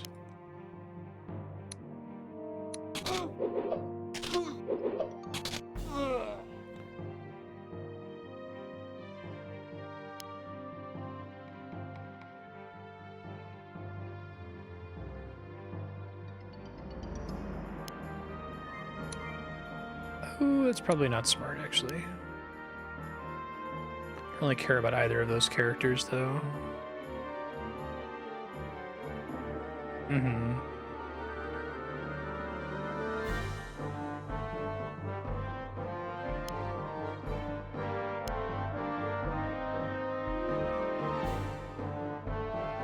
Else waiting to act here.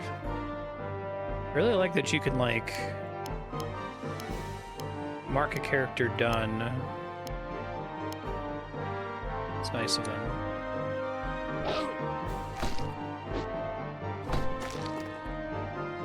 Great.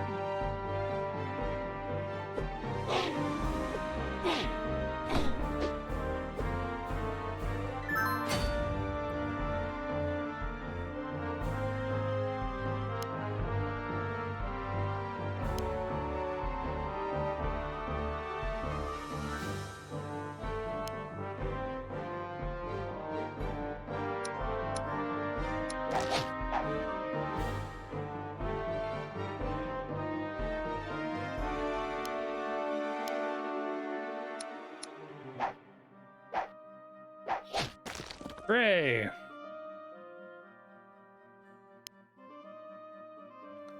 Claim that back.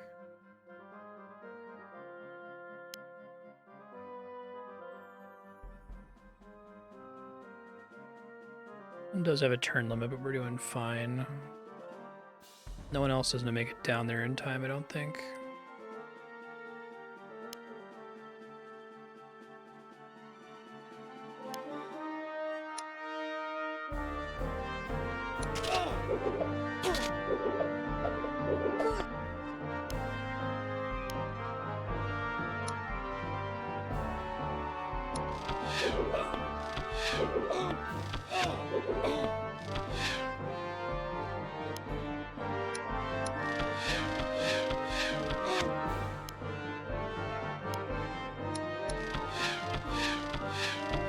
Ooh.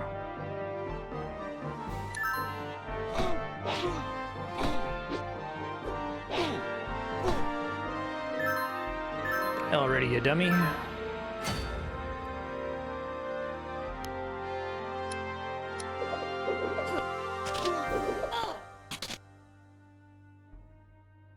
Never defeat our master. You will trouble us no more. Okay. Now we just gotta End the level.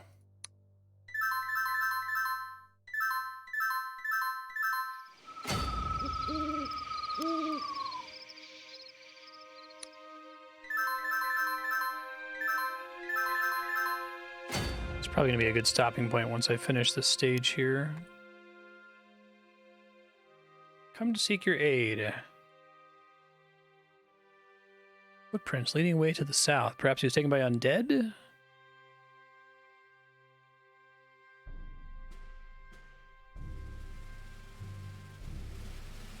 Distraught, I am angry. Nothing will stop the vengeance of the elves.